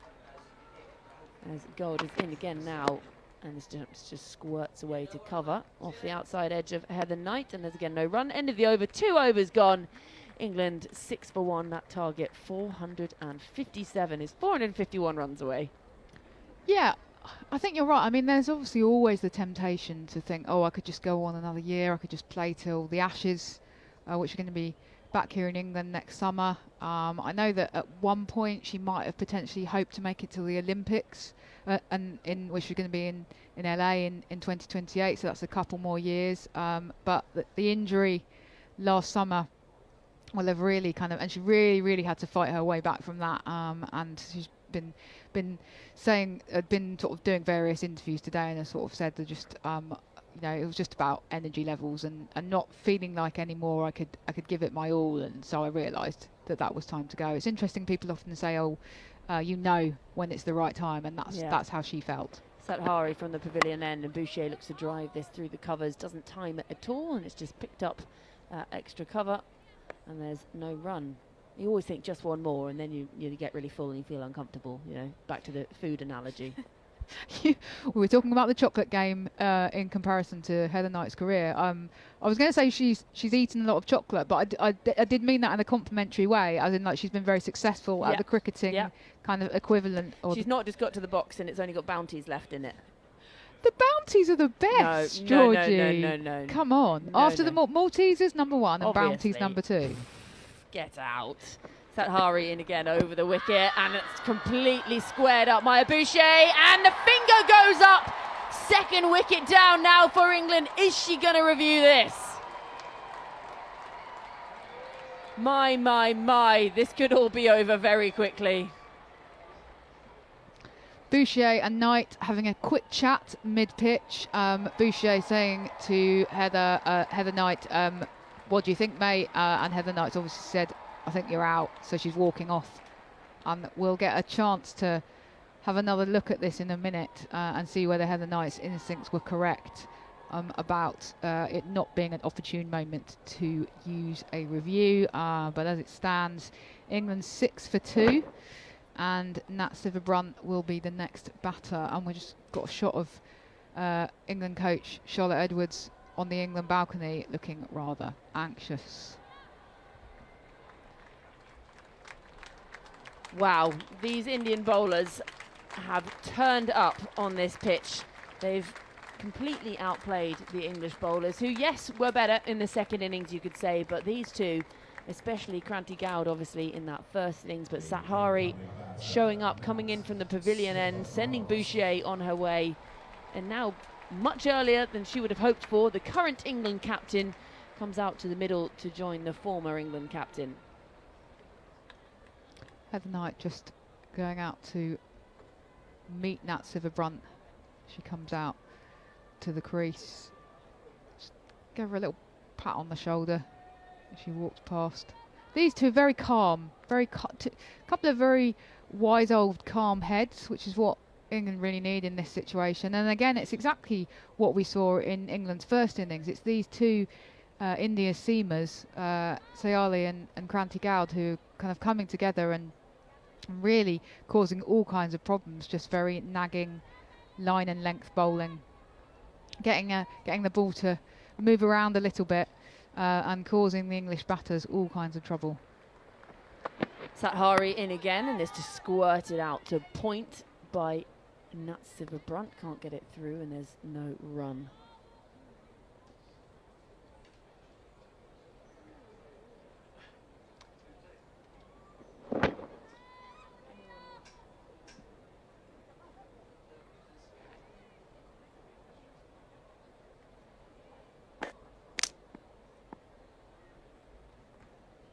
Sathari in again from the pavilion end, and Natsiva Brunt just drops this into the leg side, falls just short of Jemmy Rodriguez, who shadows it. She's going to throw it at Natsiva Brunt, and she actually gets it a low 10. Is that what you call it? A high 5, a low 10 from Astika Bhatia?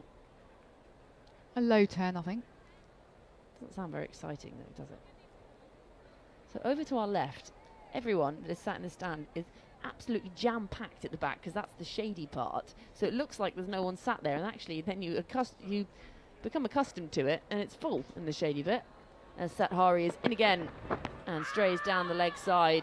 This one flies through to Bhatia, who for a moment thought she might have got a tickle on this one, but nowhere near the bat.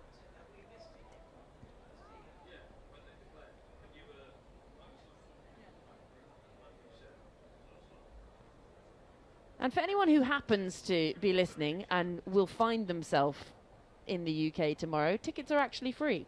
So what you could do is pay what you would have paid for a ticket on a flight, and you could pop on over. Easy. Sounds great. Sathari for the final ball of the over. She's in now, and Natsiva Brunt just looks to drive this through the covers. Can't get it through, so it's a wicket maiden. 3 overs gone. England 6 for 2.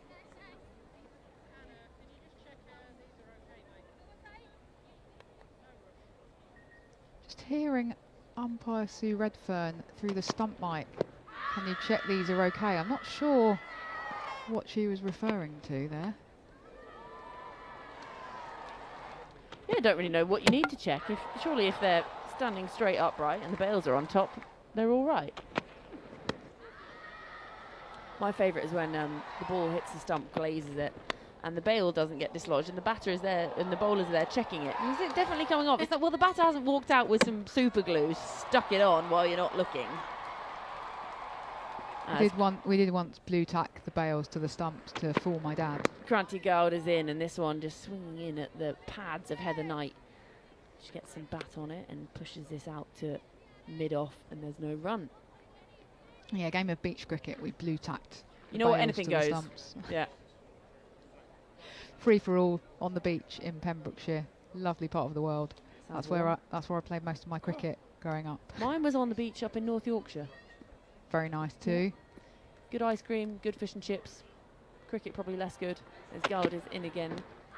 And this one just kicks up as Knight looks to work it into the leg side. It just squirts off and drops in front of her on the off, and there's again no run. 6 for 2. Yeah, it's when you're sort of using a spade, you know, a beach spade, a bucket and spade as the stumps at either end. And if you hit it in the sea, you have to go and fetch it, and you're also out. That's an interesting rule. If you hit it in the sea, you're out. Yeah, that would sort of make sense. I know when we played in the back garden, we would sometimes have a rule: if you hit it over the fence and you lose the ball, then you're out. Trying to go out again, and Heather Knight just lets that one fly through. Yeah, it's also very cold in the North Sea, can confirm. It's cold in whatever that sea is around Wales as well. Geography, not a doctor of geography, you could say. Sorry, Georgie. By the way, do you like my T-shirt? Yes, I do. First Women's Test Match 2026. There you go. As Kranti Goud is in again, and this one Fuller, and Heather Knight just punches this into the leg side and comes through for a single score, moves on to 7 for 2. I did look at these T-shirts, and I was a bit cheap, and I thought maybe once the first Women's Test Match is over, they'll slash the price of them. That's probably very correct. I remember Well, we were both out in Australia 18 months ago for that Women's Ashes series, and I really wanted one of the Women's Ashes 2025 T-shirts. And so I said to my husband, I'm gonna buy one, and he said, "Oh, wait till the end because they'll be the prices will be slashed," and they were. Jarrod is in again, and this is just driven back to her in her follow through, and there's again no run. I do remember I was out in Australia for the Women's Ashes at the start of 2014, and it was a disastrous tour for the England men's team. It was a whitewash by the Australian men's team, and I think it was that tour where England won. England played quite a lot of matches, and the only one they won was some meaningless T20 right at the back end. As Jarrod is in again now, and this just beats the outside edge of a slashing Siva Brunt, who's yet to get off the mark. The score remains 7 for 2. End of 4 overs. Anyway, I was at the airport flying home, and in one of the shops there was all of this like England Ashes 2013-14 merchandise that was on. It was like 75% off or something, and they still couldn't shift it. Yep, I was living out there at the time, and it was very depressing. Actually, I spent a lot of money on a ticket for day 1 of the Sydney Test way before they started. And we were already 4-0 down at this point. And I went, you know what, it'll be fine. I'll turn up. Day 1 was great. I was like, oh, maybe they'll win this final test. And then it all went downhill from there. Actually, I went to one of the ODIs. They lost that too. And I went to one of the T20s. And they lost that too. So it went well. But you kept going back, Georgie. I already had the tickets. You're the definition of optimist. Oh, I don't know. I actually was saying yesterday how it's good to be a pessimist because then you're never disappointed. You're always pleasantly surprised. So true. Expect the worst. And then it can't be as bad. Which might be how England fans are feeling right now because they still need 450 runs to win and they've already lost 2 wickets as Sathari starts her 3rd over from the pavilion end, and it's just knocked into the leg side by the former England captain Heather Knight, and the score remains 7 for 2. Heather Knight, of course, has 2 Test 150s to her name, which is no mean feat in women's cricket when tests are played so rarely. And that's Siva Brunt at the other end, relative veteran in tests. She's played 12 of them. This will be her 13th, I believe. Unlucky for some. Sathari in again and played defensively by Heather Knight, whose right hand comes off the bat as the ball just drops in front of her. But as far as women's tests go and batting in women's tests, these two are certainly no stranger to that. So there's definitely a degree of confidence while they are at the crease. In fact, you feel that in white ball cricket as well, really. There were a couple of times in the T20 World Cup where they dug England out of a hole. Of course, England are going to have to find somebody else to dig them out of future holes. This is Heather Knight's last innings for England.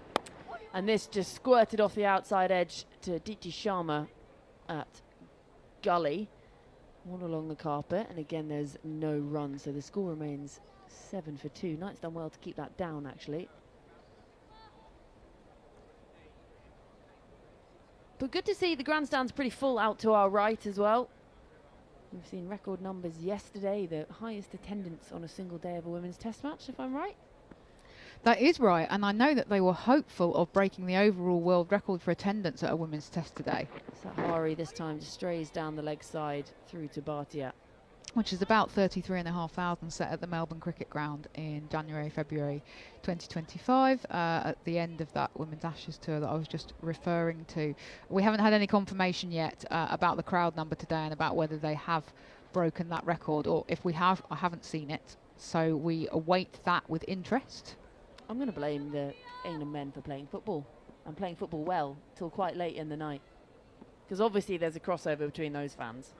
As Sathari is in again from the pavilion end, and Heather Knight just keeps this down and punches this up to deep, to extra cover, I should say. And there's again no run. Certainly some bleary eyes this morning, but both amongst the fans, but also amongst the cricket journalists. Yes. Did you watch? Did you watch, Georgie? Yes, I did, sort of through my fingers because I was getting nervous. I find that sometimes I love to watch sport, but I actually would rather watch the highlights when I already know the result, even if it's a loss, because then it's far less stressful. I don't need that extra anxiety in my life.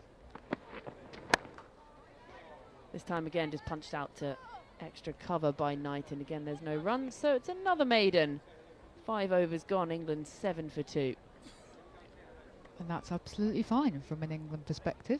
Heather Knight needs to be very patient here and be very happy to just play out defensive shots.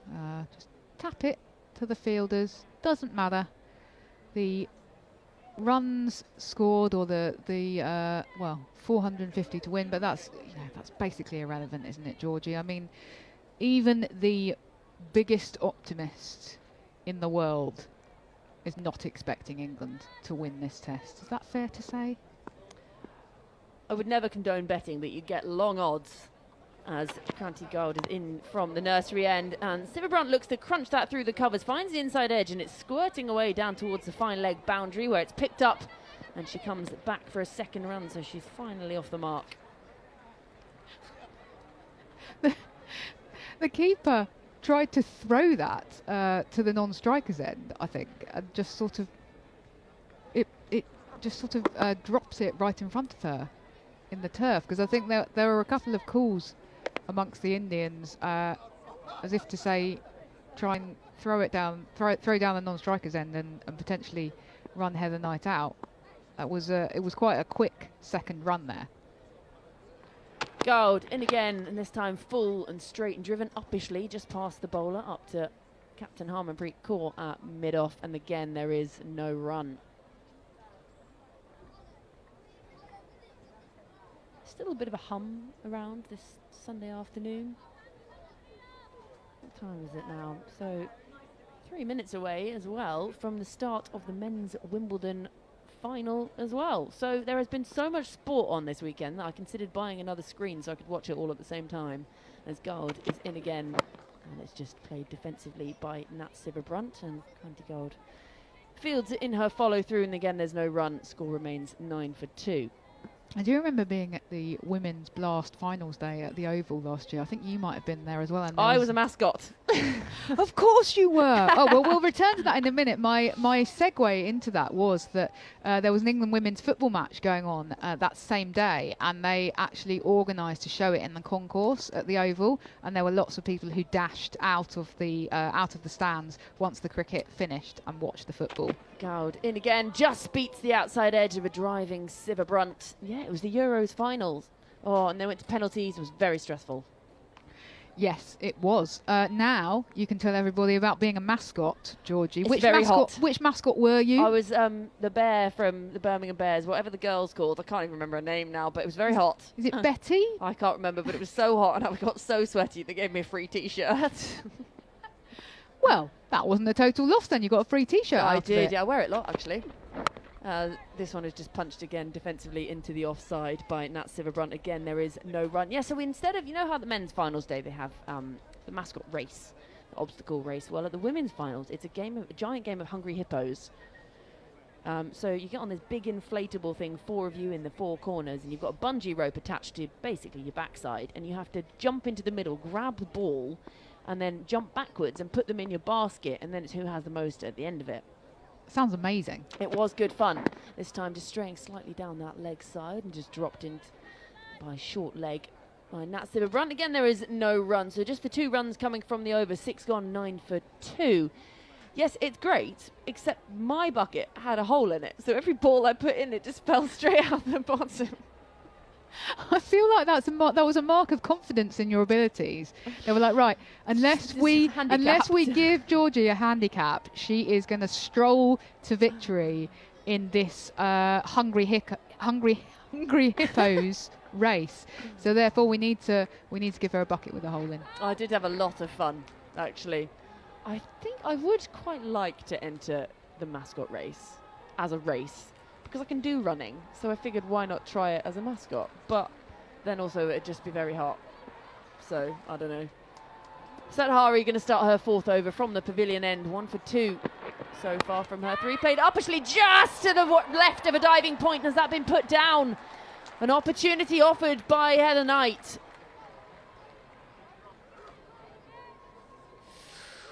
It's tricky. Has that carried? I think by the disappointment of Smriti Mandana, I think it might have done. Just getting a few high fives there from her teammates, as if to say, don't worry about it. Just seeing the replay now. No, it didn't. But it's bounced to her left. She didn't quite get there. In fact, she's actually done well to stop it, honestly. Making things happen, Sathari. She's in again now. Right arm over the wicket, just straying down that leg side, and well taken by Yastika Bhatia, leaping to her left. I've seen an interesting stat from Gary. Last England batter to make a second innings 100 was Charlotte Edwards at Taunton in 2006. 2006. It's the year I started secondary school. I mean, it's 2 decades ago. You know, I mean, she's now the head coach, so it's practice what I preach. No. Played uppishly, backward of points by Nat Sivabrandt, carved away, and she gets her first boundary of the innings. She moves on to 6, and that score moves on to 14 for 2. A beautiful looking stroke from the England captain. That was a really nice looking stroke. Just on that stat about the last England centurion in the second innings being 20 years ago, though, I mean, I think what that shows is, obviously, it does speak to the scarcity of women's Test cricket, but also the fact that England maybe haven't been that good at actually digging in. And because, you know, obviously, the more you dig in, the more likely you are to have the opportunity to bring up that 100. Here comes Sathari again, and this time straighter, and a few hands going on heads from the Indian fielders. You have this sense that they feel that every ball something could happen here. Absolutely, and as I said, it's very similar to what we saw in the first innings. Really, there's not loose balls. It's every ball is at the stumps. And so England are having to play every ball, and that's what you want. You don't want there to be a succession of balls you can just leave. Just plays this defensively off the back foot up to mid-on, who Harmanpreet Kaur, who doesn't even move to her left to have to fetch the ball. And again, there is no run. Score remains 14 for 2. Nat Sivabrandt and Heather Knight both on 6.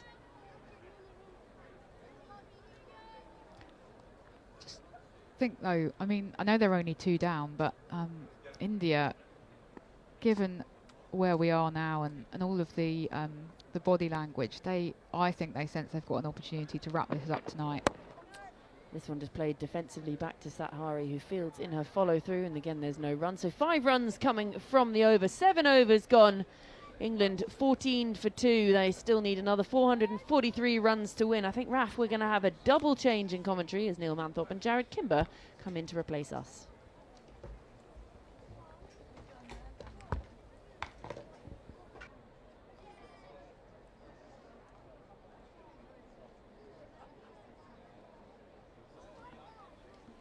My God, Raf, what have you done to me? You don't have to bring your entire desk here. She brings a book every time. Just hold the book up. By the way, she's been paying us to mention her book. She gave me £23 to do an Instagram post. Yeah. In comes Gord. It's outside off stump, left alone. Jarrod Kimber here. Neil Manthorp as Raf drops more things on the floor on her way. Neil Manthorp's here. He's been talking to international coaches to see who's available and who's not. You know what? I just thought that seeing as Raf doesn't hold her book up, I know, it's absolutely brilliant. I just want to say again, she brings it in every time and doesn't show it to anyone. Is this one flicked on the leg side for one? I just wanted to say that everyone who's been listening to Raf for the first time during this broadcast, or at least on commentary, this is why she's the only person in the world with, or this is partly why that she's the only person in the world with a doctorate in women's cricket. Her research is absolutely extraordinary, and what is more extraordinary is her ability to recollect all of that research just off the top of her head. It's just, I find that you and I have both written books, Jarrod, but I've forgotten most of it before I've finished the book. And she manages to retain. She's just an incredible walking, talking encyclopedia of women's cricket. Short and wide and cut for 4. Lovely from Sivabrandt. Mind you, it was it was a beautiful length for the delayed cut shot behind square on the offside, and she played it Stunning style. Yeah. Moves to double figures. Yeah, leant back and just helped that away.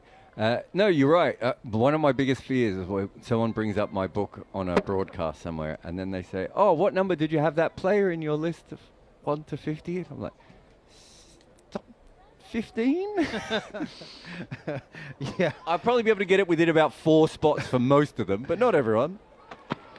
Outside the off stump from Cranty Gordon, left alone by Sibber Brunt. We are, of course, talking about the art of batting. Well, Tim Wigmore said to me, he asked me something the other day, and he goes, "How do you not know?" Tim Wigmore knows my list better than I know my list. And I said, "That's because we're on different ends of the neurodiversity spectrum." But did you change your 1 to 50 more than 50 times, or somewhere between 50 and 100 times, or more than 100 times? Forward comes Sibber Brunt playing defensively up towards mid-on, fielded by Sri Charani. And there's no run. You probably changed it on a sort of daily basis, didn't you? That's a really good question. So we did the original list on sort of mathematical metrics, and I was really unhappy at how it came out. I didn't think it was correct. And then one of the things that we noticed was that I think there was something like 5% of the players were openers. And we're like, well, that doesn't make any sense. There's obviously there's something wrong here. So we went back and we changed it, and we changed it a few more times. And then, I would go in it. I would probably, quite often I would write a chapter, and then I would just go back to the list and be like, if I've said this about this player, how comfortable do I feel about them being there? So, I probably made 150 changes all the way through. Cranty Gordon once again, 5 for 37 in the first innings, but just the one to show for her efforts so far. And the last ball of the over is defended by Nat Sibber Brunt, and there's no run. Mohammed Yusuf is 50, and I think he probably came in and out of the list 12 times. Barry Richards was pulled out at the last. Barry Richards and one of the VJs was pulled out at the last minute because I didn't feel like I had enough information of them. So there were people shifting around, and then the further you get into it, because I know you did the 12 great all-rounders, but I'm assuming you just assumed, was it 12 great South African all-rounders, your book? Was it 10? I've got it at home. I did. You've got a book on great 25 greatest South African cricketers. I thought you did one just on all-rounders as well. No, that wasn't me. That was someone else. Just all-rounders. I really like that one. Okay, you did. I'll take credit for it. You did the 25. So I've got that one as well somewhere. I've got the book by some other person and your book. Short and wide and cut, but it's an interesting shot from Heather Knight. It's almost like an overhead smash in tennis. She's hit that from head height down towards cover point. It's gone straight 2 point. Talking of all-rounders, South African all-rounders and retirements, as we've been talking about retirements a lot during the course of this Test match, Sean Pollock, do you know, he said to Cricket South Africa, I intend to retire at the end of this series coming up. Could you please not tell anybody? He thought he could sneak out the building and close the door quietly behind him without anybody noticing. Well, that was the big thing with MS Dhoni, wasn't it? Everyone knew one day he would just do it on a whim, and no one knew when it was going to come. Forward comes Heather Knight to the next delivery, drops it out onto the offside and scuttles through very quickly for a single as Smriti Mandana comes in from point to do the fielding. But when you did the South African 25 players, were you in a situation where you've got your list, you're pretty happy with it, and then an editor or one of the early readers goes, well, what about this player? Oh, yeah. And then you end up going all the way back through the rabbit hole again, and then you're like, well, no, I cleared them 4 months ago, and it was right to clear them. How did I end up back here again? I had an absolutely obsessive, compulsive editor who drove me to distraction. Short, that's a long hop, pulled away behind square on the leg side by Sibber Brunt down to long leg, Cranty Gord fields, and they go through for a single. And I must have been half a dozen times when I just lost my patience and said, do you want to write the book yourself? Could you just leave me to it? And, I made a couple of what I thought were sort of fairly brave decisions, thank goodness, but both of them, one was to include Graham Smith, because he'd only scored 3,000 or so test runs at the time, but that did include back-to-back double centuries, of course, on his first major tour as captain, as Satgari is in once again, and this one is defended off the back foot, and he went on to. I mean, I think he snuck into sort of 21st place, but I mean he'd be top, 5 or 6. I remember one late player we had was while we were writing the book was when Quadra wouldn't stop making runs, and we cleared him really early on, obviously, and then just before the book went out, we were like, oh god, we're gonna have to look at him again, and I decided. Satgari in full and wide outside the off stump, steered away by Knight, no run. And I said, I just don't think he should be in it.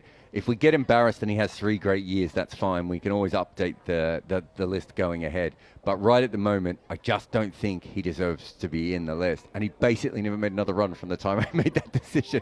So yeah, you can do that. He was one of the last players we looked at. We had one last look at Gooch and Gower. Bill Laurie was another player that we went back and forward on. Here's Satgari again, and it's driven firm push really, rather than a drive through the extra cover region. Mid-off is in pursuit. Deepti Sharma is at slip. That's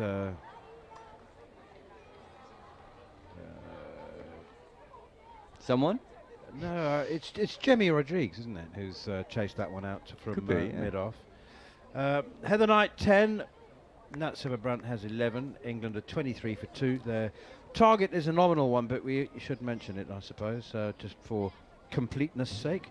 457 they require in approximately 125 overs. That's a ballpark figure. India might well bowl more than that, but they've lost Tammy Beaumont on her final international innings for a first ball duck bowled by Kranti Gord, and Maya Boucher LBW to Sayali Satgari for 2. They were 6 for 2. They're now 23 for 2, and we've probably got we've probably still got 40. We're not going. We're going to get 40 overs in. No, we're probably get about 35 overs in before the close of play, which is scheduled for 6:30.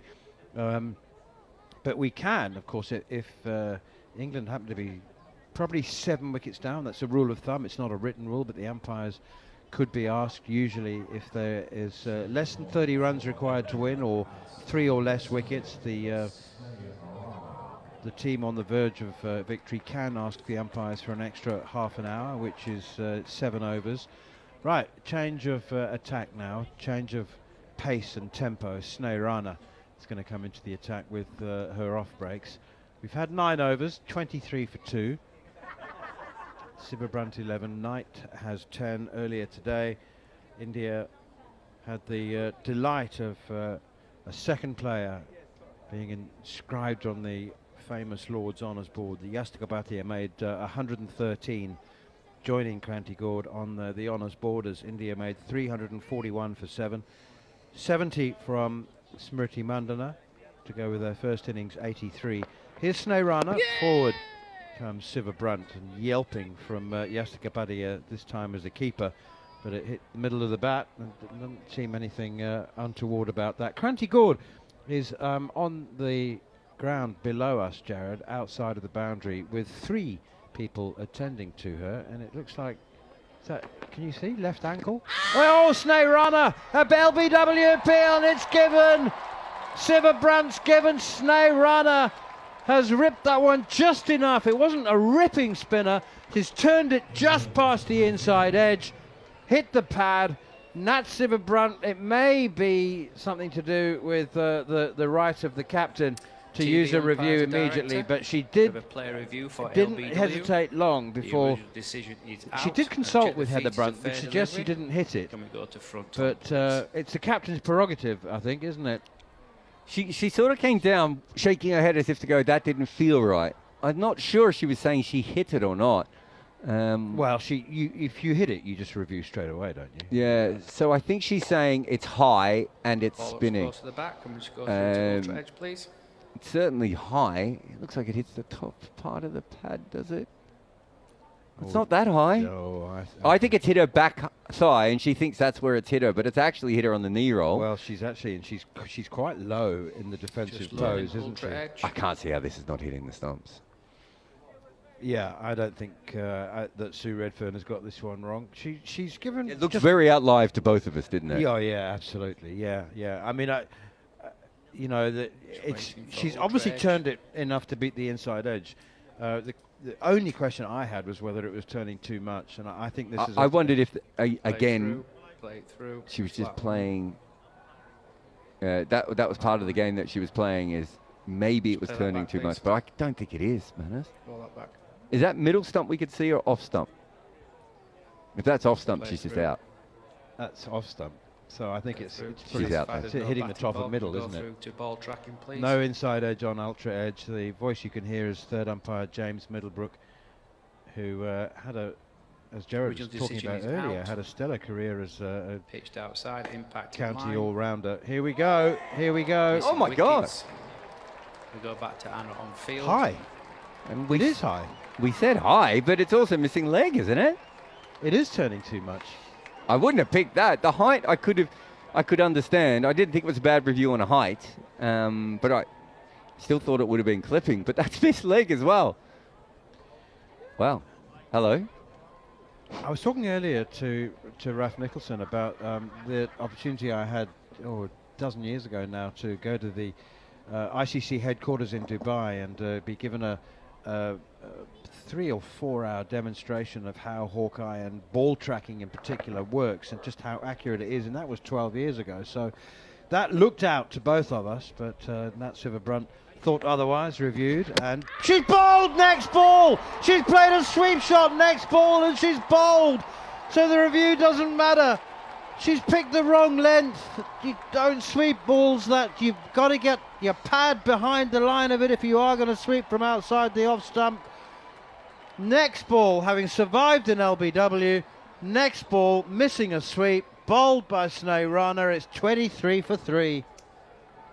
What a fascinating shot that was. It was two beautiful off-spinning deliveries back to back. Outside off stump, one flighted, one a little bit shorter, but they both gripped out of the surface. But as you said, it feels very, very full. Natsiva, I think as anything, she was beaten by the spin. That's why it bowled her, but actually it was so full. It was almost a half volley. It's very rare that you sweep those ones traditionally. And great bowling there, back to back. She certainly deserved a wicket. I can tell you that Kranti Gaud is, I think it might have just been a retaping of an ankle. Unfortunately for us, Matters, she's facing the other direction, so I couldn't see. But just having a look at the conversation between her and the physio and the tape I saw, I think it's I thought you were going to say the physio and the tape artist. I didn't see a tape artist. Do you think they've got a specific taper? Ankle taper? Oh, the men's team would. Yeah, she's just banging her feet in. So I would say that maybe she just needed her ankles retaped there, or one of them. I didn't see if it was both. I was just going through, actually, Manners, since we mentioned my book before, I forgot I've got a list of the top 10 women's batters of all time, which I actually, in the book, we had to combine ODIs and T20 and test matches together because obviously you can't just do test matches. Hang on, is this list included in the book? Yeah. Oh, I didn't see that. Yeah, it's you never gave me a copy, but I have managed to thumb through it pretty I never given you a copy. emphatically. No, I would have thought my friend would have bought it, but So, give us the list. I'm really interested now. The top 10 women's international battles Yeah, of all yeah. time. So the men's is just test matches. Go from 10 up. rather than It's not in one. order. Oh. Yeah, Okay. partly because it's so hard because of the 3 formats. But I've got Mitali Raj, Charlotte Edwards, Meg Lanning, Rachel Hayhoe Flint, Belinda Clark, Stefani Taylor, Elise Perry, Susie Bates, Denise Annetts, and Debbie Hockley. But the reason I remembered this is because of what you said about Graham Smith, because I can tell you what my next note is after that list. Sneh Rana into Alice Capsey, the new batter. She comes forward and plays defensively, no run. My note is Laura Wolfhard looks destined to join this group, but you could make the same argument for Marnus Labuschagne early in his career, and that slowed down, so I haven't included her. I have to say that if I was to do a top 10 now, Laura would be really close. She'd be 11th if she didn't sneak into the top Well, I mean, 10. I think I kind of have her 11 here. Even Shruti Mandana, when I made the list, I looked at both of them. Nat Silverbrunt wasn't far away. I would say, so there's a few modern players that are there and thereabouts, but it was fun. It was a really interesting one because I had to come up with a whole new metrics of how to work out who was good.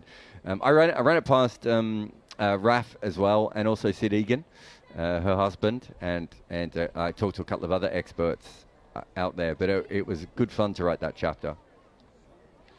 Is Cranty Gord, is there a substitute on the field? Because Cranty Gord is, she's being treated at long off, so there is a substitute on, obviously. So she's had her ankle taped, and she's now going through some shadow run-ups. She's not happy with the way it's feeling in her shoes, because I've seen she's banged her shoes on the back of the ground. Yeah, I think she needs to be reshod. No, what is it? I was going to say reshodded. It's not what reshodded. you do to horses. Yeah, that's what I meant. Is it reshodding? Did I get the term right? Suddenly I was like, is reshodding is gardening or is it horses? I couldn't remember. Well, she's still being treated, and somebody else is being treated now. A couple of other on the other side of the ground have run on to. Who else is it? The Indian bowling attackers. Well, Harmanpreet just said to her, like, either come back on or go off properly and get this fixed. So I think she's going to go around, and I think she might needs to be reshod again.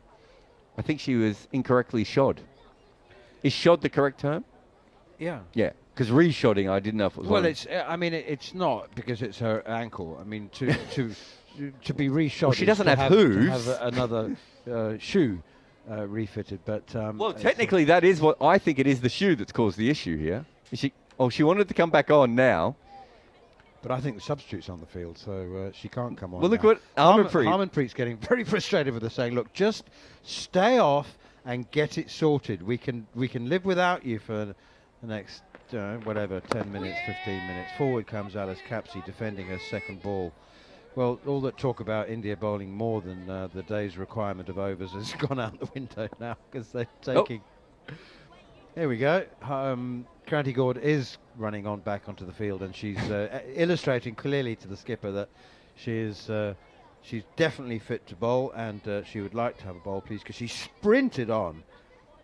Have you noticed something that's changed in cricket? Many things over that's looped up, lovely flight from Sneh Rana, but Capsey has no difficulty in stretching forward and blocking it. 23 for 3. Which particular subject? 2 years ago, you would almost never see a fielder come on in the middle of an over. In the middle of an over? Yeah, see, like if there was an injury. Well, she just did. We literally just saw it happen in front of your eyes. You have to have the umpire's permission to come on. Did you see anyone ask the umpire then? Well, I have to assume that Harmanpreet did. I mean, that's a law of the game. England did it at Nottingham as well, the men's team. And the umpires told them off. Well, eventually, but they did it about 5 times before that. Teams have really started just doing that. Sue Redfern saw it, but there's no way they asked, and we know they didn't ask because we were watching the whole conversation happen. Now, Sue Redfern's in consultation here with Harmanpreet and Cranty Gord. Oh, well, there we go. She's saying, hang on, you've been off the field for... it's very difficult to keep up with the regulations, but if you're off the field for more than 10 minutes, then you have to serve the time beyond that 10 minutes that you've been off. So if you're off for 15 minutes, you can't bowl for another 5 minutes. So it's a hell of a thing for the umpires to have to keep up with, actually, and they do rely on the assistance of the third umpire and the match referee. But I think that Cranty Gord was going to bowl the next over, and Sue Redfern has said you can't. I think what happened is the wicket actually delayed her off the field longer, and then, as we said, she was reshod, but she wasn't happy with it, and so she kept talking. So I think she's just stayed off an extra couple of minutes. So it could be, Tirani's going to come off. It could be that Tirani comes off for 1 over here, Manas. She did at the start of play yesterday. She bowled 1 over.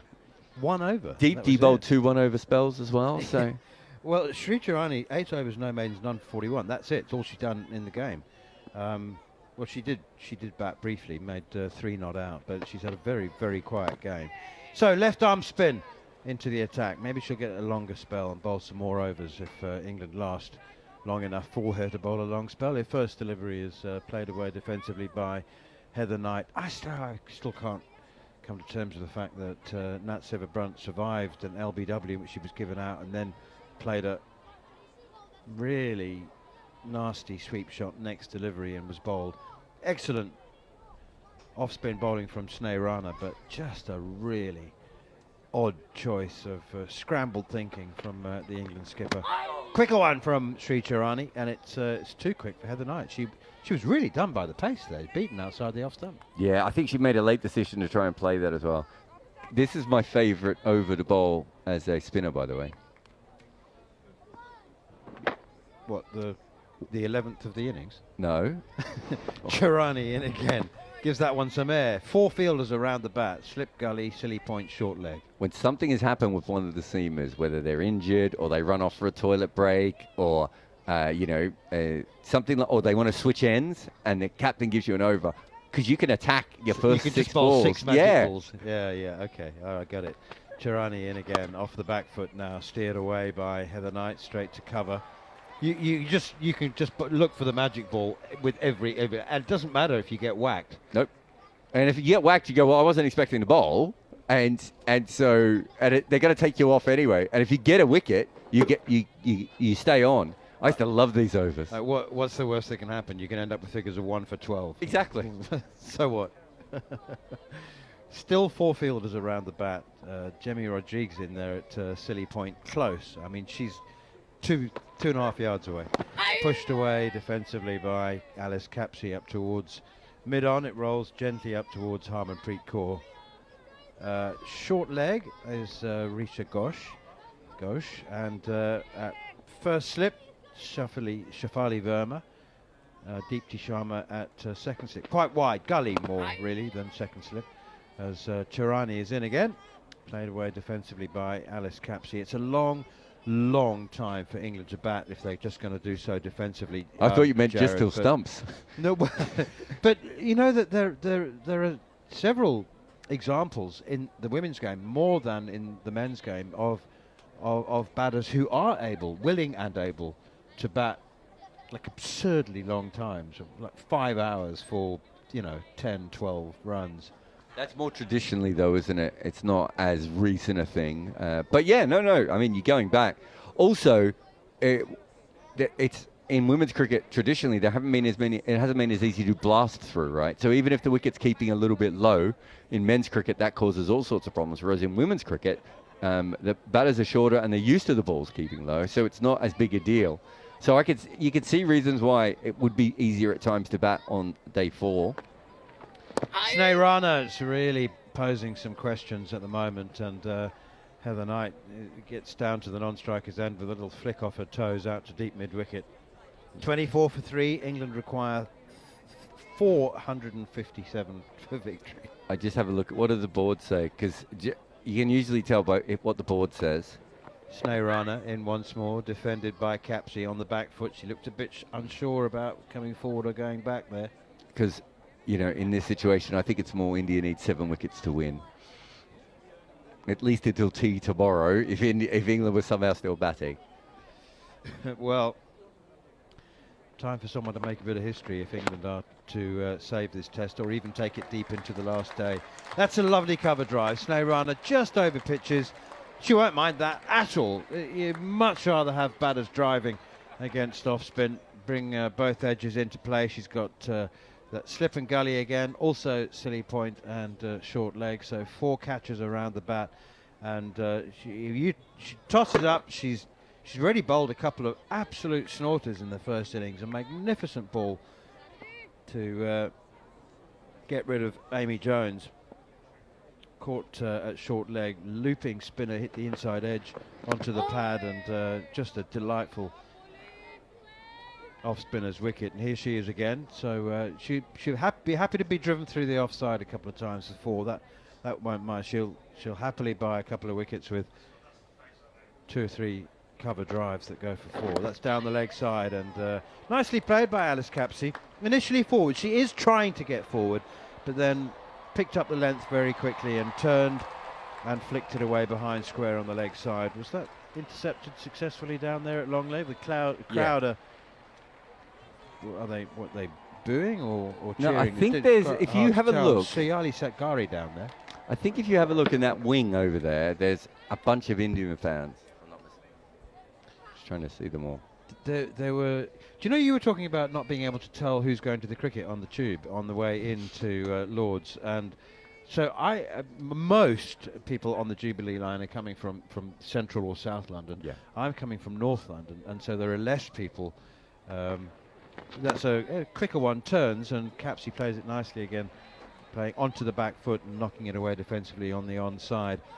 But this morning, for the first time, there were a significant number of Indian supporters, mostly wearing the blue ODI or T20 strip, but some wearing white shirts as well. So there were quite a lot of Indian supporters, and I've just done one quick lap of the ground today, and there is significant Indian support, as you would expect, given the state of play this morning. I think that part of the stand specifically, there seems to be a lot more Indians in some other parts as well. And she was running towards a whole heap of Indian supporters out there, and then picking the ball up. And so I think they gave her a little bit of a cheer. It's that time in the day, or in the game even, where you can celebrate every single positive thing that happens with your team because you're so far in front. The shadow is out on that side of the ground now as well, so it's a more pleasurable place to be watching cricket than it was earlier. Talking about pleasurable places, Mel Farrell's here.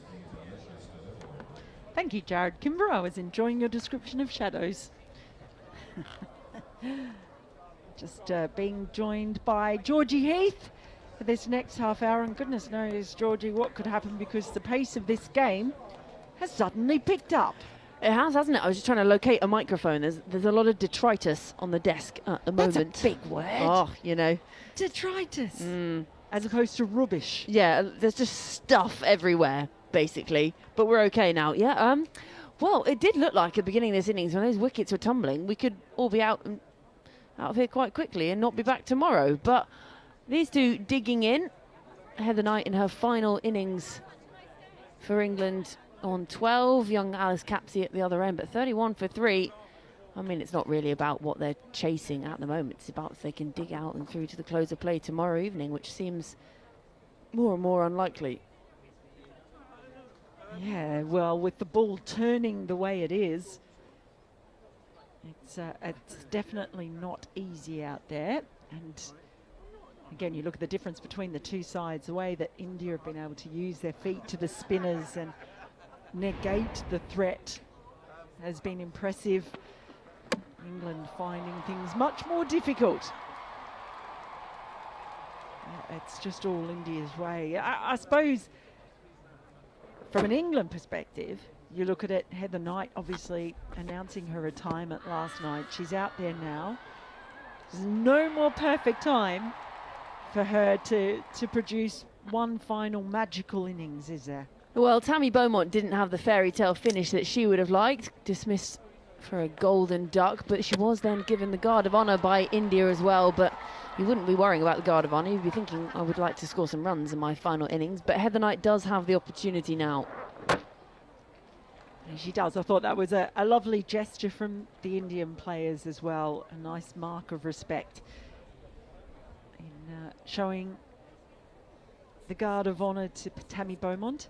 It so often doesn't end up in a fairy tale way, does it? It is difficult, which is another reason. I know we've talked about it a bit today, but I know some people don't like the fact that Heather Knight has announced her retirement, but even Tammy Beaumont before. I mean, other greats of the game have had entire months of farewells. You've got to announce it at some point, and they're not just going to suddenly in 2 weeks' time, middle of the 100, go, oh, by the way, I'm not going to play international cricket again. Exactly. Certainly England will be hoping that Heather Knight has one big innings left in her. She has scored a Test century before.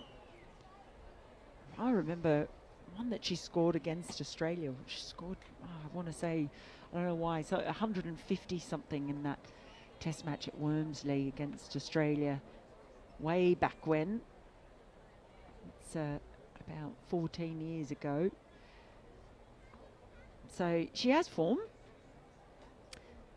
but it's a different kind of pressure now. The fourth innings, massive chase. I think England will really want to take it into another day. They're not going to want to capitulate in 3 days and not lose all 10 wickets in such a small amount of time. We're just about to start a new over with Sri Charani, but she's pulled out because I don't think Knight was quite ready. Yeah, and Knight's just taking herself off to forward square leg for a little walk. She's got plenty of batters around the bat, short on both sides, and the slips in, 2 slips. So plenty of company, you won't feel alone. No, it's a sight we just don't see so often in women's cricket. The fielders crowded around the bat. First ball is bowled, and they're appealing. I think it's come off the pad. Umpire Sue Redfern shakes her head. A little discussion happening around here. It looked like it came off the pad. It sounded like it came off the pad. There's lots of laughter out there. I tell you what, they're having a whale of a time. And wouldn't you just be if you're this on top at Lord's against the home team, absolutely dominating. Harmanpreet Kaur finding something very funny. But it does feel like every ball something could happen. It does. Well, everyone's reset. Here's Charani, full delivery, gently driven into the covers. No run available.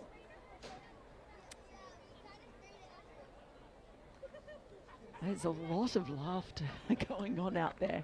And sadly, I can't translate what's being said, I'm afraid. I'm a woman of many talents, but I can only speak English and sarcasm. Ah, I'm fluent in both of those. Yeah, it's convenient, isn't it? Next ball's driven a little bit firmly, but again, straight to cover.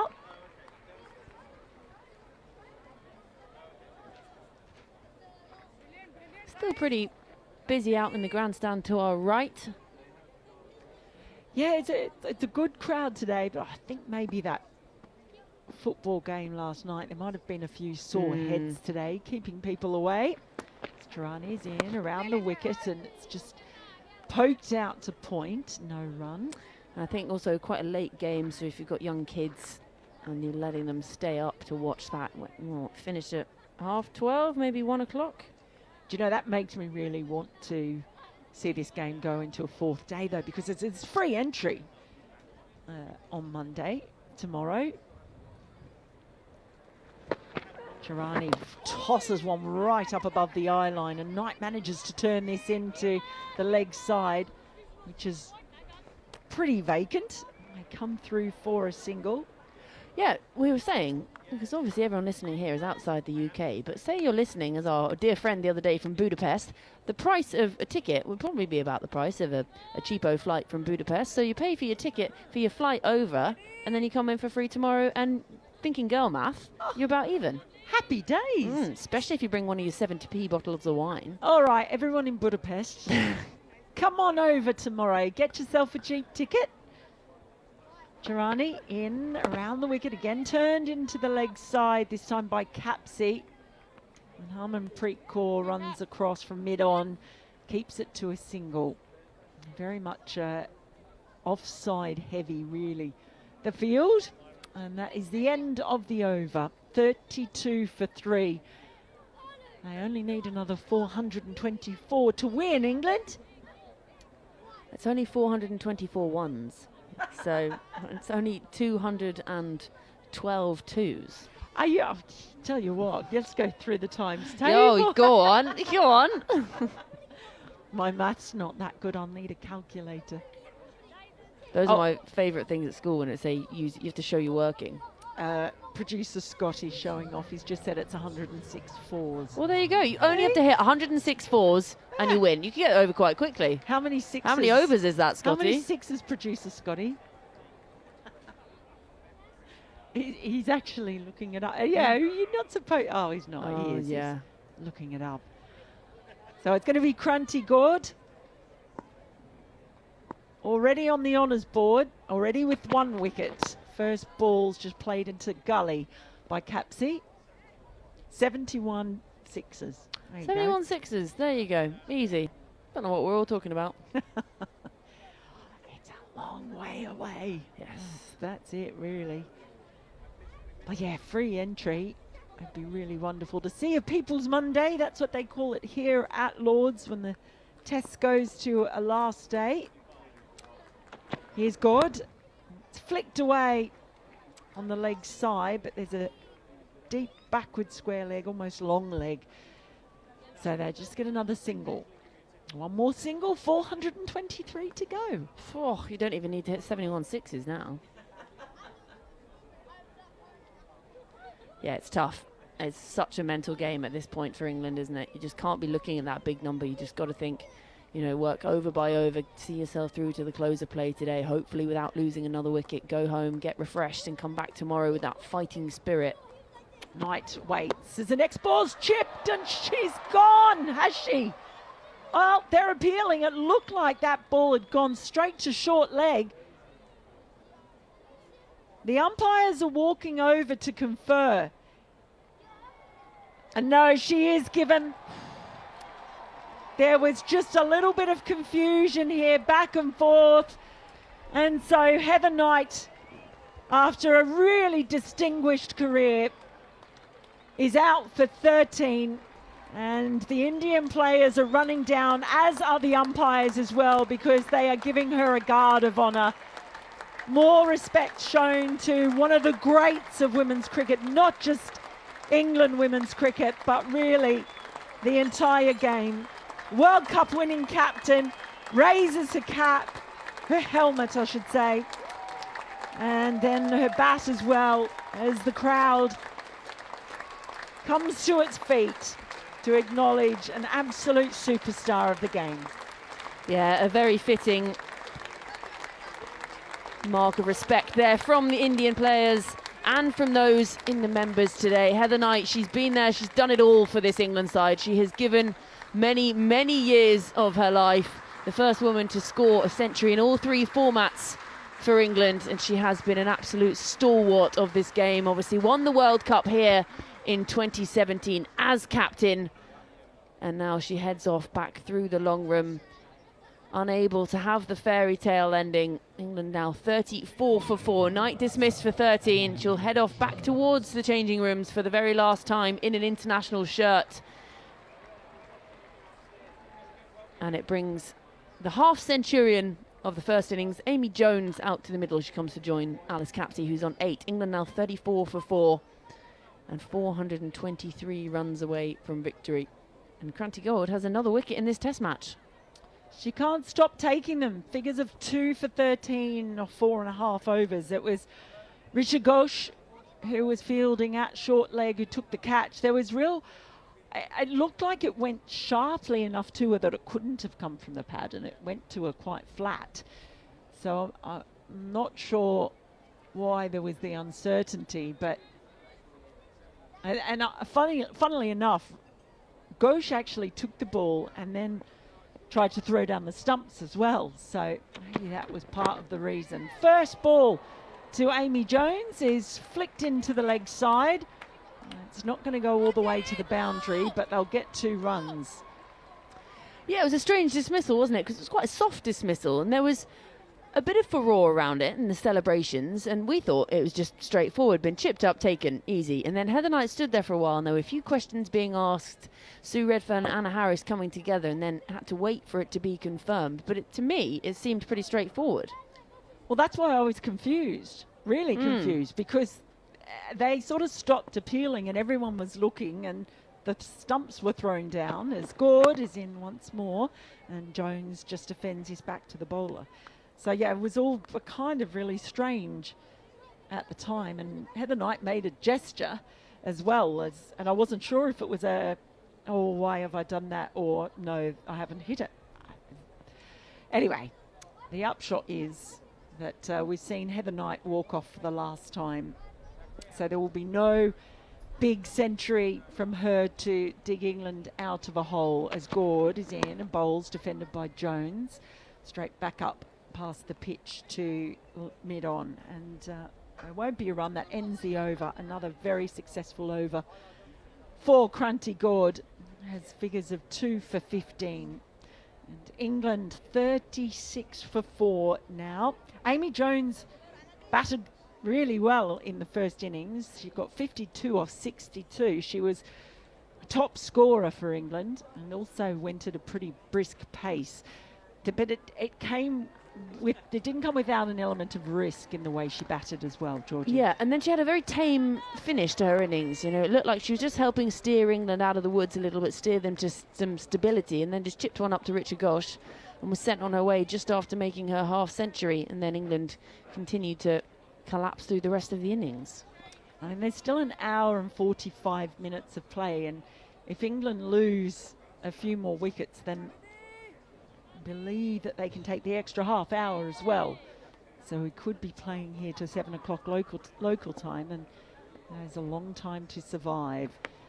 First ball of Sneh Rana's over is full and defended into the offside by Capsey. Opportunity here for Alice Capsey as well. We've talked about the two batters making their way out of international cricket. She's obviously been part of the white ball side for a while now, but on test debut today. Over the wicket comes Rana. It's a slightly shorter delivery this time, just defended to the leg side. And this will be a really interesting way to sort of see where Alice Capsey is in her game, because she has really improved the last few years in the way she's gone about her business. She's worked on her fitness, she's worked on her composure.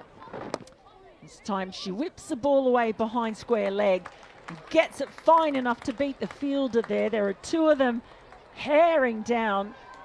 A little bit of teamwork. Ends up with Kranti Gaud being able to throw the ball back in. It's Deepti Sharma with her floppy hat on, who did very well to flick the ball in off the boundary rope. So that was 3 runs. 2? No, 2 runs. 3 runs. 3 runs. Yeah. And actually, they didn't even really have to run very hard on the third one at all. Sort of just jogging through. They ran the first 2 very hard. And that's another aspect of Alice Capsey's game that has really improved in the last year or so under Charlotte Edwards. Runner in, it's outside the off stump and full, just punched up to wide mid-off. No run. And I guess you're right too when you talk about the opportunities. That's how these players have to look at it. They don't want to capitulate and for it to be a meek ending to this test match either. They get so few opportunities to play them. Now it's Jones on strike as Rana tosses one up, and that has gone straight into the ground below her. She's almost threw a shot too early there, and that could have gone anywhere because she's chopped it back on. I think it's hit her foot in the end. You just got to ride your luck like that sometimes and just be thankful you didn't hear the death rattle. Rana, another big floaty delivery that is spanked through the covers, and that one flew to the boundary rope. So Amy Jones perhaps has decided if there's one there, she's going to put it away, as she did in the first innings. And as it was in the first innings, there's been a little bit of luck and then a few runs. It's the end of the over. England 43 for 4. Yeah, that was there to be hit, wasn't it? Given that extra flight by Rana, and Jones is in good form in this test match. She's going to chew those up all day long. So she moves on to 6. England 43 for 4. Just the 15 overs gone. But as has been the case for the entire test match, India well on top. And Kranti Gaud, unsurprisingly, can't take the ball out of her hand. She's got 2 for 15 in this innings to go with her 5 from the first. It really has felt that way, that first session of the match, when Smriti Mandana and Jemima Rodrigues in particular went hard. As Gaud starts a new over, full ball, clipped away through mid-wicket, and that is another boundary. This time Capsey getting in on the action, and they really do have a massive gap there on the leg side. She's just timed it nicely. Yeah, you can't bowl there if you've got a field set like this with that gap out there. Alice Capsey sees it nicely, doesn't take too much effort, doesn't have to hit it hard, just find the space, and it's dry enough out there that it'll race along.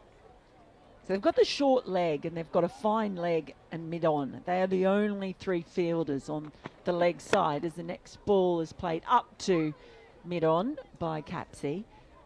They've got the 2 slips and a gully in, and I've got a point, and I've got an extra cover and a mid-off. So 6-3 field, but with that fielder in at short leg, once it's past there is a huge gap. There's a lot of real estate out there, and there's not a lot of that in North London. Next ball's left alone outside the off stump.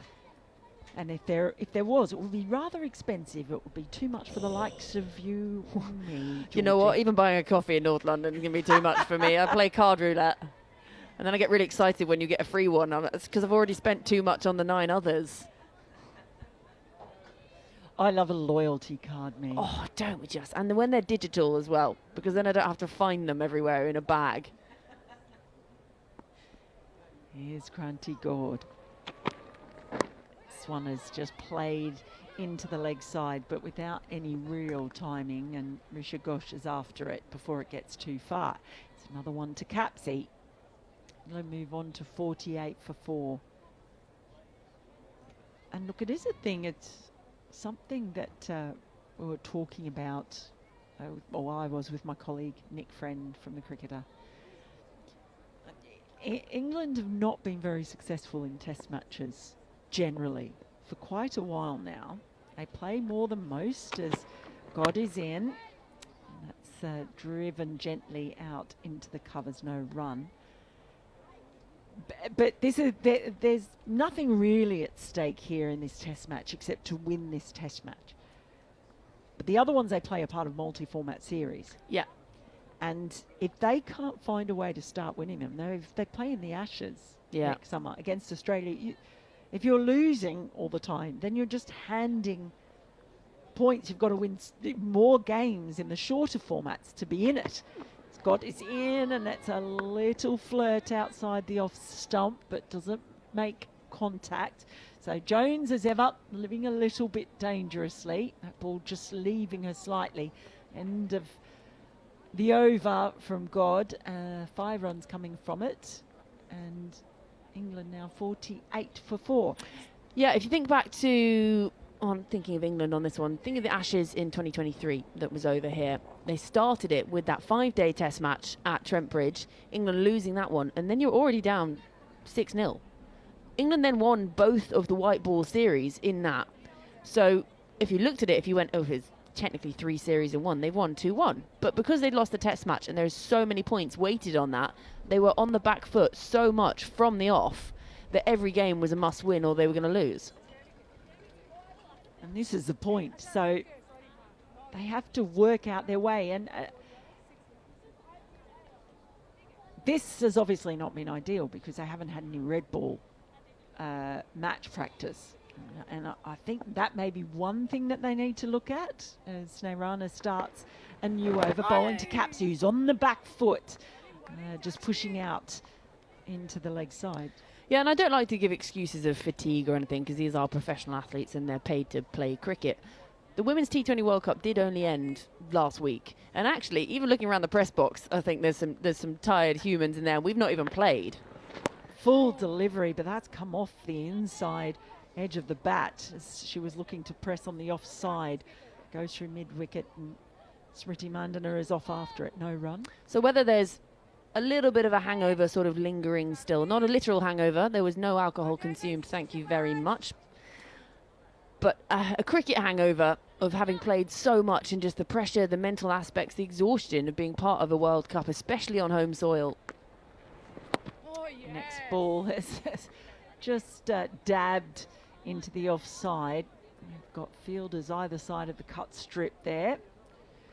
Gets past silly point, but no further. Yeah, and then all the highs and lows that come with that. And then you think of India as well, the way they spoke about going out, not making those semi-finals. They have had a little extra time, so maybe there's that added bonus of that to have some red ball cricket. Over the wicket comes Nairana, another full ball that gets just past the silly point fielder. Jimmy Rodriguez is crouched in there. And I know India went off and did some training. I think they were playing at Wormsley for a bit. Someone we know well, German international Tina Goff. She was over there bowling at them, part of the MCC staff these days. It's Nairana in again, and it's just patted back down the track to the bowler.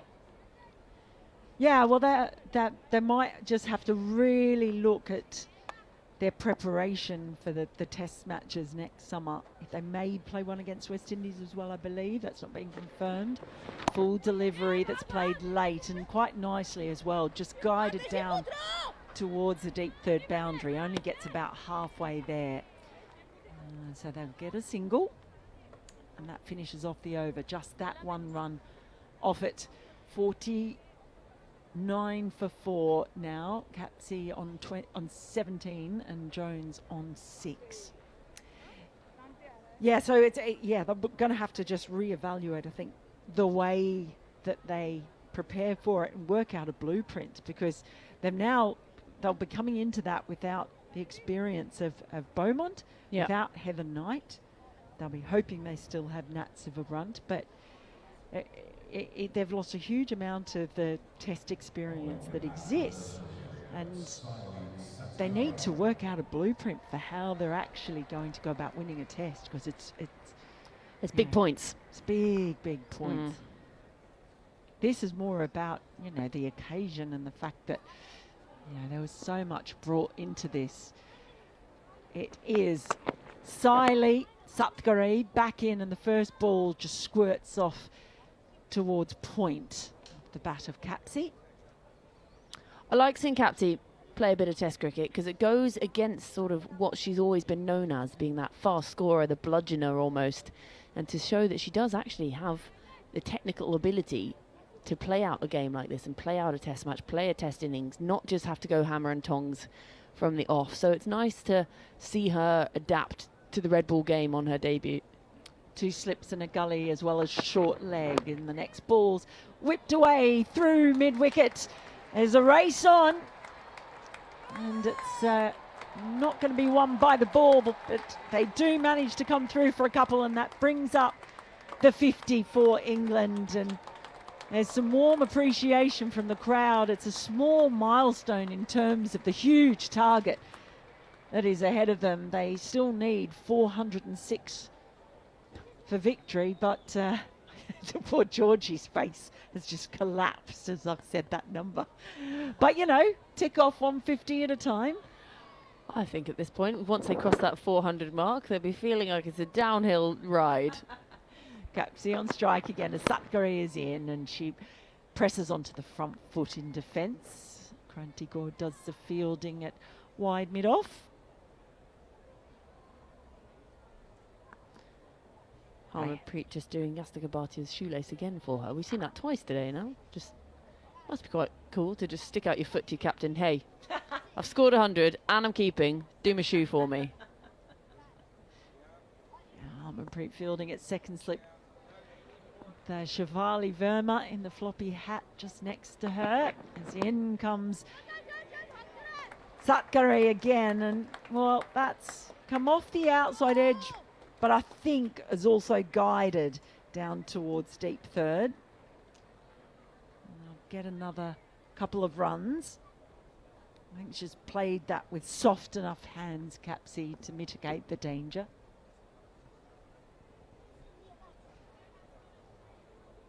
And I guess you have to look at it being so far behind the game, is that individual development as well. So for Capsey, this could actually be a really important innings in her development as a cricketer. Satgari is in, bowls, and a nice looking forward defence once more. Yeah, for sure. She skyrocketed into everyone's zeitgeist back in that first edition of the 100 as a teenager, and what she was just known as that player who could just take on bowlers and play this aggressive game. But watching her be able to sort of grit out and dig in will be an interesting concept. I mean, it's quite nice to watch the development of a player in front of our eyes like this. Well, crazy thing is she's still only 21. On strike now as that ball has popped up. It popped up off something. I'm not sure if it was taken at short leg. It obviously hasn't been taken off the bat at any rate. Anyway, it'll be the end of the over, and Capsey survives. 53 for 4. Capsey on 21 and Jones on 6.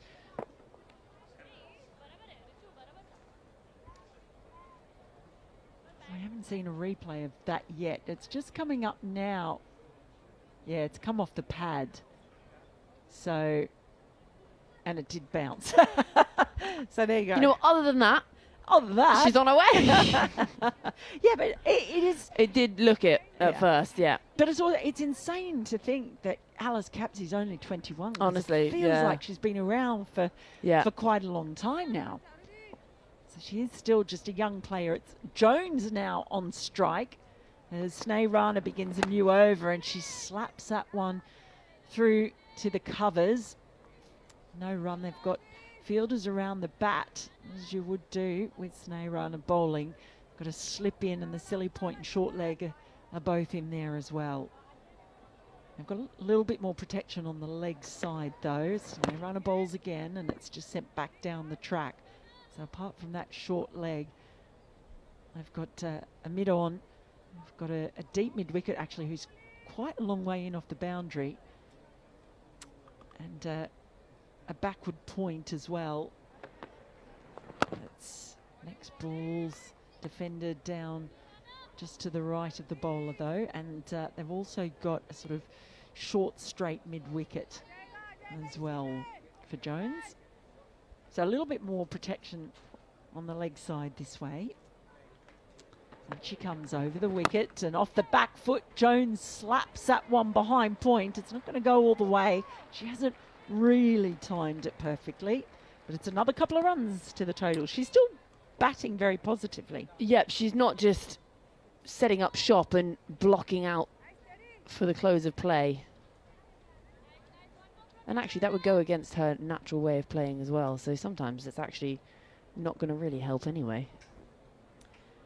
Well, she raises a bat as in comes Rana, and she plays a high elbowed defensive shot down the ground. Back to the bowler. And there's no, you see often too, don't you, if you're just shutting up shop and trying to defend, you do see players do that, and then you just know that the wicket ball's coming, don't you? Sneh Rana bowls a flatter delivery, and on the back foot she pulls hard, pulls along the ground, and that is 4 runs. She's batting positively all right, is Amy Jones, and she's just taken 6 from that over. There's a lovely pull shot, nice and aggressive. She moves on to 12. Capsey's on 21. England now 59 for 4. And we're going to have a little change over here because Nurse Georgie and I are going to depart and make way for Dr. Raff and Headmaster Manners. Manners, it feels like it should be something better than Headmaster Manners. He's got great manners, to be fair, and he is great. So I hand over. Come on, get in. I just didn't want to leave too much silence, so I'm making time for Raff and Manners to get in.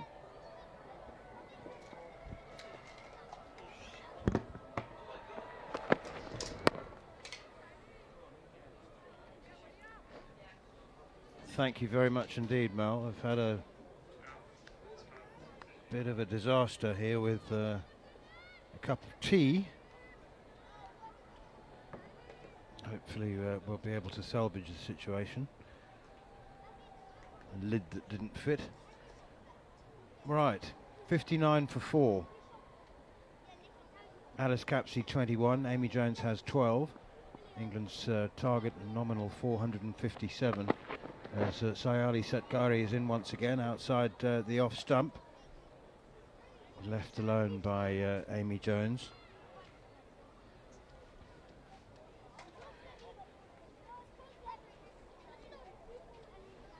England collapsing to 43 for 4. Cranty Gord adding a couple of early wickets. We're, as you can probably see, those of you watching on the Comcam, having a bit of a disaster. That one kept very, very low from the nursery end, and we have had a couple that have kept low from the nursery end. Here's Satgari once again. Oh, bowled! She's got through. That's a 5th wicket, Alice Capsey. I was just talking about the ball keeping low, and I think that one did keep a little bit low, and maybe just took the inside edge, a drag onto the leg stump. And England are 5 down, 59 for 5. Sayali Satgari has a second, 2 for 15, halfway through a 7th over. India now just 5 wickets away from a famous victory. Well, goodness gracious me, it kept low. It was an ominous sign, the previous delivery, that kept low, and Yastika Bhatia, it didn't actually hit the inside edge. It's just nipped back a long way between bat and pad, past the inside edge.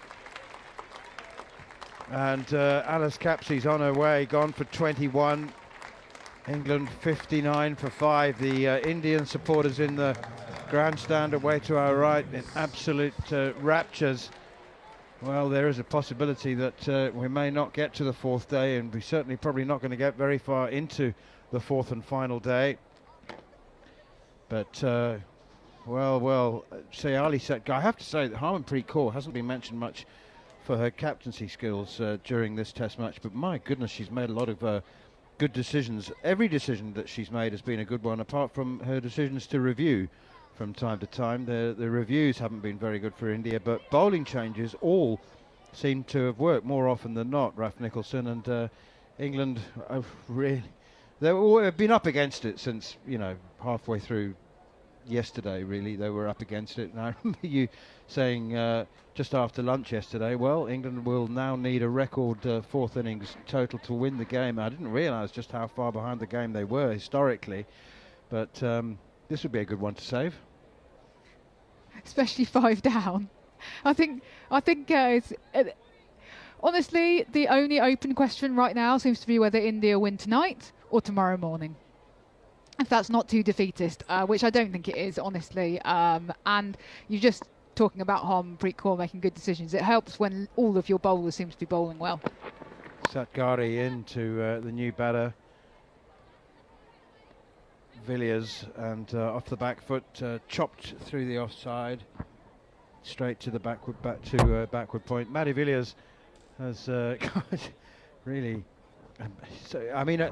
It's in some ways, you know, we talk about the pressure of this monumental situation. It's so monumental that there almost is no pressure. There's the level of expectation now and hope is so minimal that if she can bat through to the close of play and start to take the game deep into day 4, then she will probably have exceeded expectations and hopes, as that one is guided off a thickish outside edge towards gully. Maddie Villiers yet to score. Amy Jones has 12. She tried to hit herself into form, didn't she, in the first innings, Amy Jones, with a nice counter-attacking 52 from 62 balls. She did. In some ways, Amy Jones has played one of the most positive innings in this test match. It was just that she didn't manage to kind of consolidate it by going on to get 3 figures. And Maddie Villiers I was really impressed by yesterday as well, just to say, given that it was her first test innings. She's now in her 2nd test innings, still on 0, but she just looked very technically correct. And temperamentally correct as well. I think, you know, I mean, has anybody shown any discernible signs of being overawed by the sense of the occasion? I haven't seen anybody who's looked in any way nervous or uncomfortable. This one turned away nicely by Villiers through the leg side for a single to get off the mark. England move on to 60 for 5. But with an hour and 20 minutes still to go on day 3, there is a very real danger that we won't get into day 4. Still, we've had a record crowd yesterday and a very, very good turnout once again today. And for the Indian supporters, there's been plenty to cheer. But for England, Sophie Ecclestone's 5 for 118 is deserved recognition for all the years of toil that she's put into the game. Yeah, I think that's exactly right. I mean, once again, she really bore the brunt of England's bowling load today. Just bowling kind of basically all through the morning session, all through the afternoon session, and then only curtailed when Harmanpreet Kaur decided that India finally had enough. Despite the monumental lead that they'd kind of been acquiring across the day. So yeah, just reward for Ecclestone's efforts, I think. 3 close catches around the bat. Also a short mid-wicket as Sneh Raina continues from the pavilion end. Still Deepti Sharma as an option, but at the moment India don't need the Is she a part-timer, Deepti Sharma? Or just a little bit of a partnership breaker? That's a fine delivery from Sneha Rana. Turns, beats the inside edge. Maddie Villiers playing tentatively at that one outside the off stump, and Sneha Rana holds her head in her hands and runs her fingers through her hair, just letting everybody know how close that was to off stump. I think that Deepti Sharma is one of the only players in this match who you would say genuinely is an all-rounder. So is in the team for her bowling and her batting. As in, sorry, that definition of genuine all-rounder, she would be selected for either, I think. Very, very few of those around in the international game these days, men or women. Good enough to be selected in either department is extremely unusual. Slider here from Sneha Rana. That one went straight on, but Maddie Villiers managed to get a pad outside the line of off stump. Just trying to think, just casting my mind around the men's game globally and thinking how many would be good enough to get into the team. I mean, Stokes was, but he's gone now. That's a slap drive through extra cover. That's a good counter-attacking blow, that, from Maddie Villiers. Sneha Rana tossed it up, said, go on, drive that, and she did. She had to reach for it, so that's what I mean. It was, she had to sort of slap it in front of square on the offside through extra cover. You can't, well, you can just block it for the next 7 hours, 7.5 hours, but it's quite hard to do that exclusively without playing attacking shots. No, I think that's right. That would require an incredible amount of mental discipline to refrain from hitting the ones that you think are there to be hit.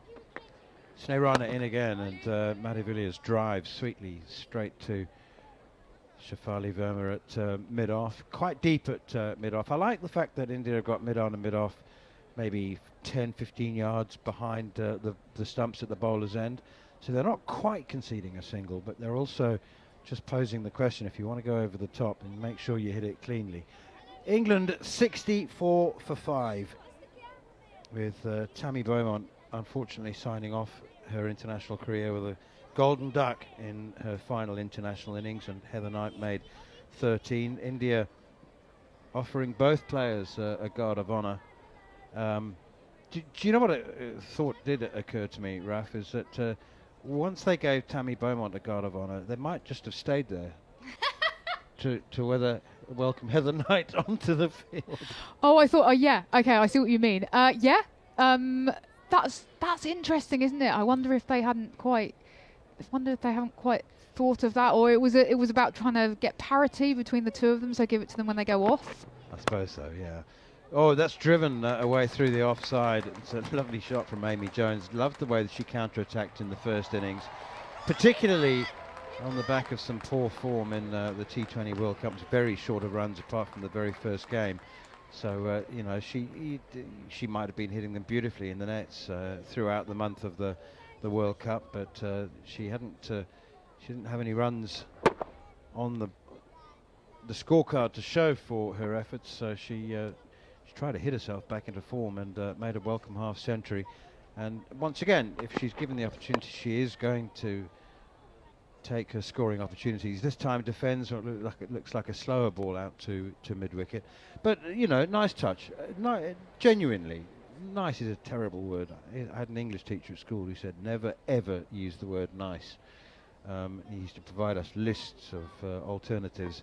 It was a genuine sign of respect from the Indian team, and you know, it clearly had been discussed that there'd be a bit of planning needs to go into it. Everybody came up to form the guard of honour. Short and pulled out towards mid-wicket, though not timed at all by Maddie Villiers. No, there was a generosity and a warmth in it, wasn't there? And I think Harmanpreet Kaur made a point, actually, of going and shaking hands with first Tammy Beaumont, and then a few minutes later Heather Knight, and just to say thank you very much for everything you've done for women's cricket, which is really lovely to see. There was a guard of honour in the T20 World Cup for the 3 New Zealand legends who were retiring: Susie Bates, Sophie Devine and Leah Tahuhu, and that was actually organised by Charlotte Edwards, the England coach. Before play, she texted the the New Zealand captain, which I thought was nice. But you're right, a degree of planning is required. Pushed away defensively out on the onside, because if it goes wrong, you know, if you it can look, it would be quite awkward and, you know, a little bit embarrassing. You've got to get it right, and you know the boundary fielders need to be aware of the situation. I think it was Cranty Gord who had the longest distance to run.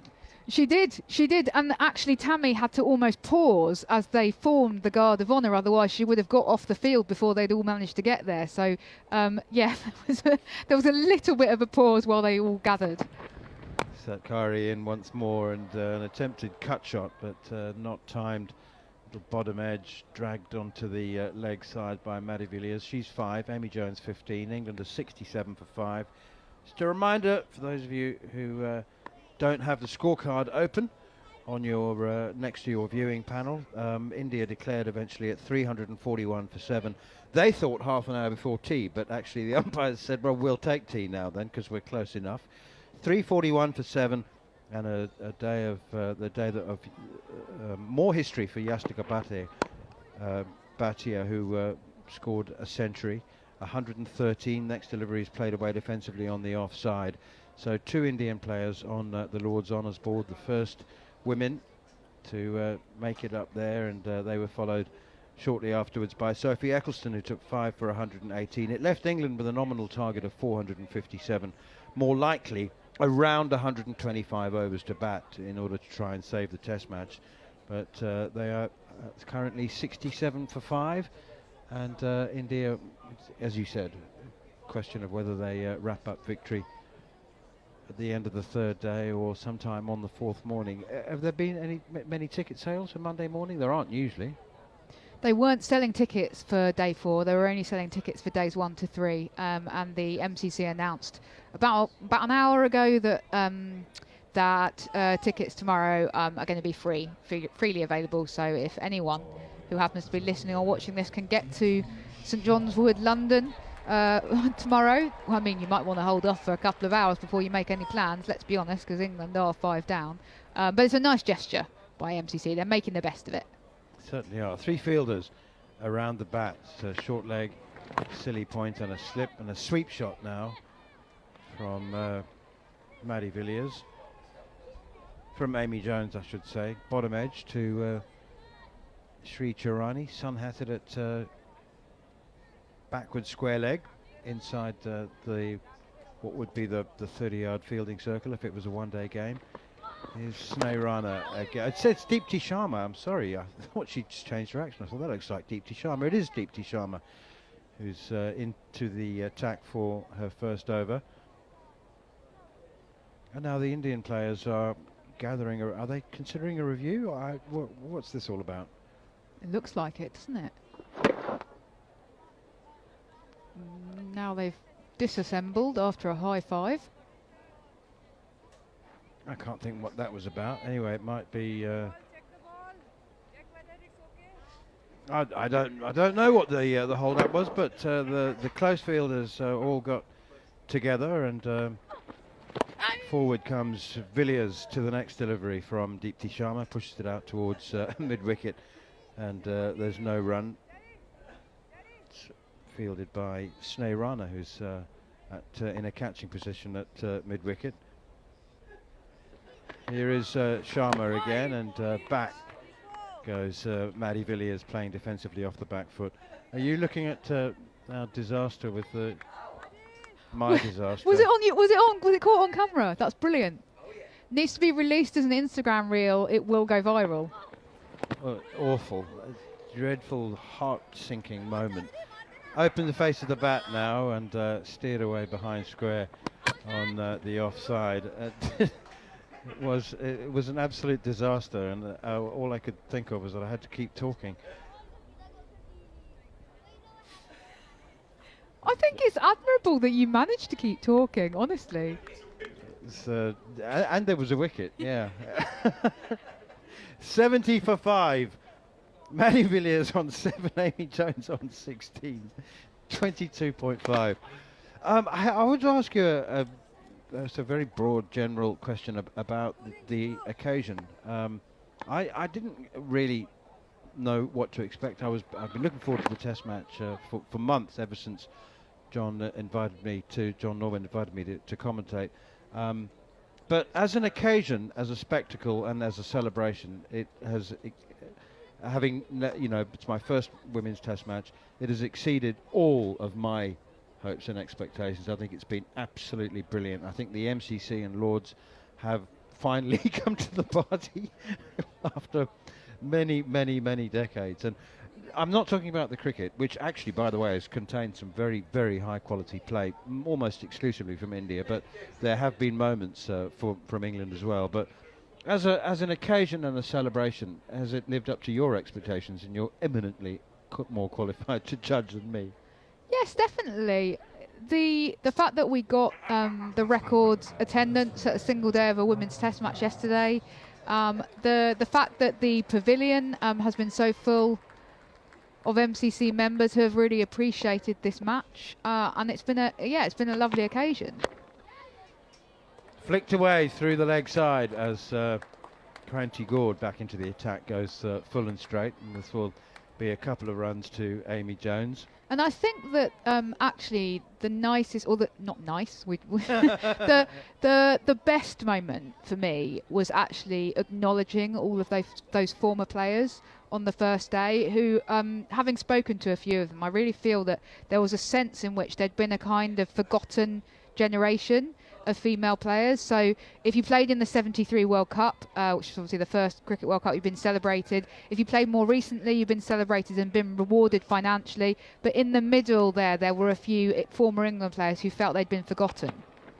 Short and pulled away by Amy Jones just for a single down towards deep backward square leg, and they go through for another single. You hosted it, at least one event, a couple of events, I think, in the build-up to the Test, so you would have spent time with those former players. I mean, your emotions must have been building up quite a bit just for yourself before the Test started. Yeah, I did feel very emotional, especially on that first morning. I think being over in the pavilion when MCC unveiled those portraits and seeing all of those former players kind of be appreciated, obviously some of them actually seeing themselves represented in the long room, and having a portrait of yourself or a member of your team, like the 1993 World Cup, that's so important.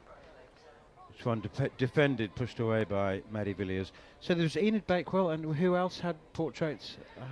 Well, a couple of women who are no longer with us. So Myrtle McLagan, who was a member of the first ever England women's team in 1934-35, but also Jeanette Britton, who again is no longer with us, played in the 1980s and 90s. But the 1993 winning World Cup winning team, they have a portrait now.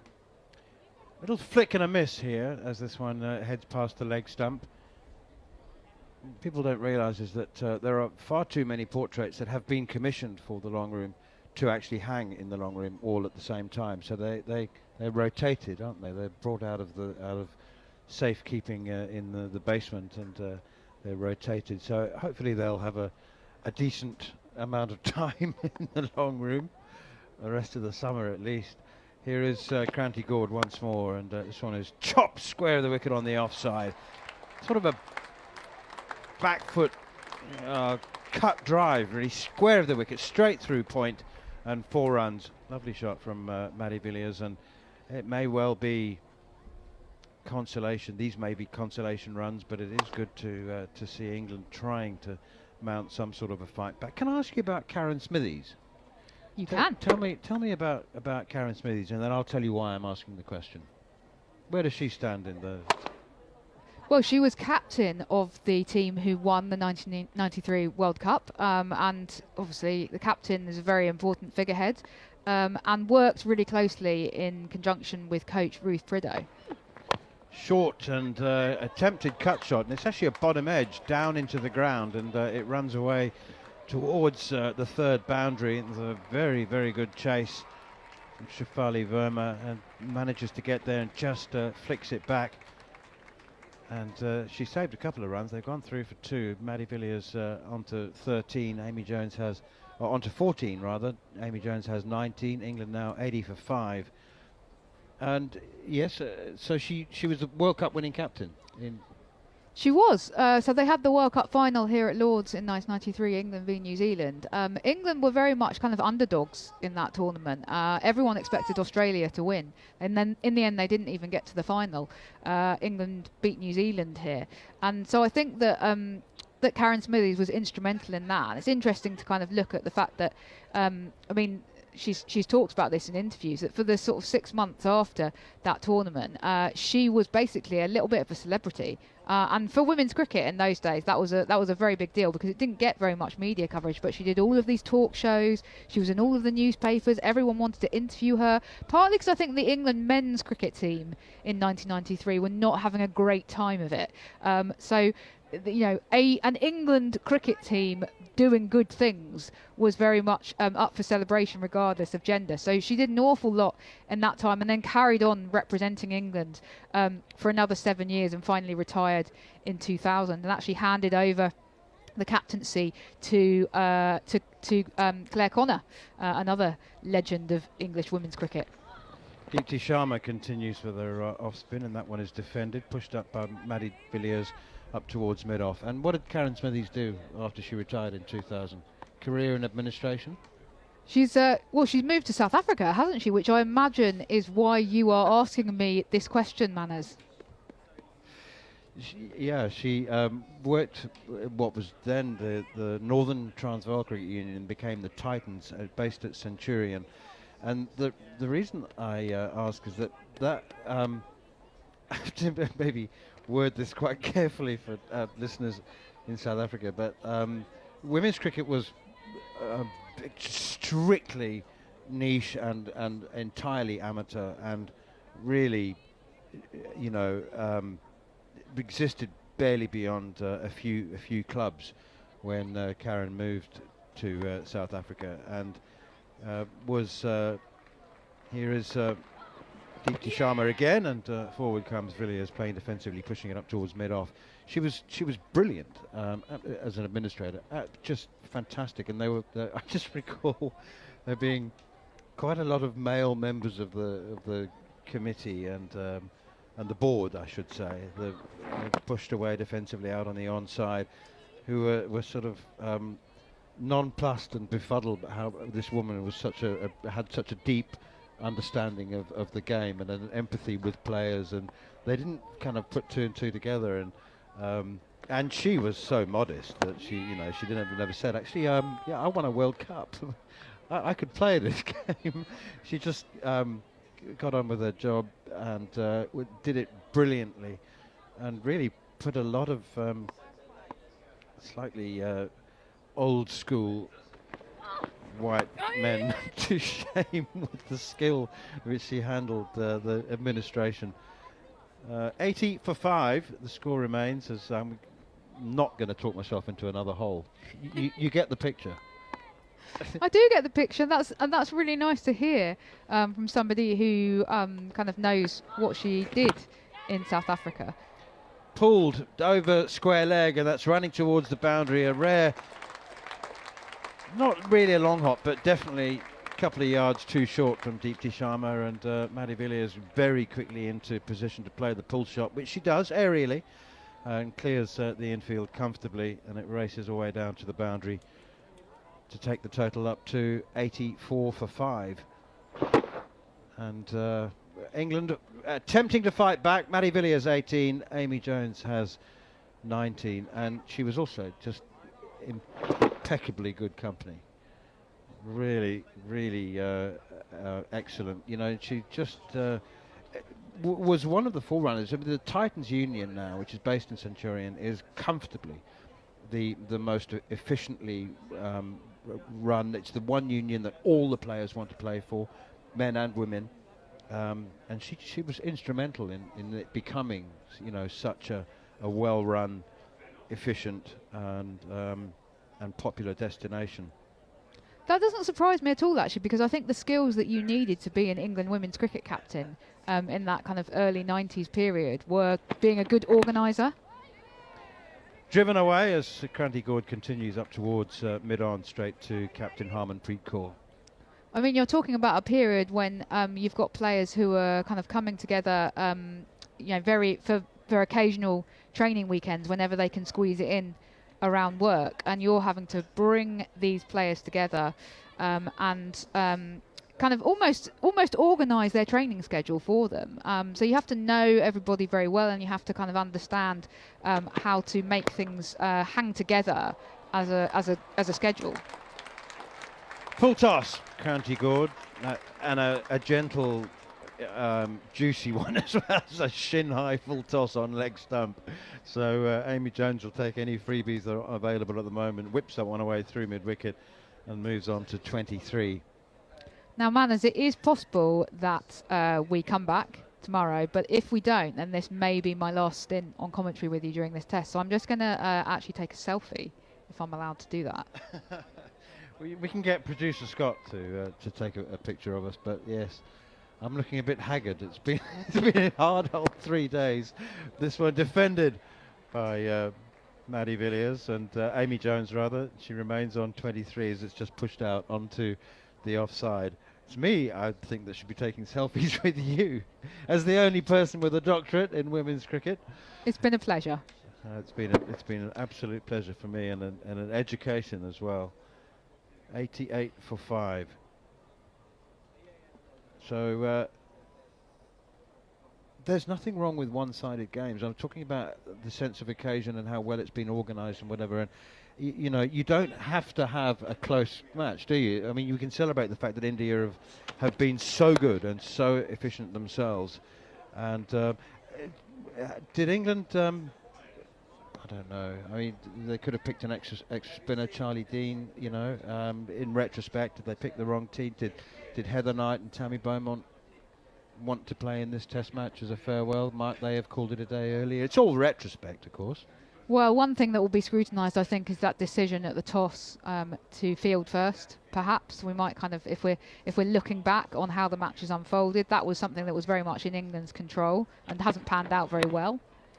County Gord again drops it a little bit too short. She doesn't have the pace to bowl a really troublesome bouncer, and she does drop short. It's either a mistake or she's hoping for a batting error, but it's pulled away by Amy Jones through mid-wicket for another single to move up to 89 for 5. Jones on 25.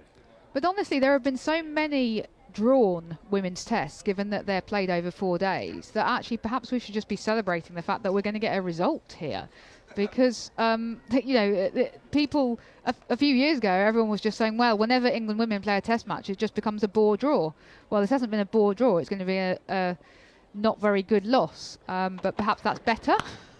Short and pulled away through square leg, and that's running away towards the boundary, and thought momentarily that it would be intercepted by Shefali Verma out there in the deep square leg boundary. It wasn't. It'll be 4 more runs, and the total moves up to 94 for 5 with Amy Jones on 29 and Maddie Villiers on 18. Yeah, we are certainly going to get a result. You know, the first session of the Test match, I know that you're heading off. Is she taking a selfie of herself on air? Well, should have put the cans back on, put the microphone on. Well, both of us actually, Jarrod. No, I thought, you know, you were quite critical of the first session of the Test match. I don't know whether critical is the right word, because critical can be positive and a negative observation. But I loved the first session. Oh yeah, I don't think it wasn't enjoyable at all. I think it was heaps of fun, like wasn't 122 for 3. You know, there was a feeling of like, how is this going to be played and everything. So no, I was 100% for that. What I meant at the time was, it looked like two teams who weren't quite sure what Test cricket was, and so they brought in a sort of an ODI pace, and then they had to sort of both bring it back. But I suppose it could be worse. You could be pouring coffee over something. It was tea. It was tea, and it was. Honestly, Mel, it's okay. It was only tea he poured on your thing, not coffee. And the other thing is, Jarrod, I was responsible enough to, you know, you never bring an open cup. You have to have a lid on it. It has to be sealed, but the lid didn't fit, and that was one of the low points. If the lid don't fit, you have to acquit. Very good. Yes, I'll make way for Melinda Farrell. Unfortunately, we can't show the video of that. I believe, though, Manners, in true professional style, you still called a wicket while all that was happening. which is when people ask me who's one of the, who are the best commentators in the business. That's one of the things I'll tell that story. In fact, the day that Neil Manthorp ruined thousands of dollars of Melinda Farrell's equipment, but called the wicket correctly, and that's all that mattered. All I can say is at the moment it's still working. Yes, which makes me more nervous, but Oh, don't. You were the one who said to me, have you turned it off? I can't turn it off because if it doesn't turn back on, I'm not going to be able to complete my work tonight. let's ask YouTube. My thought process was with electrical stuff, especially Apple stuff, which I have poured liquid on, is generally when it gets liquid on it, you're supposed to turn it off, let it dry, and then turn it back on again. So do you think I should turn it off right now? I mean, I don't, because I'm not an expert here. If there's anyone on our YouTube page, Scott, who works in the Apple Genius Bar and can tell Mel what to do when Neil Manthorp pours tea all over her laptop. No, too much, Manus? So Should I stop? I mean, I dried it as quickly as I could. The tracking pad, it's a little bit sticky. It's working. It's just a little bit sticky. No, Does it need some sugar and milk? Oh, God. It's a good way to get a computer out of the cricketer, though, isn't it? It's not their computer. No, but it's you say to them, well, unfortunately, Neil Manthorp. Wait, does that mean talkSPORT would get me a new computer? Anyway, John's leaving. Oh, it's all falling apart here. Almost For as England much and Mel. for England, and most assuredly for me. Is that I mean, it's not your fault, but it still feels like a malfunction.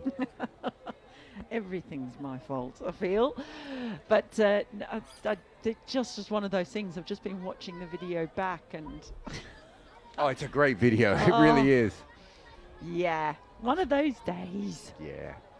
But do you think England can survive? We're just trying to get some clarification on what happens if they lose another 2 wickets. Cause Did Izzy Wong just complete a Rubik's Cube and then hold it to the crowd on the Lord's balcony? Yeah, Yes, she did. She wasn't doing it. Hang on, who's in the blue hoodie next to her? It was Lauren Filer, I think, but I it was think definitely Izzy Wong who just put it finished together then. Right, because Lauren Filer was playing with the Rubik's Cube earlier, so maybe Izzy's just got sick of watching her try to do it. And What English men's cricketers would be most likely to do a Rubik's Cube? Current. You can go as far back as you want. I don't think Jack Hobbs would have been any good. W.G. Grace? Yeah. W.G. Grace would have been annoyed at the premise of, oh my God, did they just drop the Rubik's Cube into the crowd? They did. And Charlotte Edwards has gone to get it. There's a lot going on with that Rubik's Cube. No, she's got a jacket. I don't know what's going on. It is all falling apart. I'm not even sure what Charlotte Edwards is doing down there. She's in front of that very big window. Oh, I can tell you what happened, actually. This is quite funny. They tried to throw a shirt from one balcony to the fans, Izzy Wong did, and it was basically the worst throw you'll ever see. And it missed the other balcony by meters. And it ended up closer to her than it did the other balcony, and then just fell on someone in the crowd. And so the coach had to clean it up. First ball of Deepti Sharma's over is just belted into mid-wicket, but there's a fielder in the deep. They'll just take a single. Well, there is a feeling that there is nothing that Charlotte Edwards can't do. Now we know that might actually be true. Oh, dear. Amy Jones now on strike. She's on 29. England on 95 for 5. Shadows lengthening. Deepti Sharma is in over the wicket. And off the back foot, Jones punches it down to deep mid-wicket, and they'll take another single.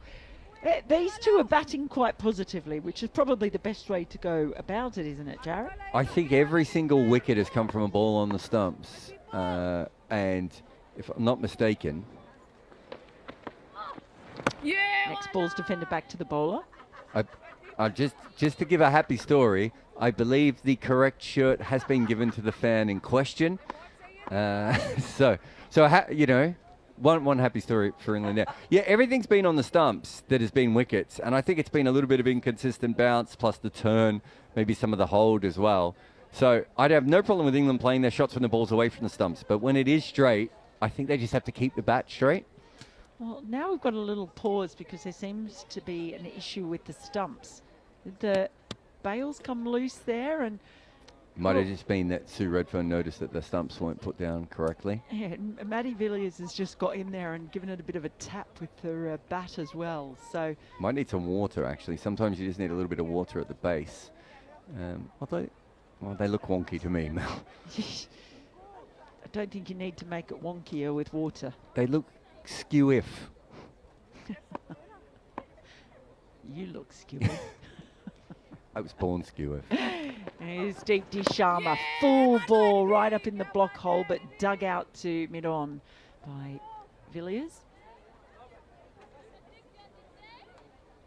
They've got fielders around the bat again for Sharma, as they have had for the spinners. Short leg, silly point, slip.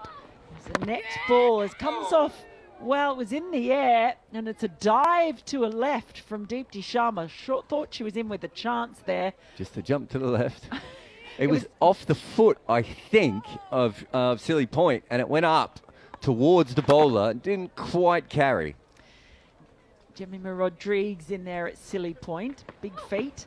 The next ball is defended on the front foot, rolls past short leg to short mid-wicket. It might have carried. It might have just gone just a bit wide in the end. Wow.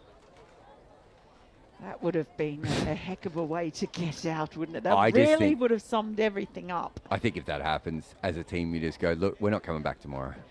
Sorry, everyone. Let's see. Is it on the full? It certainly hits her foot. Yeah. Oh, it- yeah. Does it carry? I still can't quite tell on that. Oh, I think that it clip. was wide. So It was definitely wide. straight into the foot. Yeah, was carried. past her, yeah. Yeah, just went about 2 foot wide of her. So, well, 3 feet depending on the fielder. Oh, how big your feet are. Yeah, well, what I mean is there's a lot of feet out there, but But it is precarious. You just have that feeling there could be a wicket almost every ball. Snehrana is going to be bowling from the nursery, and she swung around from the pavilion end where she was bowling earlier. I think if we get 1 wicket, it ends very quickly from here, is my guess. Jones on strike. As Snehrana is in over the wicket. Full delivery, and it's into Jemmy Rodriguez again and onto a foot, but rolls along the ground. And she gets a little low 5 from a couple of her teammates around the bat, because I tell you what, her feet are getting in on the action. And yet, you know, she hasn't managed to actually turn one of these into a chance. Pretty poor. So Jones waits, fielders all around her as Rana is in. Another full ball, and she pulls, she digs out a Yorker, and that is ever so close to another chance for Jemmy Rodriguez. I think she might have hit this onto her own foot. Why? I don't know why this is suddenly a foot fetish video here, but I think she's hit that into her own foot, and it's almost. And the reason that Rodriguez wasn't ready is she thought it was going to be smashed, and so it's gone onto her foot. That is a drop catch, and I cannot blame Silly Point at all for not being ready there. Well, because the ball's changed direction off the foot. Oh, this is fraught stuff. Next ball, she goes for the sweep and completely misses it, Jones. When I say it feels like there could be a wicket any ball. Sometimes the 3 wickets a ball. That's a terrible shot, by She the way. was nowhere near it. Probably lucky for her, she was nowhere near it. She crouches as in comes Snehrana again, and this time she drives.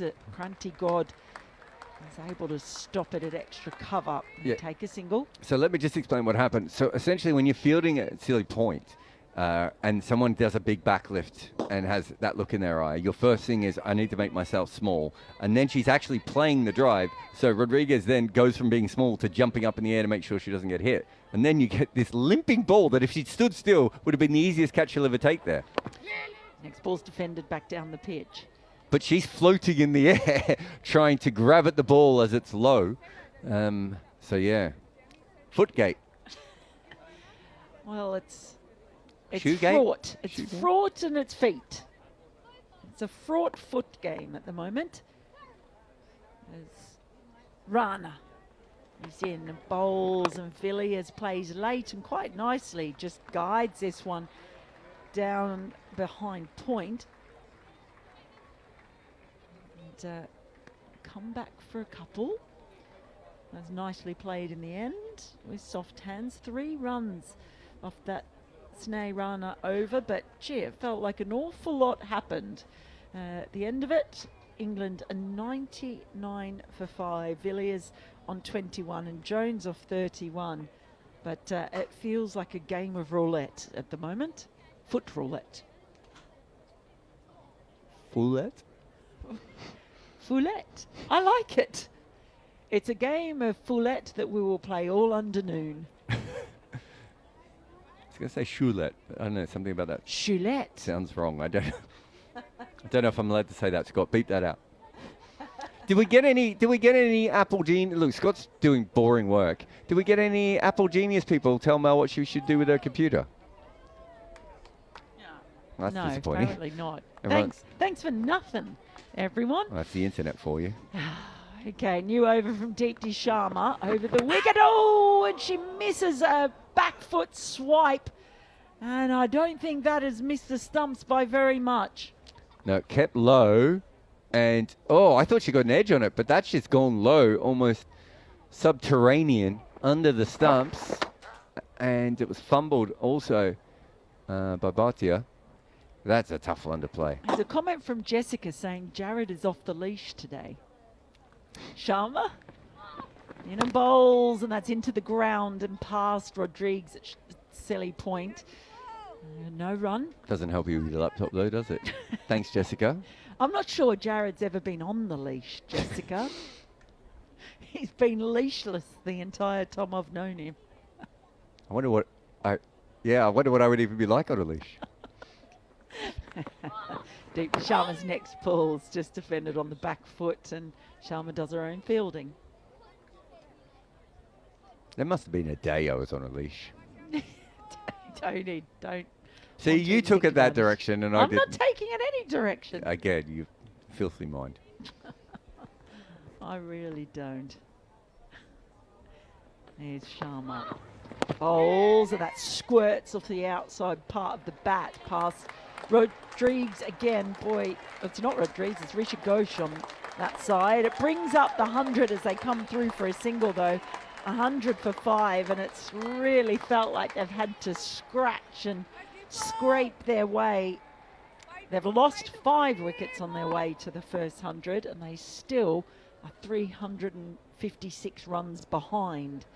As Sharma tosses another one up, and it's watchfully pressed back to the bowler off the front foot by Villiers. When they made the 150 in the first innings, there was an applause for them making 150, but there's no irony in it. There was about 40% irony in that last one. Next ball's full, turned into the leg side, no run. You can tell an ironic clap. Oh, definitely. But I thought it was only 39% ironic myself. Yeah. End of the over, 100 for 5. Villiers on 21, Jones on 32. Just the 1 run coming off that over. We need an irony viz. Iron Viz. Iron viz. It sounds like... I think that was a character in Game Yeah. of Thrones. or a Marvel superhero. Iron Viz. Right. It's going to be Sneh Rana to continue from the nursery end. What's been interesting is how much we have seen the off spinners and spinning it back at the stump. So I think that even though the left arm finger spinner traditionally would be the better option against all these right-handers, they think that keeping the stumps in play is their best bet, and they're trying to spin it back in. And maybe the techniques of the England players have played a part in that. Jones on strike as Rana starts a new over, and oh gosh, that's come off the inside edge and making its way down towards fine leg. They're coming back for a second. They're going to make it comfortably though. So it's 2 more to Jones. Yeah, I think particularly with the ball at times staying low, having that ball turning back into the stumps is probably the biggest danger, really. Yeah, and I think they made that decision early on, and they've been right. Even with Satgari, like swinging it back in, similar. Rana in, and it's driven without too much conviction by Jones. No run. Lots of chatter out there. Those players all close around the bat, just trying to keep the pressure up. Everyone eager for a day off. I don't think England are. I think they'd like to be back tomorrow as Rana is in. It's full outside the off stump and driven to Kranti God. No, I just mean the Indian players, because they realise they can push here. You also don't want to get in a situation where you come back tomorrow and the ball's a little bit flat and you get a big partnership. If one wicket here and they realise they can probably steamroll this tonight. Rana. A full ball that's just patted back down towards the bowler, and Rishabh Ghosh was crouching and leaping and ready to take that one if it had been aerial. We talked a bit before about batters not being used to having players under the lid around them, but there's not a lot of experience for the fielders. Rana is in a bowls a flatter delivery, and they're asking the question, and the answer is out. Jones falls, and Rana strikes those stumps, those pads. So big danger for England. That is the 6th wicket to fall, but they have reviewed. It was high, but I gave it out straight away, and there was no delay from the umpires either. Umpire to director. We have a player to review for LBW. I didn't see anything near the bat. He's out. Check the feet. It's a fair delivery. It was the back pad. Was it the back pad, do you think? So. I thought it was the back pad. We'll Okay. see again from the replay. That was just looking down live. Yeah, it looked like to me it would hit the top of leg stump, middle and leg. Let's Well, have it a look. only has to clip it because I might have flicked the front is pad on the out. way So the through, back Mel. moves have Aldridge, please. Okay. Having a look now. So she comes forward for the forward defence. Right through. Oh, it might have been the back leg, but it's above the pad. It is high. Yeah, satisfied there's no bat involved. Can we go through to It should be fine for length, for width. It should be clipping the outside of the leg at worst, although we got tricked with one before. But yeah, quite high. Flick the front thigh decision is before out. it's the back. Pitch is outside. Impact in line. Having a look. Oh, Missing wickets. It's missing. We go Missing back to leg Hannah on again. field, Missing please. leg. Wow. Hannah, can you So change it's your hit entry now? Can you change your directly decision in to front, not but out? the bounce did get a high. It's missing by, well, it's actually over the top and down and the missing leg. leg. So the same as, was that the Nat Siva Brunt one earlier? Exactly the same. That one, I felt like there was a chance. This one I thought would definitely be hitting at least leg stump. So beautiful delivery. Well, so Jones survives after all that, and I've just given that the big heave-ho, see you later. I don't think it was an early review either. I think they talked about it for a while, because I think that's why you missed the review. Well, Jones is there now as in comes Rana, and it's just defended out to Rishabh Ghosh, and she's underarmed the ball to Yastika Bhatia, who's taken off the bails, and there's the most languid cry of "How's that?" from the Indian fielders, because Jones was clearly still in a crease, and that is the end of what was another very, very eventful over that the scoreboard will show as 2 runs coming off it, but so much happening. 102 for 5. Now England, Jones surviving in that over after managing to get the umpire's decision overturned on review. Villiers on 21. And she will take strike for the start of the next over. Umpire Sue Redfern is just checking those stumps again now after Bhatia whipped the bails off. Some sort of conversation going out, and I couldn't work out exactly what was happening.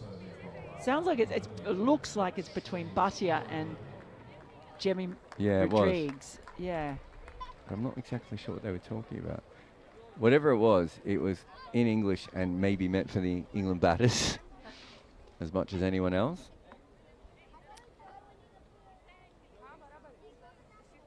So Sri Charani it is now. So they are having a change in the bowling. She replaces Deepji Sharma I from don't the members' end. Yeah, I don't mind this. And I know we talked about why they had the 2 finger spinners spinning it the other way. She's around the wicket. First ball, Villiers drives up to mid-off, no run. But it's actually, if it's going to spin and bounce the way it is, Yeah, it's actually quite hard for the off spinner to get the LBW. Whereas if they can get, this is the end that's kept a little bit low. If she can bowl a ball on middle and leg stump and spin it a little bit and it keeps low, it's just out. Next ball is played with soft hands into the ground and it squirts to backward point. So still got the short leg. Jemmy Rodrigues is in there and Risha Ghosh is at silly point. And Deepti Sharma has come into the slip. They just had a bit of a swap around in the fielding. Around the wicket again, and this time it's pushed forward a point, and they'll take a single. It really is. Yeah, I was talking about that. The fielders who are under the lid, that Risha Ghosh is at least a keeper. So, you know, that's it's not as much of a stretch, you imagine, as it is for Jemmy Rodrigues, who's in there, who they can't do it too often. In fact, they're just swapping them around now. And Rodrigues is going to silly point, and Risha Ghosh is... Yeah, they've swapped a couple of times. Yeah. I'm not exactly sure why. Yeah, she's gone to short leg.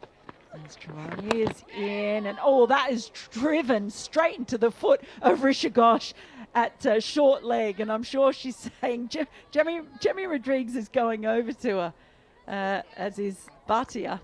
I wouldn't be surprised if she said to Jemmy, "You get back here." The feet, we've seen the ball smashed into the feet so many times. Both of those players have worn it. The hazards of fielding in close. Oh, and that's actually gone into her shin. And it's a drop. Next ball is thudded into the ground, and Rodrigues is down there, hands and knees, trying to take the ball. It's, I mean, just any moment it could go.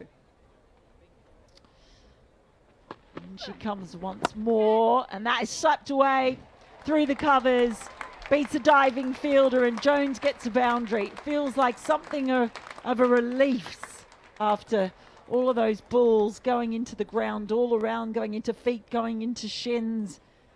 She gets one through. It's another 4 to the total. Yeah, Trani is the one thing they've just got to teach her on a pitch like this, in a situation like this, is there's no reason for any of her deliveries not to be pitching on the stumps. So she got one a little bit too straight a moment ago, which was the one that ended up chasing her down the leg side a little bit, Jones. And she's overcorrected and gone outside off stump. All she needs to do now is bowl her next 24 balls pitching on the stumps at roughly the same length over and over again. One's going to grip and spin and bounce. Another one's going to keep low and keep the pressure on. But if you bowl wide, they can still play shots on this pitch. So over completed leaves England at 107 for 5. Sneh Rana is going to continue from the nursery end. She's over the wicket, and Villiers just gently pats it into the ground to short leg, where it is Risha Ghosh fielding. I think they've swapped the slips too as well. Is that Shafali Verma in there now, with Deepti Sharma having gone to sort of a straight short mid-wicket? Next ball's played into the ground, and Rodrigues dives onto the pitch and takes it on the bounce. So one of the things with wearing a helmet when you're fielding close, and I had to do it recently for a game and I hadn't done it in years, is that you're in a very different angle than when you're batting. Rana in, flatter delivery, driven back to the bowler, no run. You're staying very, very low, and you almost have to push the helmet slightly back on your head a little bit, because especially I was doing silly point, and so at silly point, if the you're worried a little bit about the bat and pad being thrust and the ball going up in the air. Rana sends another one down. It's an outside edge. It's dropped. And it's dropped by Bhatia. And the fielders on either side of the pitch just come and give her a low 5 to commiserate. And Shafali Verma was just gesturing behind. She was ready to take that catch. I don't think it would have gone to slip, though, would it? Let's have a look. Was there a big deflection? Yeah, there's no way slip would have taken that. Next ball is thudded into, was it into the foot of Shin pads, I Rodrigues? think. Shin pads, maybe. I mean, it's like watching a game of red ball pinball at the moment. A ball's just pinging off every single part of the body as the next one is played into the ground, and again Rodrigues takes it on the bounce. Just looking back at that replay, definite edge that was. So it and was a little drop. deflection as well, to be fair. But she'll probably be upset at that. Will have thought that she should have taken it. But yeah, so if you are at silly point, it's just because helmets are obviously designed for you to look straight down the wicket. And so what happens when the ball goes up can be tricky. So you almost have to recalibrate yourself, especially depending on what kind of catches are coming up to you. It's quite often you'll see a ball will go up and a wicketkeeper or a close infielder won't know where it's gone. And it's because they can't arch their back, or their neck, I should say, the way that you can with a hat, because the back of the helmet hits the back of your neck. So there was, I think there might have been one in this game. Was it another game I was watching recently where someone got an edge and it went straight up in the air and the wicketkeeper just couldn't see it because it went above their head and landed right behind them. So these sort of things do happen. And as you said, if you're not used to it as well. As we begin a new over, it's Sri Chirani back. England 107 for 5. They've lost the silly point now, as the first ball is driven by Jones straight back to Chirani. So yeah, they've dropped the silly point for now. Yeah, they're bringing up deep point, so they just want to keep her on strike. They don't mind her playing the drives there. They think that short leg and slip is where she's going to go, which I think is probably a pretty smart move. Around the wicket, Chirani, and it's just carved quite delicately into the covers. No run. So silly point and makes more sense for the finger spinner bringing it in, or someone who just thrusts their pad out. And Amy Jones actually stands a little bit leg side of the ball, so she's much more likely to get an edge on the leg side than the offside. Here comes Chirani, slightly flatter, punched up to mid-on, no run. And that's the ball that Chirani just needs to keep bowling. That length, it's kind of in between length, and that kept low and came off the bottom part of the bat. One of them is going to work.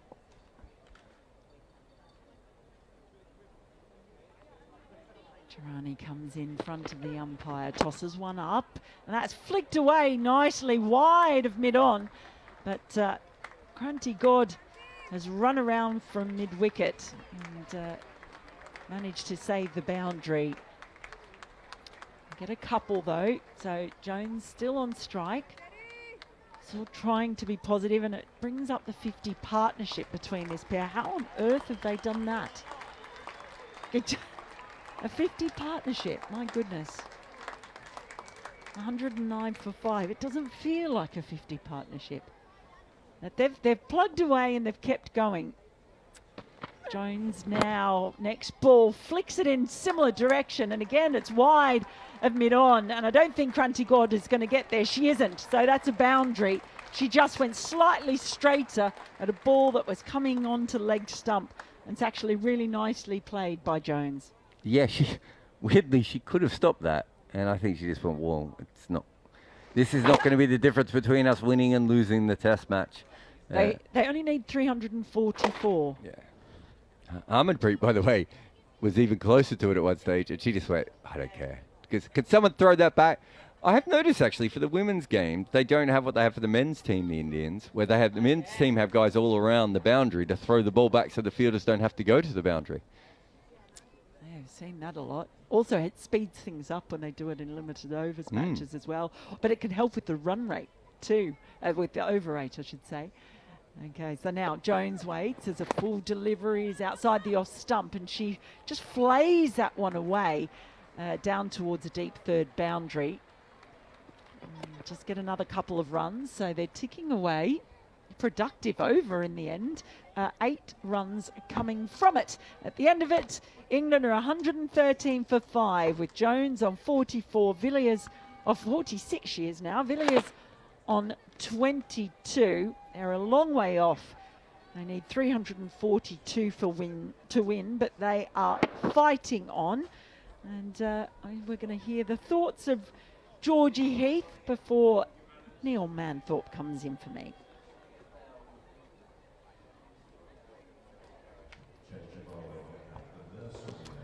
Thanks, Mel. So the clock just ticking past 6 o'clock, and it's going to be Deepti Sharma into the attack again. Bowled 4 overs so far in this innings, none for 10 for the Indian all-rounder, a gritty cricketer. Maddie Villiers on 22, Jones at the other end, 46, eyeing up back-to-back half-centuries in this Test match.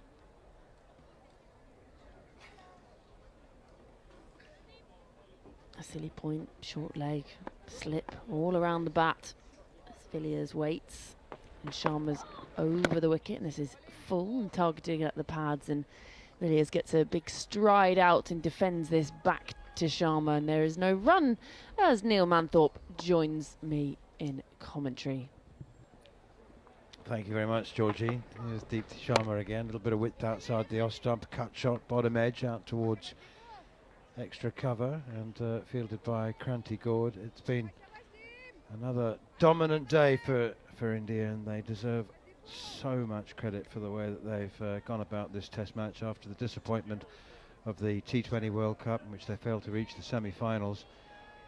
And they had extra time, of course, to prepare, and an extra almost a week of red ball nets and middle practices, as Deepti Sharma is in once again. But it was really interesting to hear the head coach Amol Mazumdar saying that this was the game that was foremost in their minds when they arrived in England. I don't know whether I don't know whether he would have said that if they'd got to the final of the T20 World Cup. If they'd won the World Cup. But this is fine, but actually we're just really focused on the Test match next week. So if you could all just save your celebrations for another week, we're going to be back. He's a genial and a jovial man, but that I think that was probably stretching a point. That's full and wide round the wicket now is Deepti Sharma.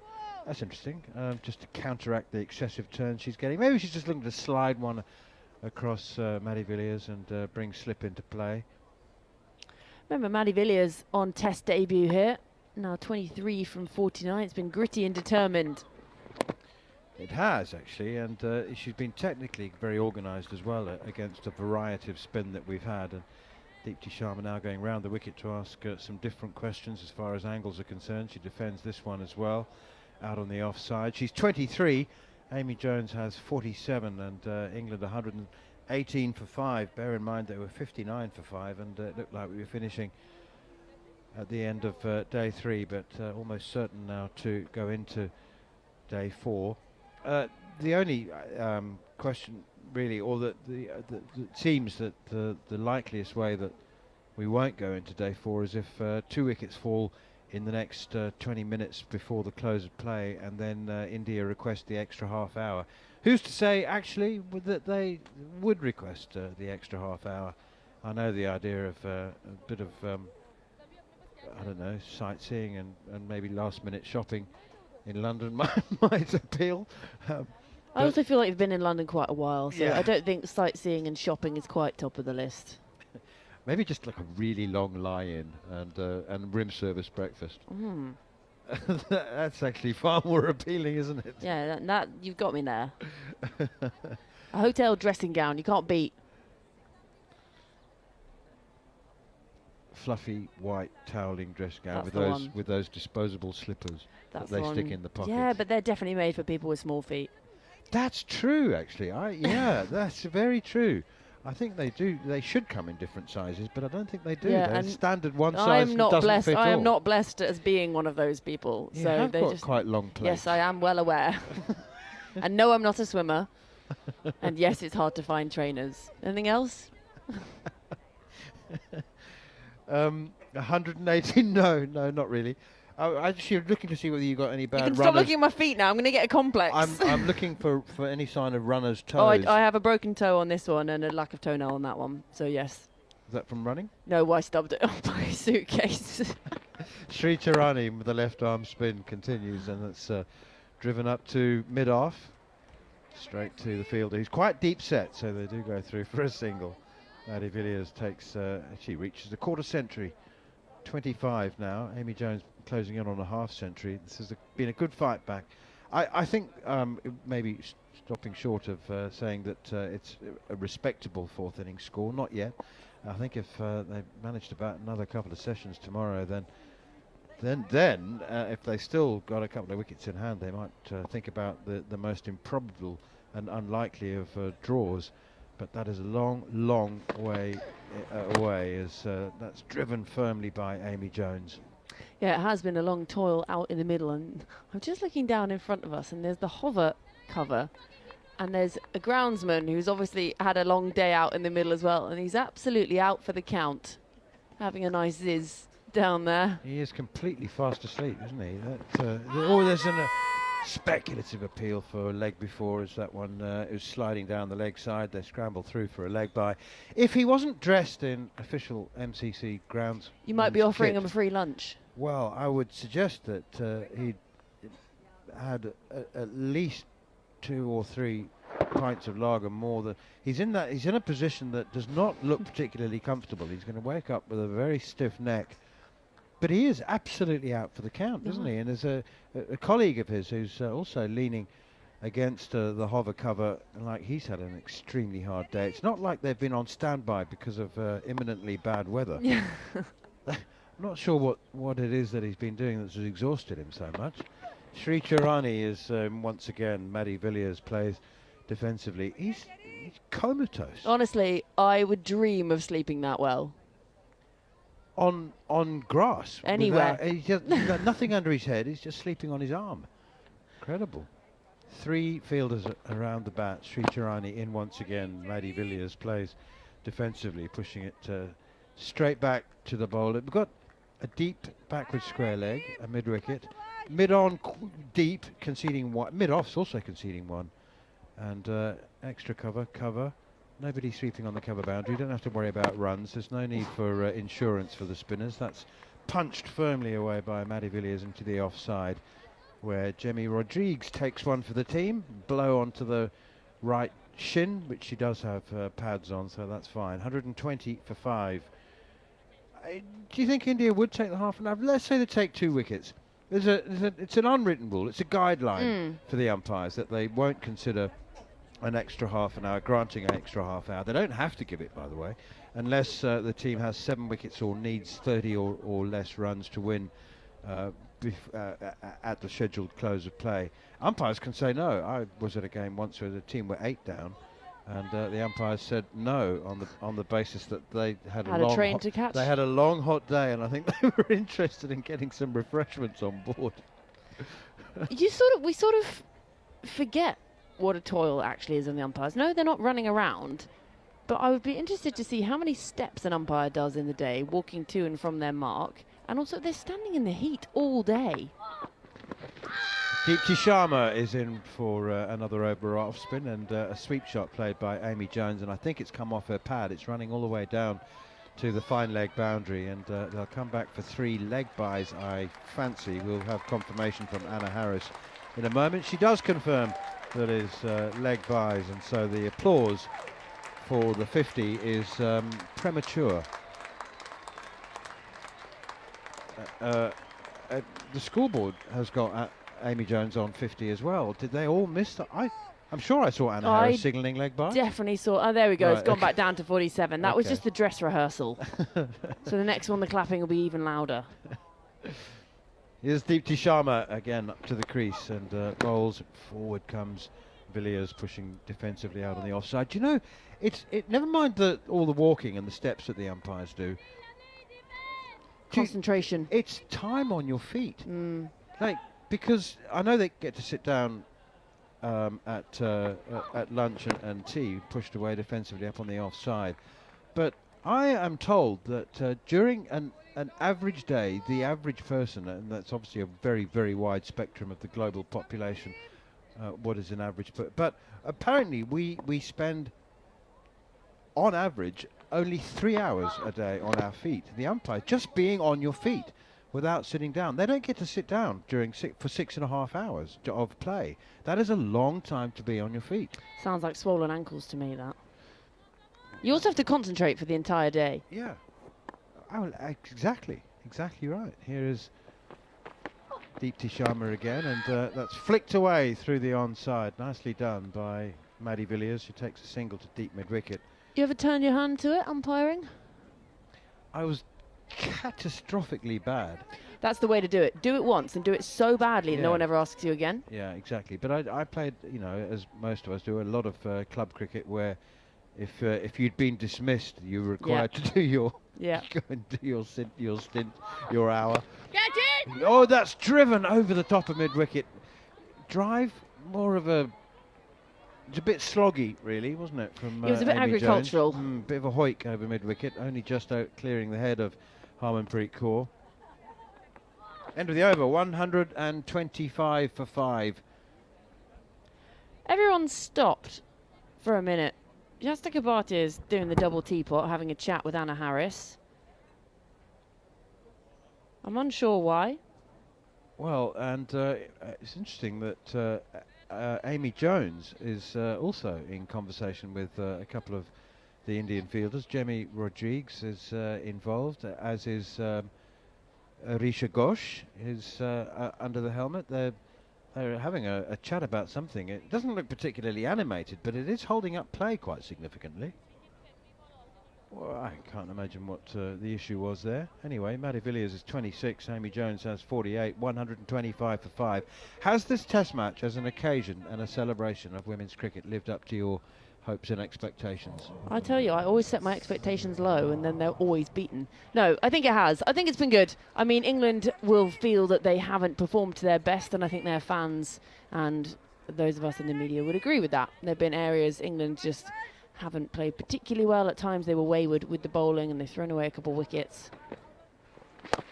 That's full and tempting, and a drive is the result from Amy Jones down to wideish long off. They take a single. It's more the occasion and the way that it's been presented and organised, and what the MCC and Lords have done. Has it been a suitably organised and memorable occasion? Yeah, I think so, especially with the former players on day one all coming out to ring the bell. Some of the videos are fantastic. There was one player just frantically waving her hands above the head that was caught on camera.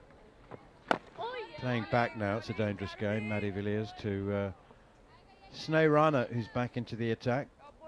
And so I think as a spectacle that has been great. It's very much one of those because of them we can. So that was a great celebration, and just putting that spotlight on the female players of the present and the past. Bit of width and a cut shot, and there's just a very speculative appeal, hopeful appeal from Yastika Bhatia for a catch behind, and I don't think that there was any edge on it. It was a wide and attempted cut shot from Maddie Villiers. They've sent it upstairs. Do you know what that looked like? Yastika Bhatia.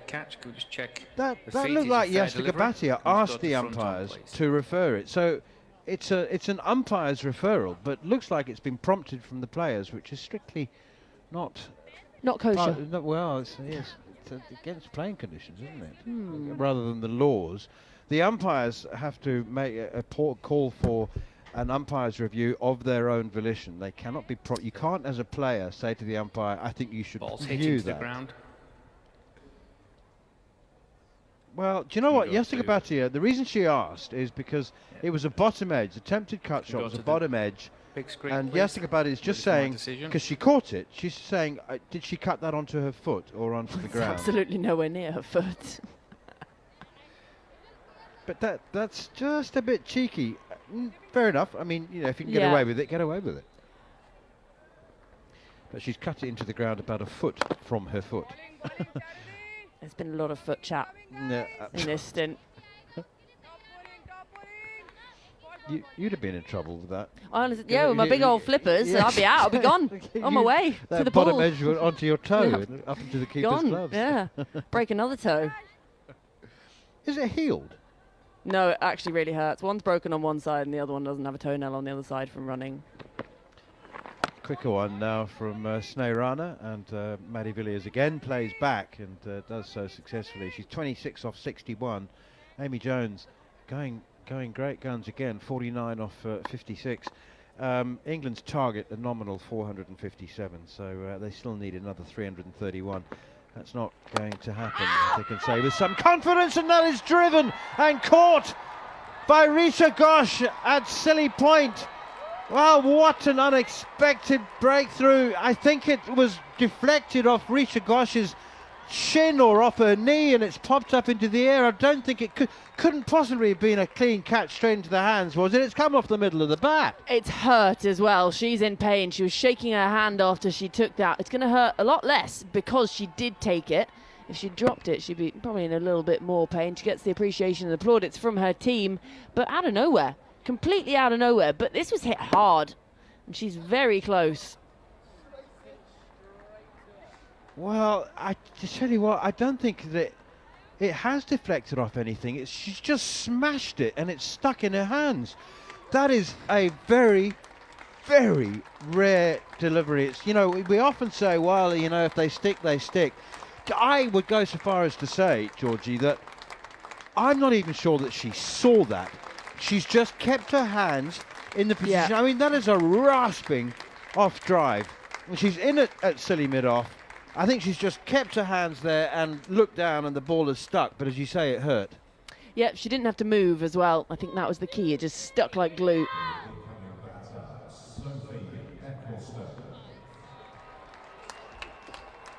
So bring Sophie Eccleston out to the middle. She comes to join Amy Jones, who's still there eyeing up another half century in this game. But we're just seeing another replay of this. She's absolutely smashed it out of the middle of the bat and straight into Risha Ghosh's hands that are in front of, actually, they're almost lower than her knees. And as a keeper, I guess she's very used to being squatting down, but normally she's got the gloves on. She's gone straight into the hands and somehow it's stuck. That's a truly extraordinary catch. You honestly don't see, and just looking at the replays, I'm not stretching a point to suggest that she never saw that. I would go so far as to say she never saw that. She's just kept her hands in position, and the ball is somehow, and she's instinctively, when the ball has hit the hands, they've clasped around it. I mean, that's one of the unluckiest ways. I mean, you'd have to put that up there with being run out off a deflection at the non-striker's end. That is extremely unlucky. But unfortunately, Maddie Villiers has gone for 26, and England are now 126-46. It's one of those things, isn't it? When you look at it in a score card later on down the line, it would just say, you know, caught by Risha Ghosh, but you don't quite realise what kind of catch it is. Like when someone's run out, but we don't realise off a deflection, as you say, it will just say run out. So if someone looked at the scorecard, think, oh, she'll just run out taking a run, but actually, you're done at the opposite end. That's why you can't read a game just by a scorecard.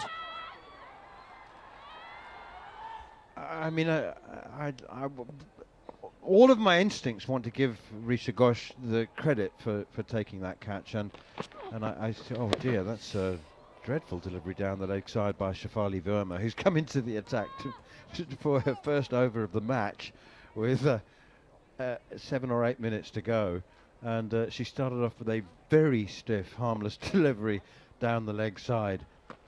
Shafali Verma in once again, and I have to say I have not seen her bowl before, Georgie. I have, and actually she does have a bit. She has a that's questionable. A bit of pick and mix. It's off spin, but she has this sort of golden arm, this knack ability to just take wickets. She actually has opened the bowling for India before in T20s. Just brought in, just said, right, really? Return to this. Yeah, you know. Harmanpreet has liked to mix it up a little bit, but yeah, she's done quite a bit bowling in T20 actually, and she bowled in the ODI World Cup, even in the final as well. Well, she's in once again, and this one is driven quite sweetly down the ground by Amy Jones, who's eyeing up a half century. Not that that's particularly her aim. She'd much rather bat 6.5 hours tomorrow and save the game. Her individual score is inconsequential, as Shafali Verma is in once again. Wee bit of width outside the off stump, chopped away by Jones, and she will get a single out to Kranti Gord, fielding on the cover boundary. So Well done to Amy Jones, her second half century of the match. In the first innings, she made a bright 52 from 62 balls, and she's reached 50 now from 61. So a pair of 50s for Amy Jones. But as I said, Sophie Eccleston is the new batter, her partner, to see her through to the close of play in 5 minutes' time. So Shafali Verma in that ODI World Cup final was player of the match. 2 for 36 from her 7, and that backed up what she'd already done with the bat, which was 87 off 78 deliveries. So played as an all-rounder. She's up to the crease once again, and that's pushed quite firmly up towards mid-off. I have to say, she's a very unprepossessing style, and you know, not threatening, you would think, and maybe that helps towards, because she's putting a little bit of action on the ball, and you know, but yeah, you sort of think, well, she looks like a part-timer. Anyway, she's evidently far better than that. It's not the most aesthetically pleasing form of bowling, but it works, and so I guess it doesn't matter what it looks like if it works. But it is a sort of amble up and give it a bit of a throw, and not a chuck as such, you know, amble up and send it down, see what happens. She does look like a batter who's turning her on. Yeah. Very, very clearly, bowling is her second suit. Actually, she's a very good fielder, good catcher, so maybe bowling is her third suit. That's driven now. Sneh Rana bowls what might be probably the penultimate over of the day. Using her feet there, Amy Jones, getting half a step down the pitch and driving towards mid-off. Still getting over that catch. There's been a couple of amazing catches, particularly by the Indians. Richa Ghosh took a good one in the first innings at short leg. Who took the slip catch via second slip? It was. I'll find it in a moment. Pushed away defensively out on the offside. It was in the England first innings. One of the players was dropped at. Was it Lauren Bell who was dropped at first slip, and the rebound was caught at second slip, or the other way around? Dropped at second slip and the rebound caught at first slip. Anyway, there's been some very good instant reaction fielding by India. That one is driven by Amy Jones up towards mid-on, and they thought about a single, but decided against taking it. Jones remains on 50 from 65 balls. We're into the 39th over of the innings, and down the leg side, another inside edge onto the pad, I fancy, from Amy Jones. She'll pick up a couple. Sneh Rana turning that one quite sharply. There was no pad involved, just inside edge. On the topic of Lauren Bell, obviously she was off the field a lot earlier. We heard it was a little bit of soreness in her abdomen, but I have seen communication that she will bat, so she's fit to bat. We saw Emma Lamb on the field a lot earlier on today. Forward comes Amy Jones, and again that's pushed defensively straight back up the wicket. It was Lauren Bell. She slashed one to first slip, and it was dropped at first slip, and Shafali Verma was at second slip. She dived to her right, and other way around, dropped at second slip, and Shafali Verma caught it at first slip. 129 for 6. We've got time for one more over today, unless a wicket falls, and India request the extra half hours. But I think that extra half hour, I think that's unlikely to happen now. Amy Jones on 52. She's on strike for the final over. And frankly, I think India will be perfectly happy to come back tomorrow morning to seal a famous win. And Shafali Verma had one over, and she's gone again. And as we said, that's still a spell, isn't it? So Deepti Sharma back into the attack from the nursery end, none for 15 from her 6. And the match up here, Sharma versus Eccleston. I say no, it wasn't a spell. No? No, it's. I mean, is this a series? Well, it's a fair point. I don't think it's a spell either. I think it's just it's an over. It's an over. A spell surely has to be 2 overs. You would think so. Okay, it's Deepti Sharma's going to bowl the last over of the day, and that's pushed away out into the offside. They're set off for a quick single. Cranty Gord picks up and has a shy at the non-striker's end. Doesn't hit the stumps, but they take a single anyway, so Sophie Eccleston is off the mark. She had to put the afterburners on. She set off sort of ambling up the pitch and then suddenly was like, oh, actually, could be quite dangerous. Cranty Gord's got the ball in hand, so had to just get a bit of a wriggle on. So the fairy tale ending for Tammy Beaumont and Heather Knight might have been, would have been, to obviously win the Test match, maybe get their names on the honours board as two of England's greats. But if you had to say of the current 11, Sophie Eccleston will have her name on the honours board, and she thoroughly deserves it. 5 for 118. It's a brilliant performance. Become the first English woman with her name on the Lord's Honours board. As Deepti Sharma is in again. Once more, it's played away defensively by Amy Jones, who now looks quite determined to resume business, resume the defence tomorrow morning. Well, Amy Jones is only 48 runs away from that honours board as well. Ah, right. Okay. He's got something to play for tomorrow. I mean, it's pushed away again out towards mid-wicket. That's what cricket does sometimes, particularly Test cricket. It throws up opportunities from time to time, which you can be as selfish as you like. Oh. And it's fine, because being selfish is in the team's best interests. Well, there you go. Can Sophie Eccleston bat all day, do you think? She got that in her, technically? Temperamentally? I'm unsure. I'm going to say I'm 60-40 on that one. Here's Deepti Sharma once more, as in to Amy Jones. She's very good, actually, technically against the spinners. Her foot movement's good. You'd expect that. She's a keeper, and she's a very good keeper.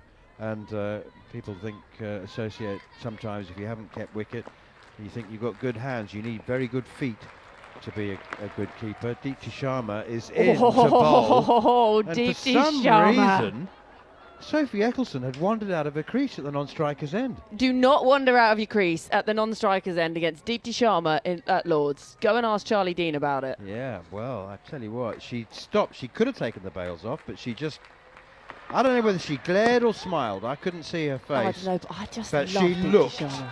She looked at Sophie Eccleston. She was into a delivery stride. For some reason, Sophie Eccleston is backing up too far, too early, in the last over of day 3 of a Test match. Yeah. Goodness gracious. Yeah, a big smile between the two of them. They know each other well from UP Warriors over in the WPL as well. So Deepti just with the wry smile. There's a lot of laughs going around this Indian side. That is just so Deepti Sharma, and I just love her determination in this sport. That was the warning, perhaps, to Sophie Eccleston. Stay behind the line. So just a single run coming off the last over of the day, and they will not be taking the extra half an hour. So the close of play, England 130 for 6, and another day in this Test match that has very much belonged to India. Sophie Eccleston finishes unbeaten on 1. Amy Jones at the other end with her second half century of the game. She's on 52, and that's how they will resume in the morning for day 4. Sneh Rana finishing the day with some very, very creditable figures. 2 for 33 from 11 overs. Sri Charani's been very under-bowled, to my mind, in this Test match. She only bowled 8 overs in the first innings and has only bowled 5 overs of a left-arm spin.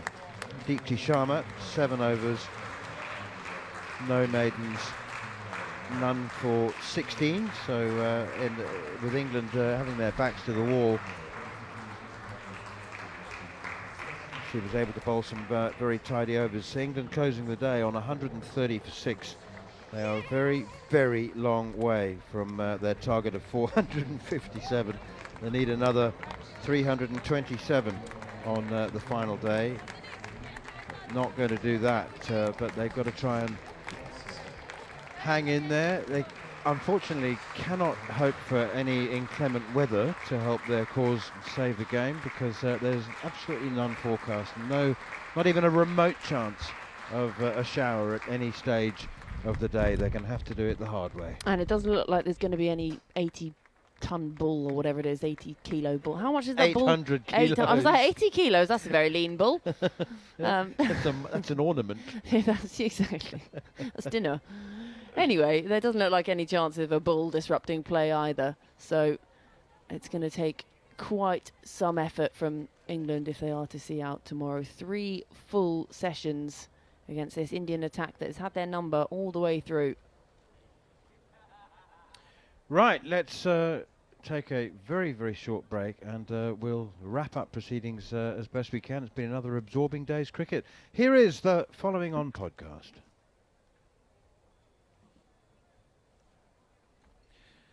Welcome to Following On. I'm Neil Manthorp alongside Georgie Heath, and we'll be joined in a moment by Jarrod Kimber to look back at the 3rd day of this historic one-off test match, the first to be held at Lord's, the first women's test match between England and India, and India will resume on the 4th morning on the verge of a famous and thoroughly deserved victory, unless something extraordinary happens on the 4th day, because England, requiring a monumental and highly unlikely 457, would shatter every single record in women's test history were they to get there. But they are already 6 wickets down at 130. This after India declared their second innings on 341 for 7. They had the delight of a second player having her name etched on the famous Lord's Honours board. Yastika Bhatia made a century, 113 from 158 deliveries. She batted beautifully at number 3 for India, so she will join her teammate Kranti Gaur on the honours board. She took 5 for 37, remember, in England's disappointing total of 170. But there were runs as well, an unbeaten 50 from Richa Ghosh, 50 from 52, at which point the declaration came. This after a 70 from Smriti Mandana, the opener, adding that to the first innings score of 83.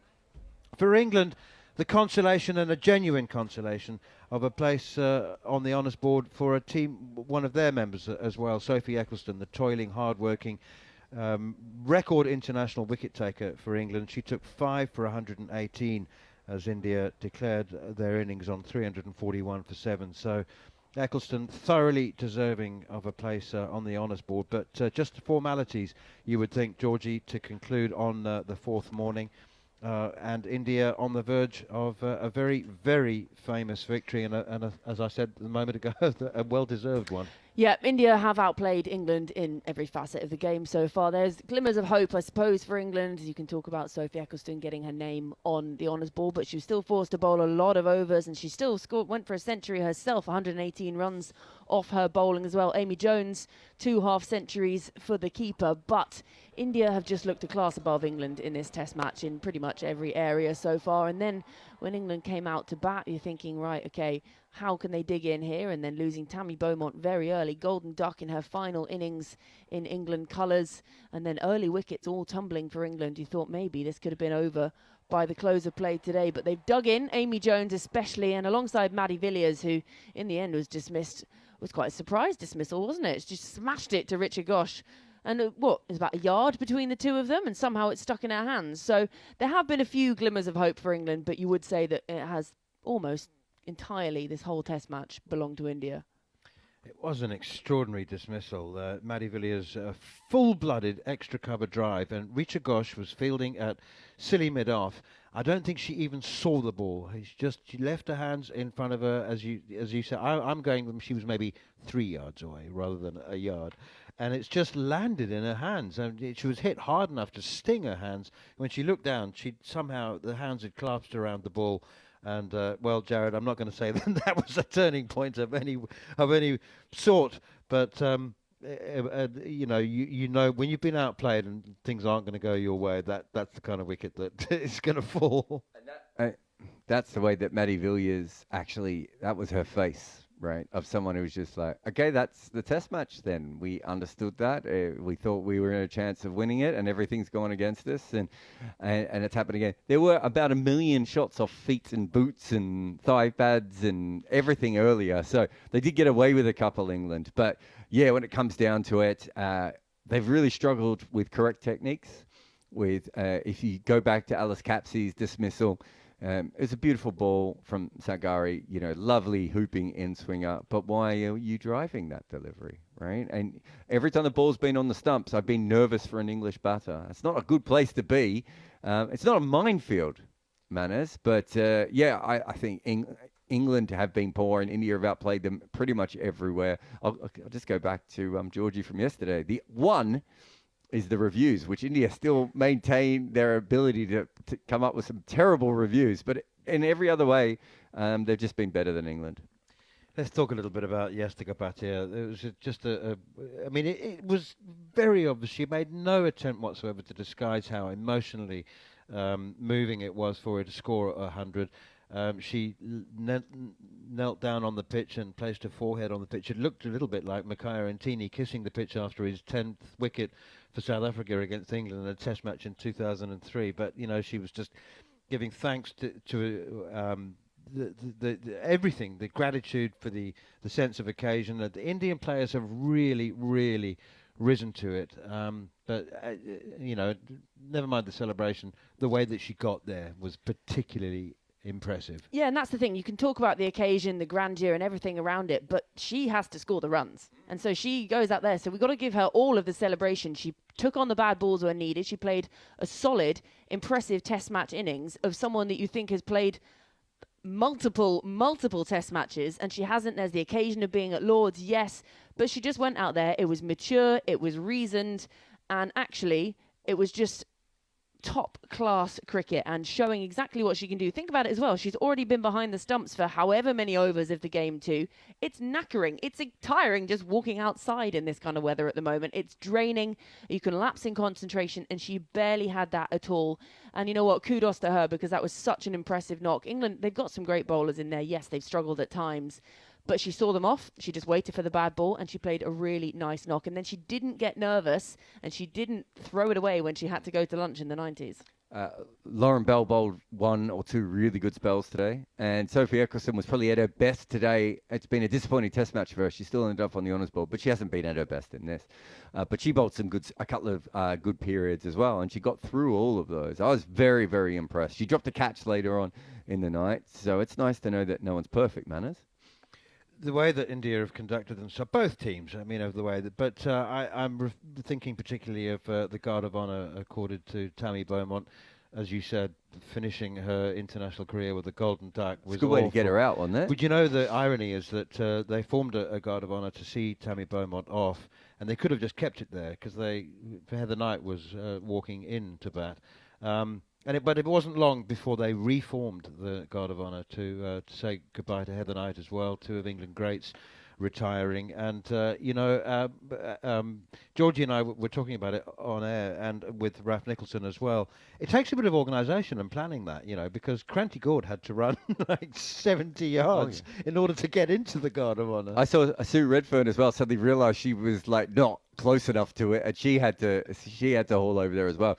It was interesting because generally you get the Guard of Honour. I mean, sometimes you get it before and after, but more generally it happens after. You get a couple of handshakes as you come out, but they gave Tammy the Guard of Honour, and I think she just didn't look like she was ready to face a ball when she faced that first ball. So I think the emotions got to her. Let's call that being Bradmond. She was just nowhere, wasn't she? She was bold. I mean, it was a good delivery, but she was late on the shot, and she was nowhere. It looked like someone who was, you know, had other things on her mind. Whereas Heather Knight came out and looked absolutely fine, but unfortunately was dismissed shortly after that. So we were hoping for one of them to put on a rearguard innings, and we didn't get that. Have we all watched too many movies? No. Because the amount of times you see it, and in my head I'm like, it's going to come out like that. The only retirement we've seen, the perfect one, I guess, was Stuart Broad hits his last ball for 6 and gets a wicket with his last ball. No one else seems to get to retire like that, and I think that's unfair. We should just park him and just ignore that, because it's just set a bar for retirements that is just unachievable. I think your retirement should end up with you, just like dejected and everything. But that's normal life, isn't it? Yeah. Right, you've finished being a hero. Now you have to go back to, wondering where you parked your car. I've said 100 times, there's no place for sentiment and emotion when it comes to team selection in men's cricket. But women play so little cricket, and this is the first ever women's test match at Lord's. And so, look, Heather Knight admitted when she announced her retirement that she'd kind of made her mind up a month ago. And Tammy Beaumont, and you do just sort of wonder, well, did you hang on a little bit long?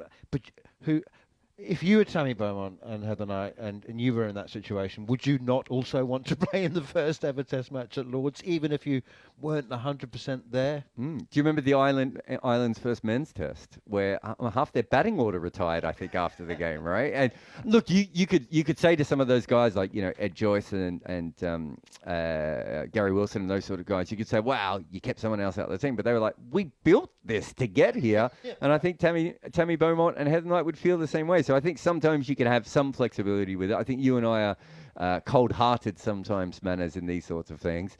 But this is a different kind of environment. They deserve to be here. I didn't have any issues with their batting. They just didn't make any runs. Yeah, and I think also it's very difficult because someone like Heather Knight, there would never be any question whatsoever about her being part of this team. Yes, even if she announced that she was going to retire last month or before the Women's T20 World Cup, she has been a stalwart part of that England side, one of the first names on all three formats on the team sheet for a very long time now. So there would never been oh no, we'll just let her play one Test match. No one would ever have thought that. Tammy Beaumont, it's difficult because she has been out of the white ball sides, but then you look back at the Test matches she's played, obviously she's got a double 100 to her name, and it's very difficult because that's actually 3 years ago. So that's quite a while. And that's always going to boost your average in a Test match. So you look at it and you think, all right, that's her average. But then you think, look at the massive score that's in there. So maybe you think that could have potentially been a slight bit of sentiment, but I also had no issue whatsoever with her being selected. I think they didn't lose because Tammy Beaumont was picked. No, exactly. I think what I'm saying is that there is a place for sentiment and emotion, and if I was a selector, I would say, you know what, those are two players who deserve to go out in the first ever Test match at Lord's. Heather Knight, skipper Nat Silver-Brunt, had a very fortunate escape. She was given out LBW against Sneh Rana, and she reviewed it, and it was overturned. And she played a really unlike her shot. That trying to sweep almost a half volley next delivery, and was bowled. She also looked a little bit maybe distracted because that. You're saying she's about to retire? Well, I hope Let's not throw that in the works. Thank you very much. I certainly hope not. I heard that Brendan McCullum was so upset with some of the batting in this game that he's retired. I think he's trying to get in the team. Though it was a poor shot from that Silver-Brunt. As I said before, some of the techniques of the England women in this game, you would have to have a look at. If this was Test cricket where they were playing it more regularly, you would have some big questions. It's a little bit different here because we don't see them play that often, and it could just be, good planning from India and good bowling from India, which in both cases I think it has been. But overall, there's been some ropey shots, I think. I think what makes it so difficult as well is you then have this Test match and we go, oh, this was wrong, that was wrong, that was wrong. But then it gets parked for so long until there's another one. So you can't go, just remember that from 18 months ago. Write that down now in a pen that won't fade before you then play in another Test match, because it's so long between them and there's so much other stuff happens. In a couple of weeks, everyone's going to turn around and overs don't even exist anymore because they'll be playing in the 100 in purple, green or whatever colour. Well, I mean, your Tammy Beaumont thing is perfect. So you could actually argue that she should still be in the Test side, but we've actually seen enough of her form in other cricket to be like, maybe she shouldn't be in the side altogether. And so are you picking it based on just general form, knowing that how good she is in Test cricket or everything else? So this is why I don't want to sit there and go, England have been terrible, but looking at this as an analyst, there hasn't been a lot of straight bats, and there's been a lot of, what would I call them, wishy-washy attacking shots. And then at the same time, we're talking all about England. They haven't played that much Test cricket, nor have India. No. And they got absolutely rolled by Australia earlier on in the year at the Wacker, and they've turned it around. They had an extra week, almost an extra week of preparation. They would have had, 4 or 5 days of red ball nets. Now, I know they had some middle practices as well, and they were able to process the emotion of disappointment of not reaching the World T20 semi-finals. Maybe the emotion side of things, but does 4 extra days of playing with a red ball really make this much of a contrast between two teams? I'm going to say no. I think the biggest difference has been the seam bowling. And they've got 2 seam bowlers for India, and they've got 3 seam bowlers for England. And the Indian seam bowlers have just been on the spot the whole time. I don't think the extra 4 days is changing the fact that the England's come in with 3 genuine fast bowlers who are not particularly accurate. It was an amusing moment. I don't know whether Harmanpreet Kaur found it amusing, but they tried to declare half an hour before tea, having allowed Risha Ghosh to reach her half century. in order to have that sort of frustrating period where they were able to bowl for 20 minutes before tea and, just like disrupt England. But then the umpire said, right, we're close enough to tea, we'll take it anyway. Umpires heard that the scones were ready. The clotted cream was already out of the fridge at perfect temperature. You can't put it back in at that point.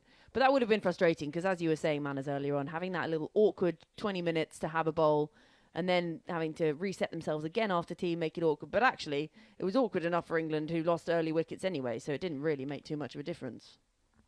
It's been, I think, a fantastic occasion. It's been brilliantly organised by the MCC and by Lords. They've got a lot of catching up to do when it comes to respect for the women's game, but they have done a good job. Yes, no comment on that. You know what else happened today? That was quite a cool thing. Elisa Healy was in the house, and she got awarded her MCC honorary life membership today. So she was around and about. So it's not just a celebration of England and India playing, one of the all-time greats of the women's game. She's probably in the bar somewhere by now, I would imagine, with that little red book. But it's just sort of recognition of past players as well as what's happening now and what could then happen in the future. Yeah, and this has been built by greats not just from England and India, right? Like this game is there because of not even just the players and the coaches, the dads and the mums and the aunties and the sisters and all these different people who've been involved with the game from the grassroots level all the way here. I think this should be seen as a victory for everyone who's been involved with women's cricket. You know what was one of my favourite moments of today, and it didn't even happen out on the field. I was wandering round to find myself a can of something, flat, obviously, non-alcoholic, and actually I saw a dad with his daughter who must have only been 4 or something, and they walked past the sign that said Dynamos, and she pointed at it, and he went, oh, okay, and I need to scan the QR code, and he stopped, took a photo of the QR code, and hopefully that girl has now been inspired to go and play some cricket. India on the verge of a famous victory. England are still 327 runs away from victory, and they're not going to get there on the 4th morning because they're 6 wickets down. They will resume at 130 for 6 with Amy Jones on 52, having been joined by Sophie Eccleston after her 5 for 118. So we suspect that England will be very pleased if they can take the game to lunch and maybe even beyond. But India will arrive on the 4th morning comfortable in the knowledge that they are just 4 wickets away from a very famous and very, very well-deserved victory. So if you feel inclined, do join us with ball-by-ball commentary starting again just before 11 o'clock on day 4. It will be an emotional day for India. It could be a very short one.